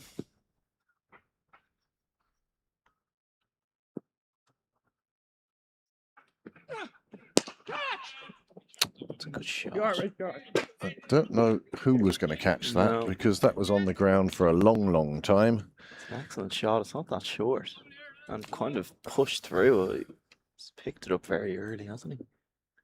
Just taking it off the stumps as Yeah, well. it's hitting probably the top 1/5 of the stumps. I wouldn't say 3/4 of the way up, but you know, it's certainly hitting the stumps. To be pulled for 4, you're a bit disappointed as a bowler. It's nicely done. And that will just be a single down the ground. You're starting to need a cap now, are I you, know, Joe? exactly, yeah. It's actually the headphones are pushing my sunglasses into the side of my my head. I have to get rid of them. You see, it's not going to make much difference to him because he's on that side.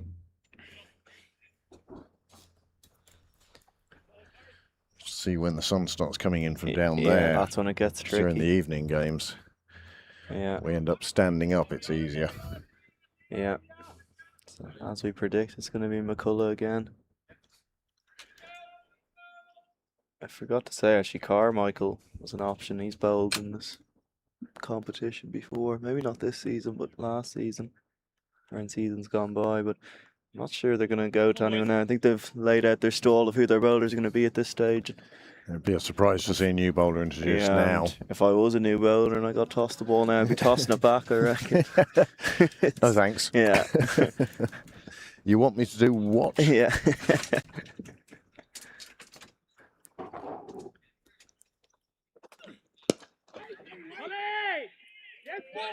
Well done again, isn't it? Again, not enough on it to get it past the bowler. I think you possibly can't pick up on the stream, but just how quick he's bowling. He is He's pushing it really through, firing it in there, isn't he? More a seamer. Yeah, almost. This time, Dockrell makes sure he steers it far enough away that the bowler can't get there. They take the single. 6 and 7, lads. Just 11 overs remain now. 98 required. Well,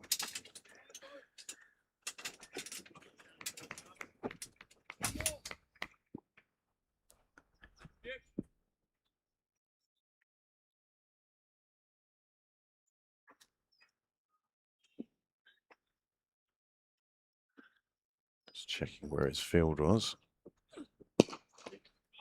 But again, protector playing him down the ground. Picks up another 2. Just received a message from Sigo that if the Lightning were to win this, it would be the 6th highest aggregate match score in history. 829 runs. He is brilliant. The highest being that famous chase where Australia chased 434 against South Africa.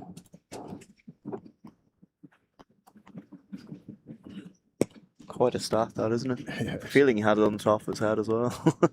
Yeah, I don't think he looks up any of these. Yeah. I'm firmly convinced that he just has that as a Rolodex in his head. McCullough's done well again here, isn't he? Halfway through the over and only, what, 3 off it?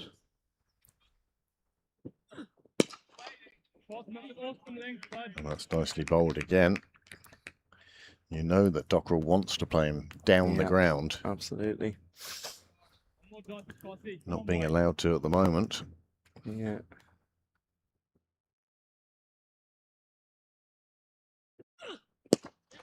That could be 2. No, Harry doesn't want it, probably rightfully so. It's a good call. Yeah, again, it's a left-handed thrower out there. They're a bit of a scourge in the field, aren't they? You'd think the fielder has to get his feet around and suddenly the ball's coming in. It's on its way to you. Yeah. Certainly, and you probably expect that they are taking note of it, aren't they?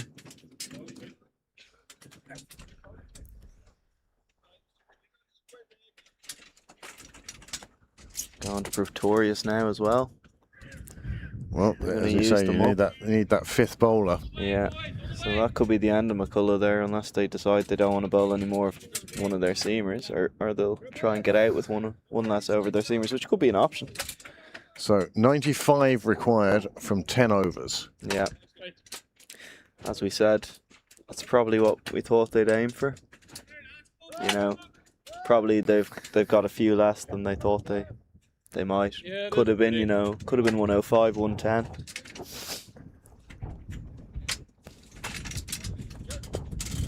Now making adjustments to the gazebo to try and keep us shaded.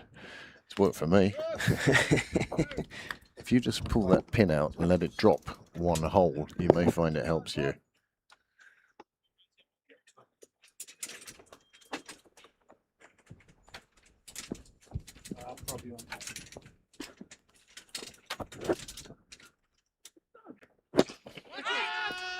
There's a call of catch it, and catch it they have, and Dockrell departs. As we said, he likes hitting down through the V, but now with 6 wickets down and the score on 3-2-1, Well, they need a partnership. And they need one pretty soon. It's interesting that, isn't it? It's probably the bowler they're looking to get after. Yep. You know, and that's the one that brings the wicket. Then you know what comes with that is the jeopardy. Well, that's it exactly. It's all very well saying we will target X, Y, or Z. Yeah. But if you do, you're giving opportunities, that's for sure. And that one came back in on him a little bit, Yeah. and maybe just cramped in a bit. And the cry was catch it, and Robertson obliged with a super catch down in front of the nets. It's interesting, isn't it? You'd think 6 down, and for all money that delivery could be going for 6. He just hasn't hit it well. Hasn't got hold of it. How he would have liked. Back to a left-hand, right-hand now, which could benefit the Lightning if they could drag this partnership out a little bit. Probably is in the Knights' hands now. You know, 6 down. They just need. It's be so hard for the Lightning in terms of, you know, your kind of free mistakes. You're using them up now. You can't. Yeah, you can't really make any more. You got this partnership has to now kind of yield something. As long as Harry is there, they will feel they have a chance. And you see Robertson heading off in shots the entire time here, and just judged it to perfection. Now, Delaney, we know, is a fine batsman. Off the back of 172 in a league game. Yeah. You know. So please come in at number 8. Yeah, exactly. It's a nice option to have at 8, isn't it?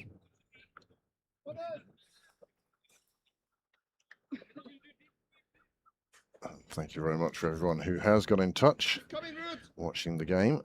I won't call you out because your boss is listening. It's really been a game-changing spell from Pretorius, hasn't it? 2 for 24 off 5 on a day like this. On a day where 5.2 boundaries and runs being scored all over the place. Yeah. 730 runs now. As Jess Siggins pointed out, I remember the South Africa-Australia game at Wanderers when 4-2-4 wasn't enough. 4-3-4 even. Come on, Pete. But the Leinster Lightning now, just with 4 wickets left.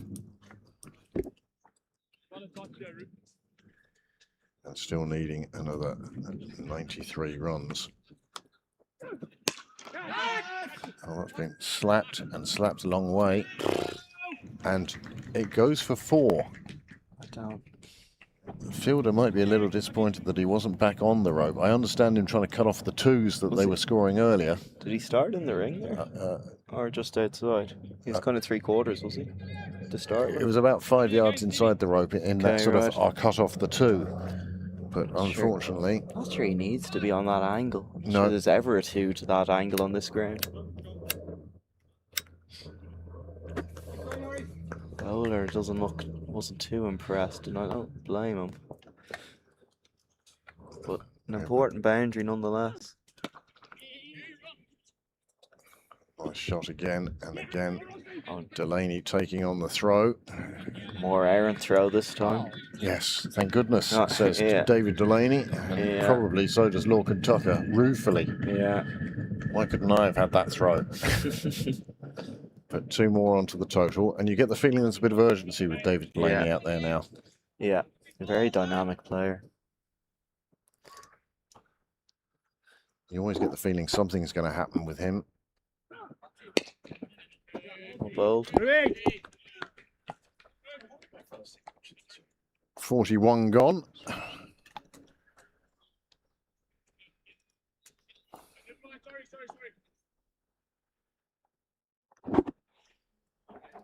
Sorry. 328, is it?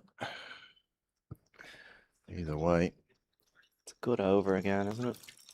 6 overs, 2 for 30. Again, it's the bit players who are stepping up for the Knights. Yeah. Rather than the established stars that you'd expect. It's really interesting here. Going with McCullough again, so they're probably happy with this bowling partnership.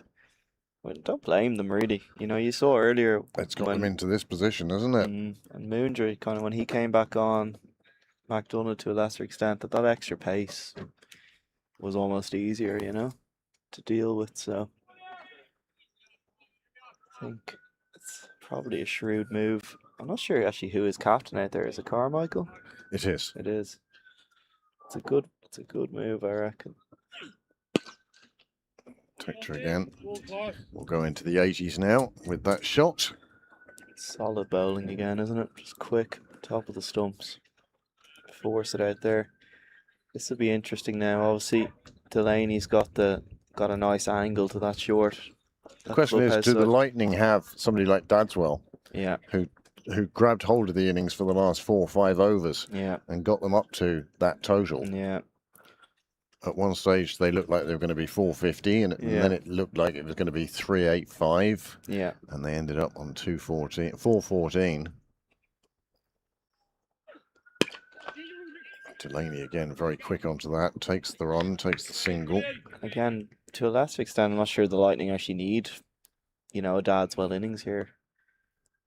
My maths are deceiving me, but it doesn't look like it's even tens there. No, So no, it's not yet. it's really one boundary and over. Dadswell was hitting 5 boundaries and over. So Yes.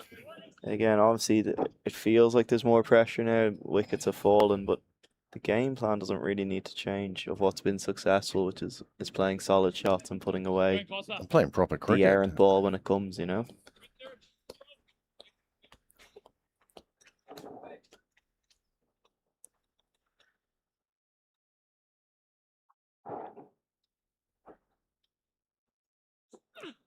It's a good shot. I think that came off the edge of the bat. I think it came off the thinnest part of the bat and flew away, and there's no fielders down there, that's for sure. Is that Peter Searson on the ground? It is, yeah. Great to see Peter. He's obviously made the decision to come down and see the end of this game. I don't know whether he was watching him work or even if he works, to be honest. But It's interesting. first time I've seen Peter in a while down in Sydney Parade. Interesting from McCullough there, isn't it? He's really gone away from what was working. I don't know if he's seen Delaney go early and thought I'll fire something into the stumps there. And again, it's the batsman's attitude also Yeah. can change what you as a bowler want to do. It's wide. Well, Good pass. the Lightning will take these wides. Probably is what he. It's not. It's probably is the delivery. Obviously that angle to the clubhouse is such a tricky one to defend. How bold. Great dots, colleague. Still 73 runs required.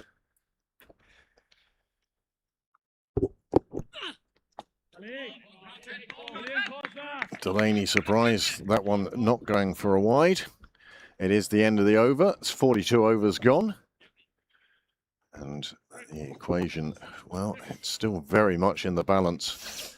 Knights will feel that they want to take 4 wickets here. Yeah. And the Lightning will feel like they want to score, what was it? Yeah. 78. 78 off 8. Okay. So it's right in the balance. It probably does favour the Knights now in terms of you're only really a couple of good overs away from it being 12s, 13s, and then it's quite hard. But equally, it goes the other way. A couple of good overs and it's 7s. So it'd be interesting to see what happens here before 45. And don't forget that the Knights had that Gavin Hoey over that went for 32. Yeah. Well, That's that one's 6. on over the nets. Somebody parked their car around the corner. Yeah. I wonder how far it went. You really can't help but feel the Knights are playing with fire a little bit with this bowling partnership. Taking it on anyway. Yeah. And that one, well, you can see Tector didn't even take one step towards taking a run. It's a beautiful swing, isn't it? A nice long swing. Robson did a good job fetching that one back quickly.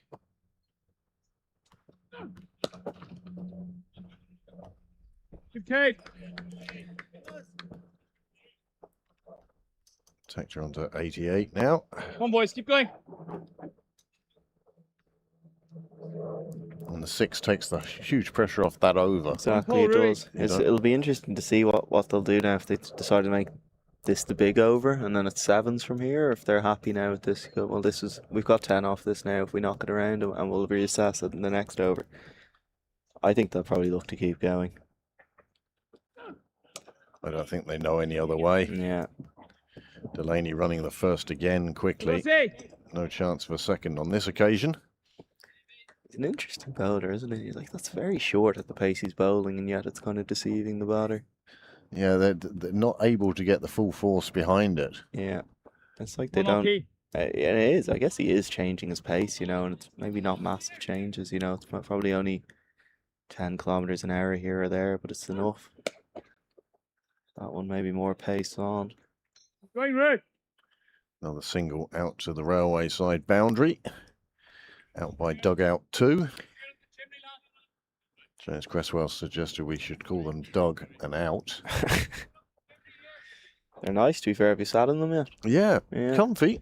They're... I mean, I wouldn't want to spend 4 hours sitting on a No. wooden bench, but Their structural integrity is quite something. Something of a bomb shelter, almost. I thought they'd be, you know, kind of plastic. Oh, oh, no. The director has a concussion now. we're into letterbox view now. Yeah, exactly. Anything in the air we'll be guessing on. It's still better. That's better for me. Delaney again forcing this one out on the leg side. They're going to look for 2, and Tector will make the second. It's great awareness, that, isn't it, from Delaney? You know, it's really the first 3 steps off the bat that make that 2. Off Yeah. the bat, he's decided that's a 2. Yeah, And that's what makes it for him, really. You know, that's why players and get he's to pretty much 172. telling Harry there as well. It's 2. Yeah, It's yeah. 2. Come. The speed in which he Yeah. goes past you the first time, you think, oh, I better pick up my pace. Yeah, exactly.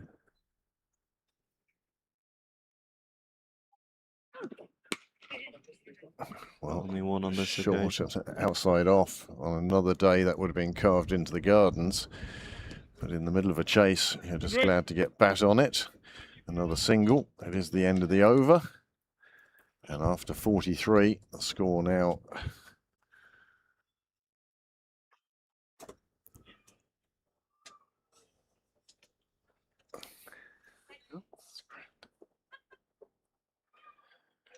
He's trying to open the letterbox Yeah. for us. Yeah. Going back to Mays here, it looks like. Yep. So, And again, we said they have yeah. 4 overs each left. Yeah. So there's obviously only 7 overs left now. Someone's going to be left short one, which is Going to be Rubin, I think. Yeah, well, it's pretty But okay. No problem. I mean, Yeah. And I don't know, that over from Pretorius, obviously there was there 4 in it or 6, but they could well bowl him again, you know. He's doing a good job, and it's hard to know if Rubin might be a little bit easier with that extra pace. 349 for 6. Well, this is building up into an exciting finish, and thank you very much if you've stuck with this for the day. I hope you've enjoyed it, or you've enjoyed popping in occasionally. Intrigued to see if Delaney pulls out that scoop again. Fine leg in the ring. The field suggests that he'll stay wide, which you'd imagine is the play. You know, 3rd man back, and then obviously he's got his man over there if he misses, but He's got 3 on the leg side on the boundary. you'd think that's where you've got to But- put them, though, because that's where Delaney's going to look. Yeah. It's a good angle for him, it's a good matchup, but I'm not sure that's where Mays is going to try and bowl. He's coming around the wicket. And you're absolutely There right, you Joe. go, the scoop. There you go. Nicely done, isn't it? As an analyst, absolutely spot. Aren't you delighted with the way that worked out for you? Yeah. And that's 350 up for the Lightning now. I'll clip that later, yeah. 60 required then. And Delaney, well, he's gone to the T20 box of tricks. And it works effectively for him on this occasion. It's massive for batters to be able to do it, isn't it? Because it just makes it so hard to bowl. You know, you're thinking there, that's the perfect delivery. You can't set a field for that shot. Yeah, if you're able to hit it over mid-off and over fine leg, you're never going to have both of them out. You've got to pick one realistically at the death, so... Oh, there you go, over mid-off that time. It could be at long off, or deep long off, or longer off. And that's a cracking It's 6. a great swing, isn't it? Because Go in, Benji. it's not expecting that to be there of all places. Yep. To kind of, it's a really long swing from where he. Really, I guess he had a Full little swing bit of of the width to use. It certainly didn't come off the meat of the bat, so it No. would have left the ground if it had. Yeah. But he had enough on it. 359. 6-4 to start this over, or 4-6 even. It's another big shot between two fielders. And again, it makes the fence between the two fielders. The trap is set for him there. Who would be a bowler, huh? My Oh God. my goodness. You're fine, don't worry. Who would be? Let's see which one he wants. Come on, Benji. Go in, bud. Who'd be a bowler? You know, he's got none of that really, has he? It's a great angle. He's helped by the location of the yeah, clubhouse. he's hit it. Yeah, a nice little. Here's an interesting fact for you. Captain of the British and Irish Lions rugby team in 1959. Yeah, designed the pavilion. that is certainly a niche stat. Yeah. I like it though. Yeah. That'll only be one to that side. I think it's too short. Yeah, and it was running out with enough pace to help the fielder get it back quickly. Yeah. But again, this has been a good over for the Lightning. Yeah. I'll be delighted with how this has turned out. Oh, Maze's return, you know, that have been waiting for it. Would you like some? No, go ahead. Honestly, I already finished your minstrels. As you can see, it's a healthy box. You missed the muesli earlier. Yeah.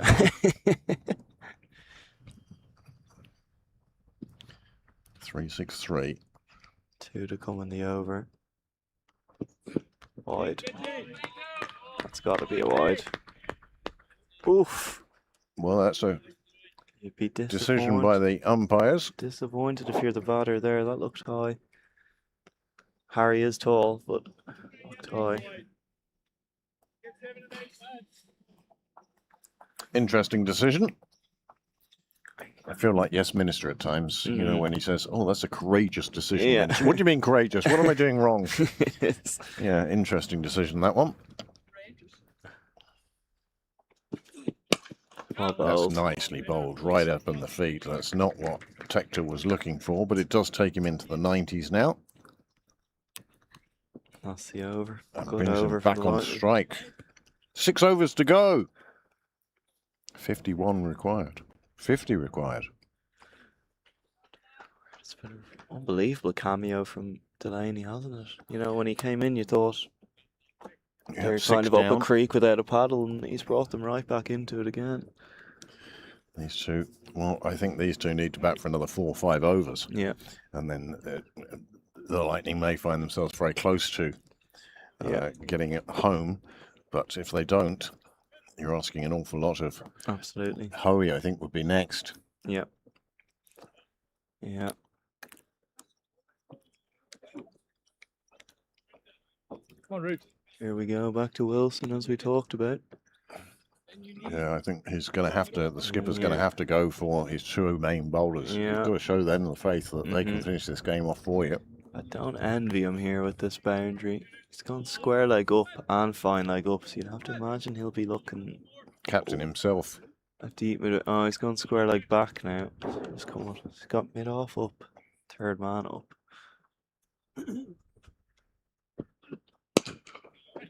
It's there for Robertson again. Oh dear. Oh, and he's only parried it over the line.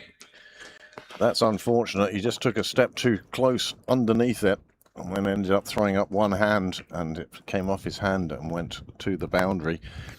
Well, in a game like this, that could be a big difference. Unfortunate for the fielder. It's interesting, isn't it? I thought it was going better when he hit it.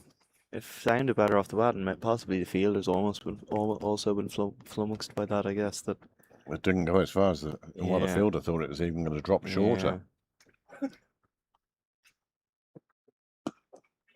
And that's a lovely shot. There is a fielder down there.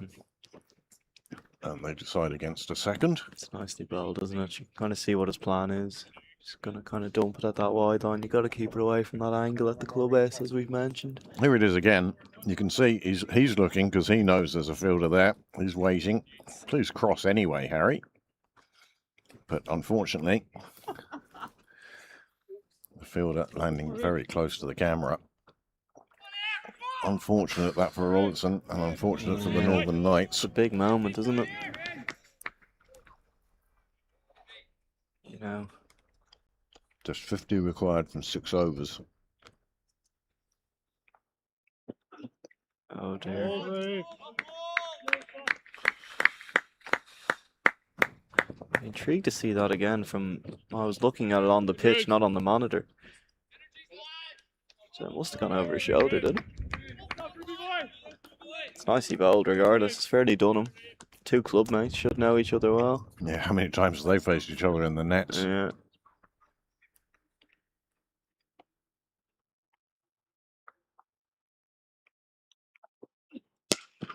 That's a big blow from Delaney. There's 2 fielders after it, and it's going to get stopped by one of them.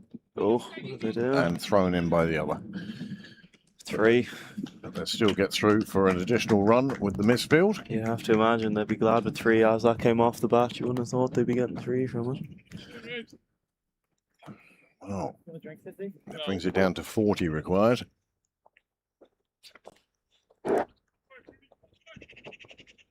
As I say, both of these teams have lost to the Northwest Warriors last week. So the Northwest Warriors are leading it at the moment, are they? I think so. But you certainly don't want to go 0-2. No.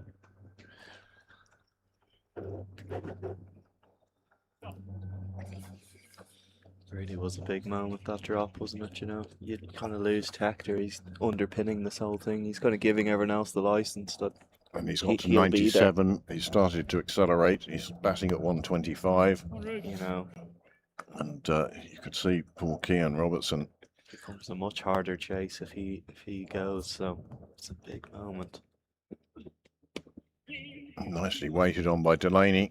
Plays it round the corner, and he will take on the throw. Gets back for a second, handily enough. He is quick off the mark, isn't he?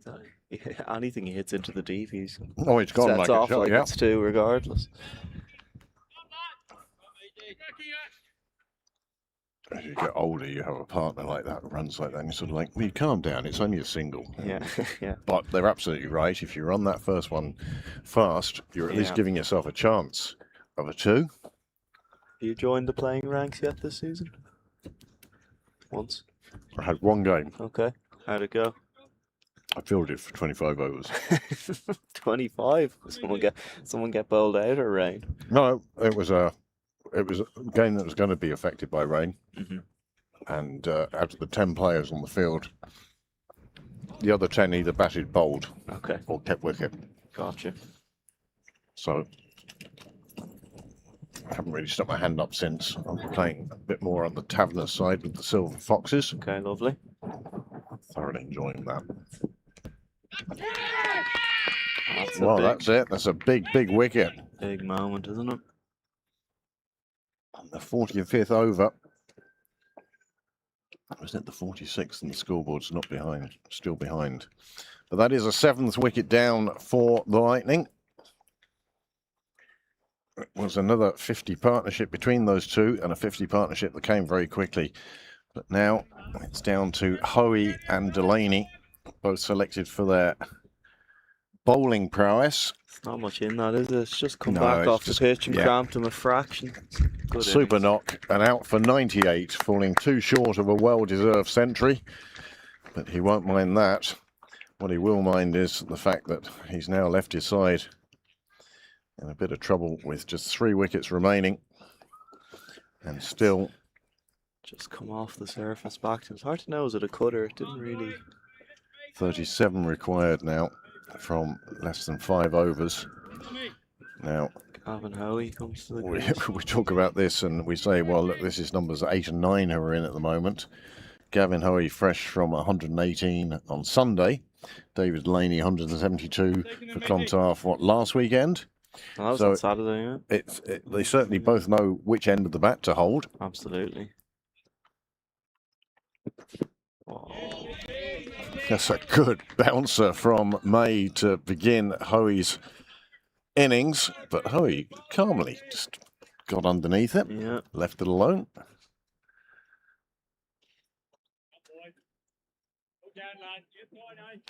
Good start, isn't it? Every dot's huge. From the Yeah. Knights' perspective here, they just want Delaney to face as few balls as possible now. Absolutely. Delaney, it's- the one with bat in hand that's working at the moment. Very little time to get going from Howie's perspective. Oof. Has he got him that pad? Yes, Trampoline. it seemed to bounce away, signalled as a leg by.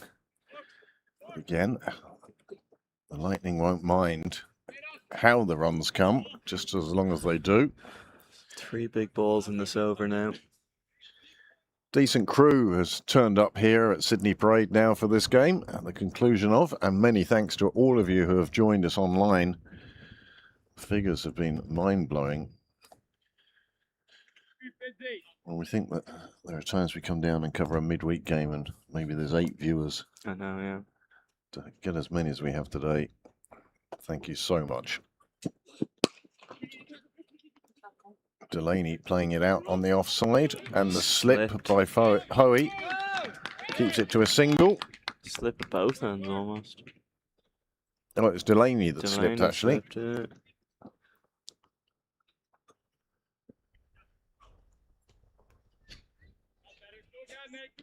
On Bitsy.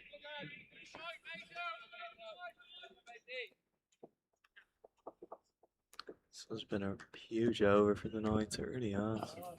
Delaney has reached 36 off just 18 deliveries. And now Hoey goes for a big one out to the leg side, and that's been carry? put down.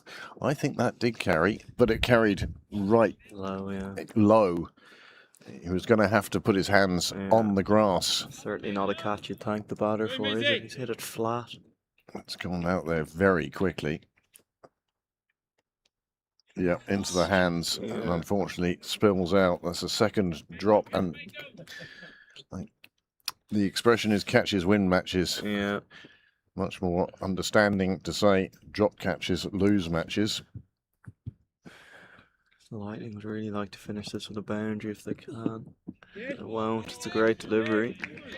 Oh, that's a good over. The chance went down, but It's an excellent delivery, isn't it? just the 4 overs remain now. 35 needed.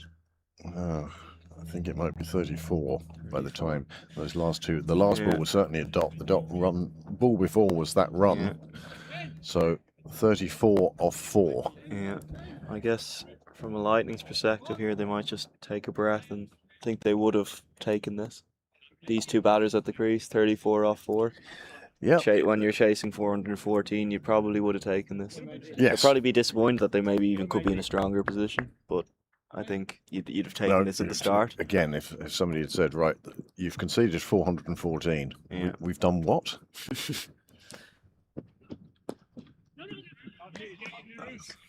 Dot to begin.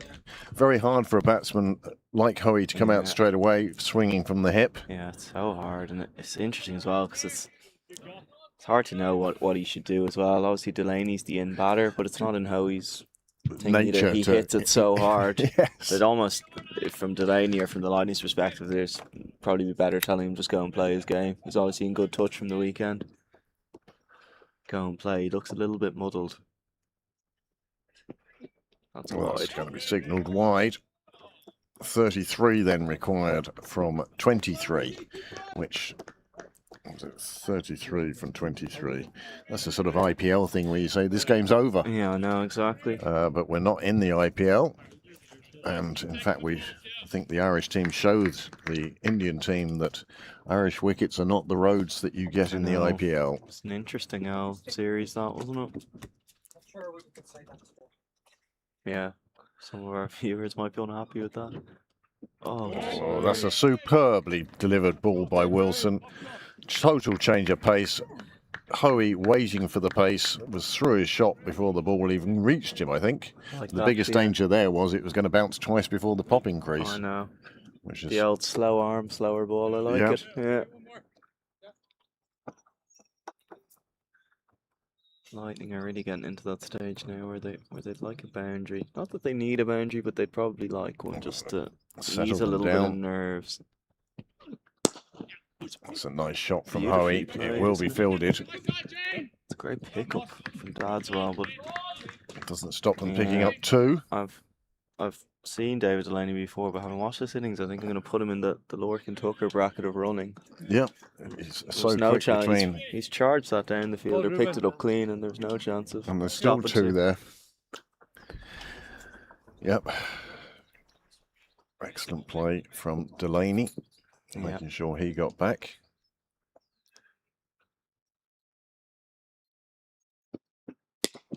Hoey's gone big with this one. There's a fielder after it, but he won't get to it. He's got 6 for it. And it's My gone God. for 6. That should get a round of applause. I see Simon Heaney's hands flapping together.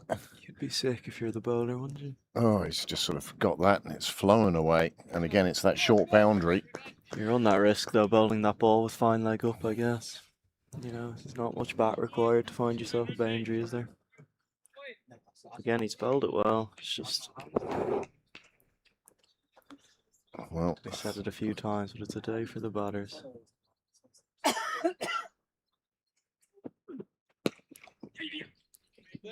Hoey calling through for the single. Once he got it to bounce over Wilson's head, he knew there was a single there.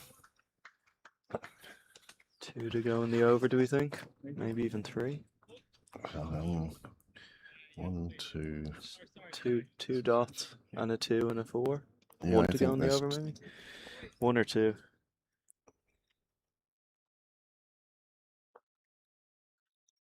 31 required now.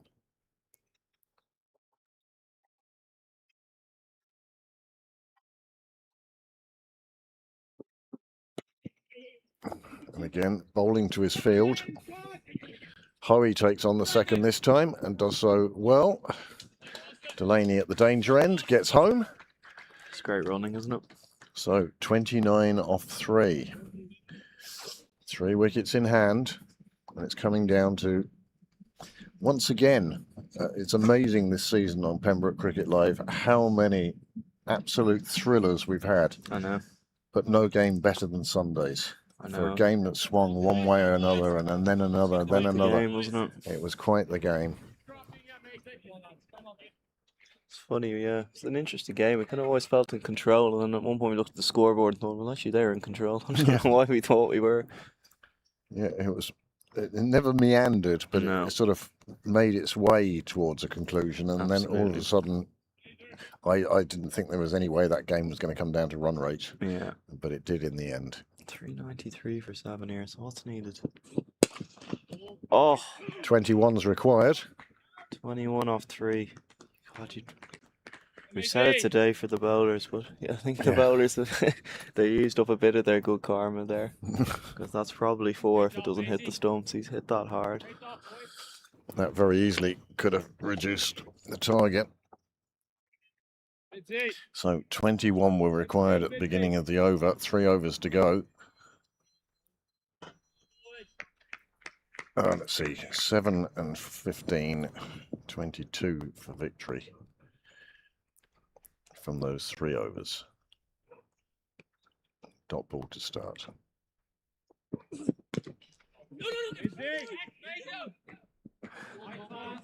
Another dot ball. Tension building around the ground.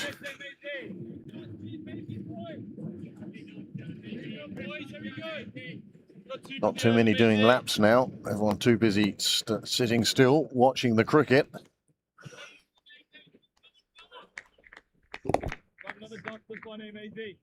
How he might count himself fractionally unlucky that that ball's gone back to the bowler. The second one could have gone anywhere. I think he'd Just find a needed to single off it squirt somewhere. Of all the places, it just dribbles back to the bowler. Oh my God. Another one, big and in the air and big over the enough, I'd fielder, and that has gone for 6. And that is a big part of what Pembroke were looking for from this over. Sorry, Oh, Leinster Lightning. it's a good shot, isn't it? It's a super shot. From He's the bowler's connected with that. perspective, he stayed He straight. didn't- He's cramped him up. And He didn't do much wrong. No, it's But a good shot. Hoey, He's got great hands and wrists, Gav. You know, it's not that long a swing, that, and it's hard to have a long swing when it's so tight to you. So that final kind of crack of the wrists has really got the extra distance there.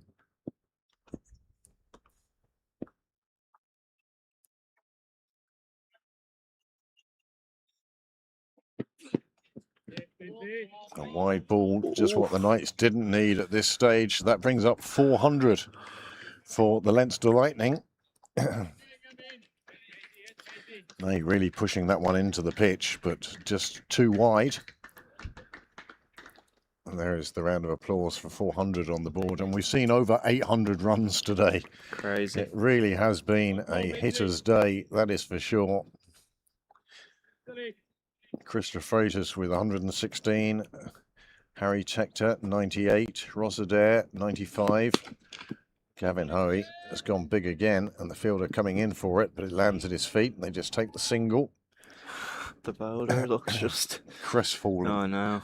There are certain words at certain times that just fit, and crestfallen is certainly the word there, because once it went up and it wasn't properly hit, he thought his fielder had a chance. Yeah. Dadswell it was, sprinting in from the boundary, but he just couldn't get there. Again, like it's the Lightning's game to lose from here now, but you lose another wicket, and you Yeah. don't know what can happen. If that lands in the fielder's hands, you know, I wouldn't want to be the next batter coming into this situation. Well, the Wasp possibility of winning is now 75%, and that agrees with you, Joe. Delaney pumping one down the ground for the single. Good fielding again by Dadswell, but didn't hit the stumps, and they get home. Cracking knock from Delaney, it really has, coming in when he did. Ah, You know, 39 off 21, just as his side have needed it. yeah. And you see, it's only 4 4s and 1 6. Yeah. So what are we talking there? 16, 22. So 17 runs of scampering up and down. Hoey with 2 6s, no 4s. Yeah, interesting.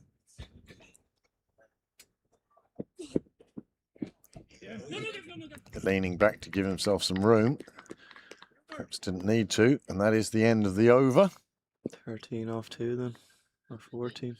I think you're right. I think it's 13. 13. I think the scoreboard will catch up now in a second. But 13 off 2 required. They're looking at the board.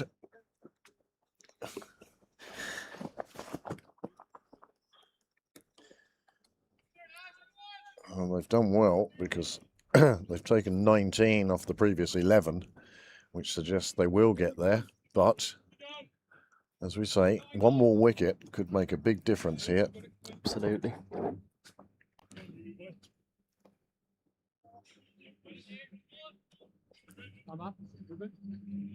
Well, it's been an all-round team effort from the Leinster Lightning to get here. There hasn't been one dominant Absolutely. performance. And I'd say Gary Wilson's delighted to see so many players in form. Dadswell again finding himself in that mid-off position. He saves the run there.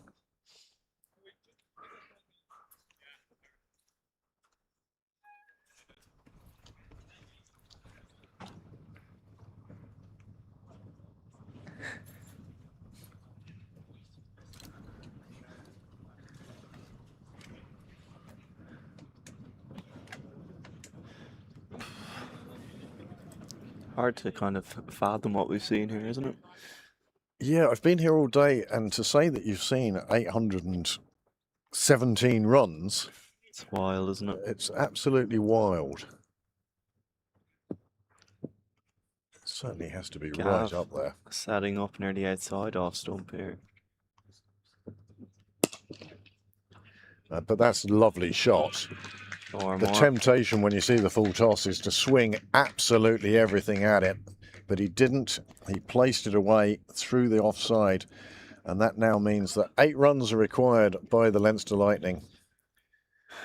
Say that's just about the final nail, Craig. Well, again, a wicket falls here, and Yeah. suddenly the Knights will be back in it. They are only 3 balls away. Really incredible chase, this.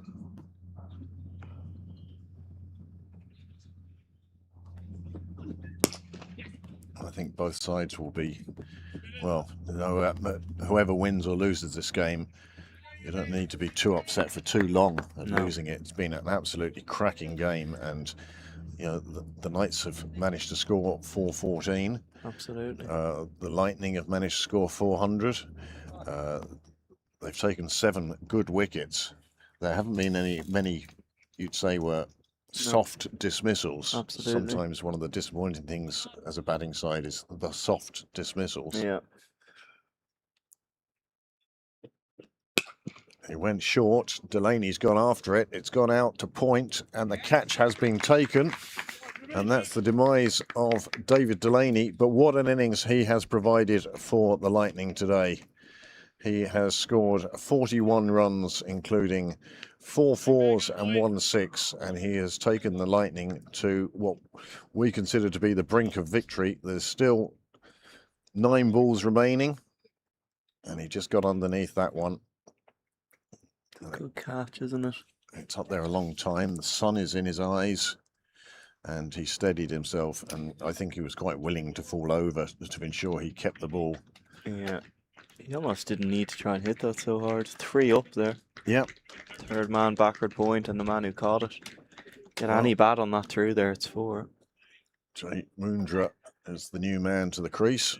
Still 7 runs required from 9 deliveries, or 8 deliveries now. Still tight, and perhaps this one does come down to Gav Hoey. The new rule, of course, even though the batsman crossed, the new batsman has to face. Oh, that's a lovely shot round the corner from Moondra. It's just the single, but I don't think Gav Hoey will mind that too much. Be too worried about Moondra. He can certainly bat.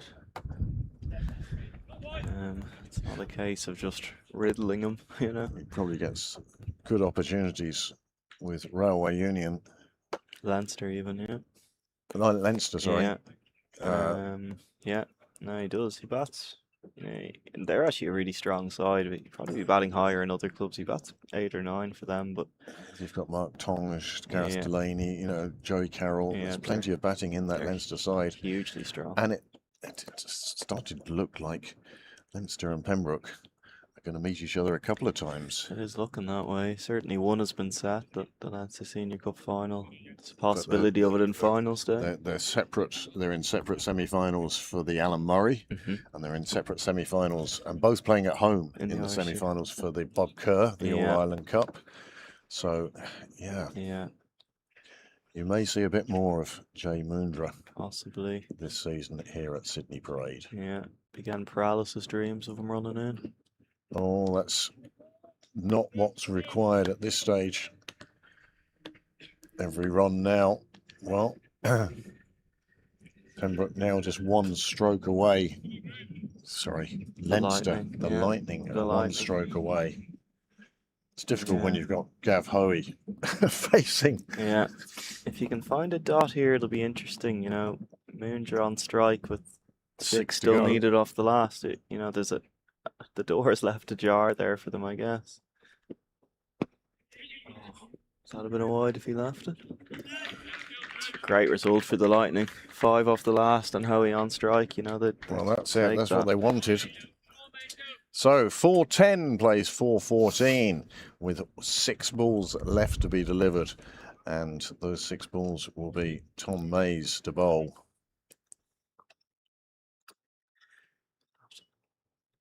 Now, what's Hoey's approach here? Is it would take 5 singles? Yeah, it's hard to know, isn't it? Or is it that I'll go for 1 big blow and finish this off as soon as I can? Yeah. The clubhouse is there over extra cover. There, if he clears the fielder in the ring, Yeah. he should be safe at the clubhouse. There is a fielder sort of at deep point, or just in front of point, Yeah, he's quite square, isn't he? quite You have to covers. imagine. He's coming up now. So Mays is basically saying, I'm going short. Yeah. Or at Um, least he's going short or heel Yorker. Yeah, those are going to be really his only two options. Boys. Which is interesting. Also, he missed that York in the last over, but very fractionally to Howie, and it went the distance. Oh, gone short. And a fumble by the fielder lets them get through for 2. okay. 3 off. 3 off 5.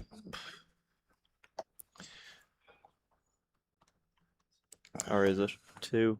2 takes them to 4-13. So 2 off 5. Take the chance, boys. 4-11 to start the over. Yep. 2 off 5. So 2 more runs required. Got 2 more wickets required. It's got to find a wicket or a dot here. Preferably a wicket.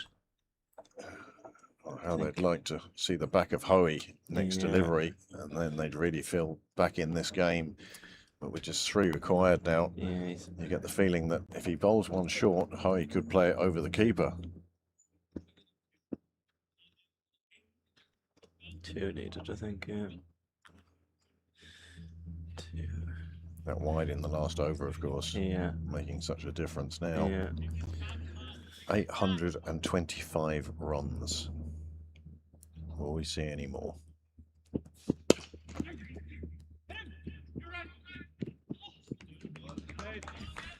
So, Well, we think that brings the scores level. yeah. So it'll be Moondra's job to hear the Oh. final rights. Hero again.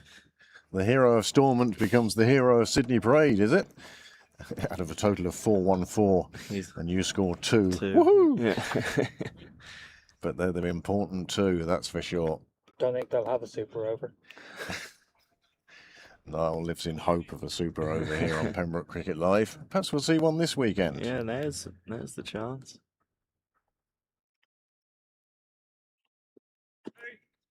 You just don't see super overs in league games, but cup games where you need a result, I think it would be brilliant to see. Would the neutral like a wicket here?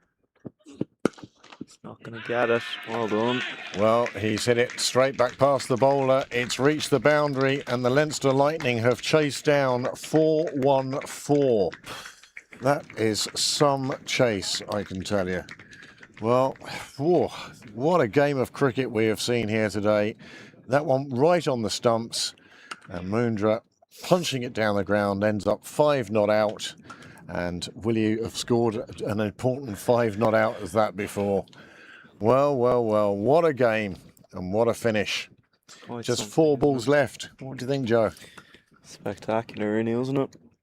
I think, those Lightning partnerships through the middle, every time they lost a wicket, they'd find, a 50 partnership off 30, 35, 40 balls. Yeah. That's really the winning of the game, isn't it? Well, as I say, if you wanted to see 2 different approaches to how you get to 414, we saw both approaches today. Absolutely. It was helter-skelter from Ross Adair at the top of the innings for the Northern Knights that got them off to such a good base, and then they ended up arriving at 414 for 9, at which stage you thought that was an exceptional total. The second best chase in List A history, behind only South Africa chasing 4-3-5 in an ODI against Australia. What a game. Well, a history-making chase, and we were here to record it, and we thank you for joining us here on Pembroke Cricket Live. The next game will be on Thursday, when this Lightning side will take on the currently, I think, unbeaten Northwest Warriors. And that will be one for the ages as well. So we hope you'll join us on Thursday. Joe, thank you so much for stepping in. My pleasure. It makes it so much better when I have somebody to talk to. I enjoyed it. And I hope you enjoyed it. And I hope you're also available on Thursday. And we'll see you again then. Absolutely. To all of you who tuned in, thank you very much. And of course, my deepest thanks to Niall for his work on the direction and camera side of things. So thank you very much for joining us. But from me, Joe and Niall and Pembroke Cricket Live, we say thank you and good night.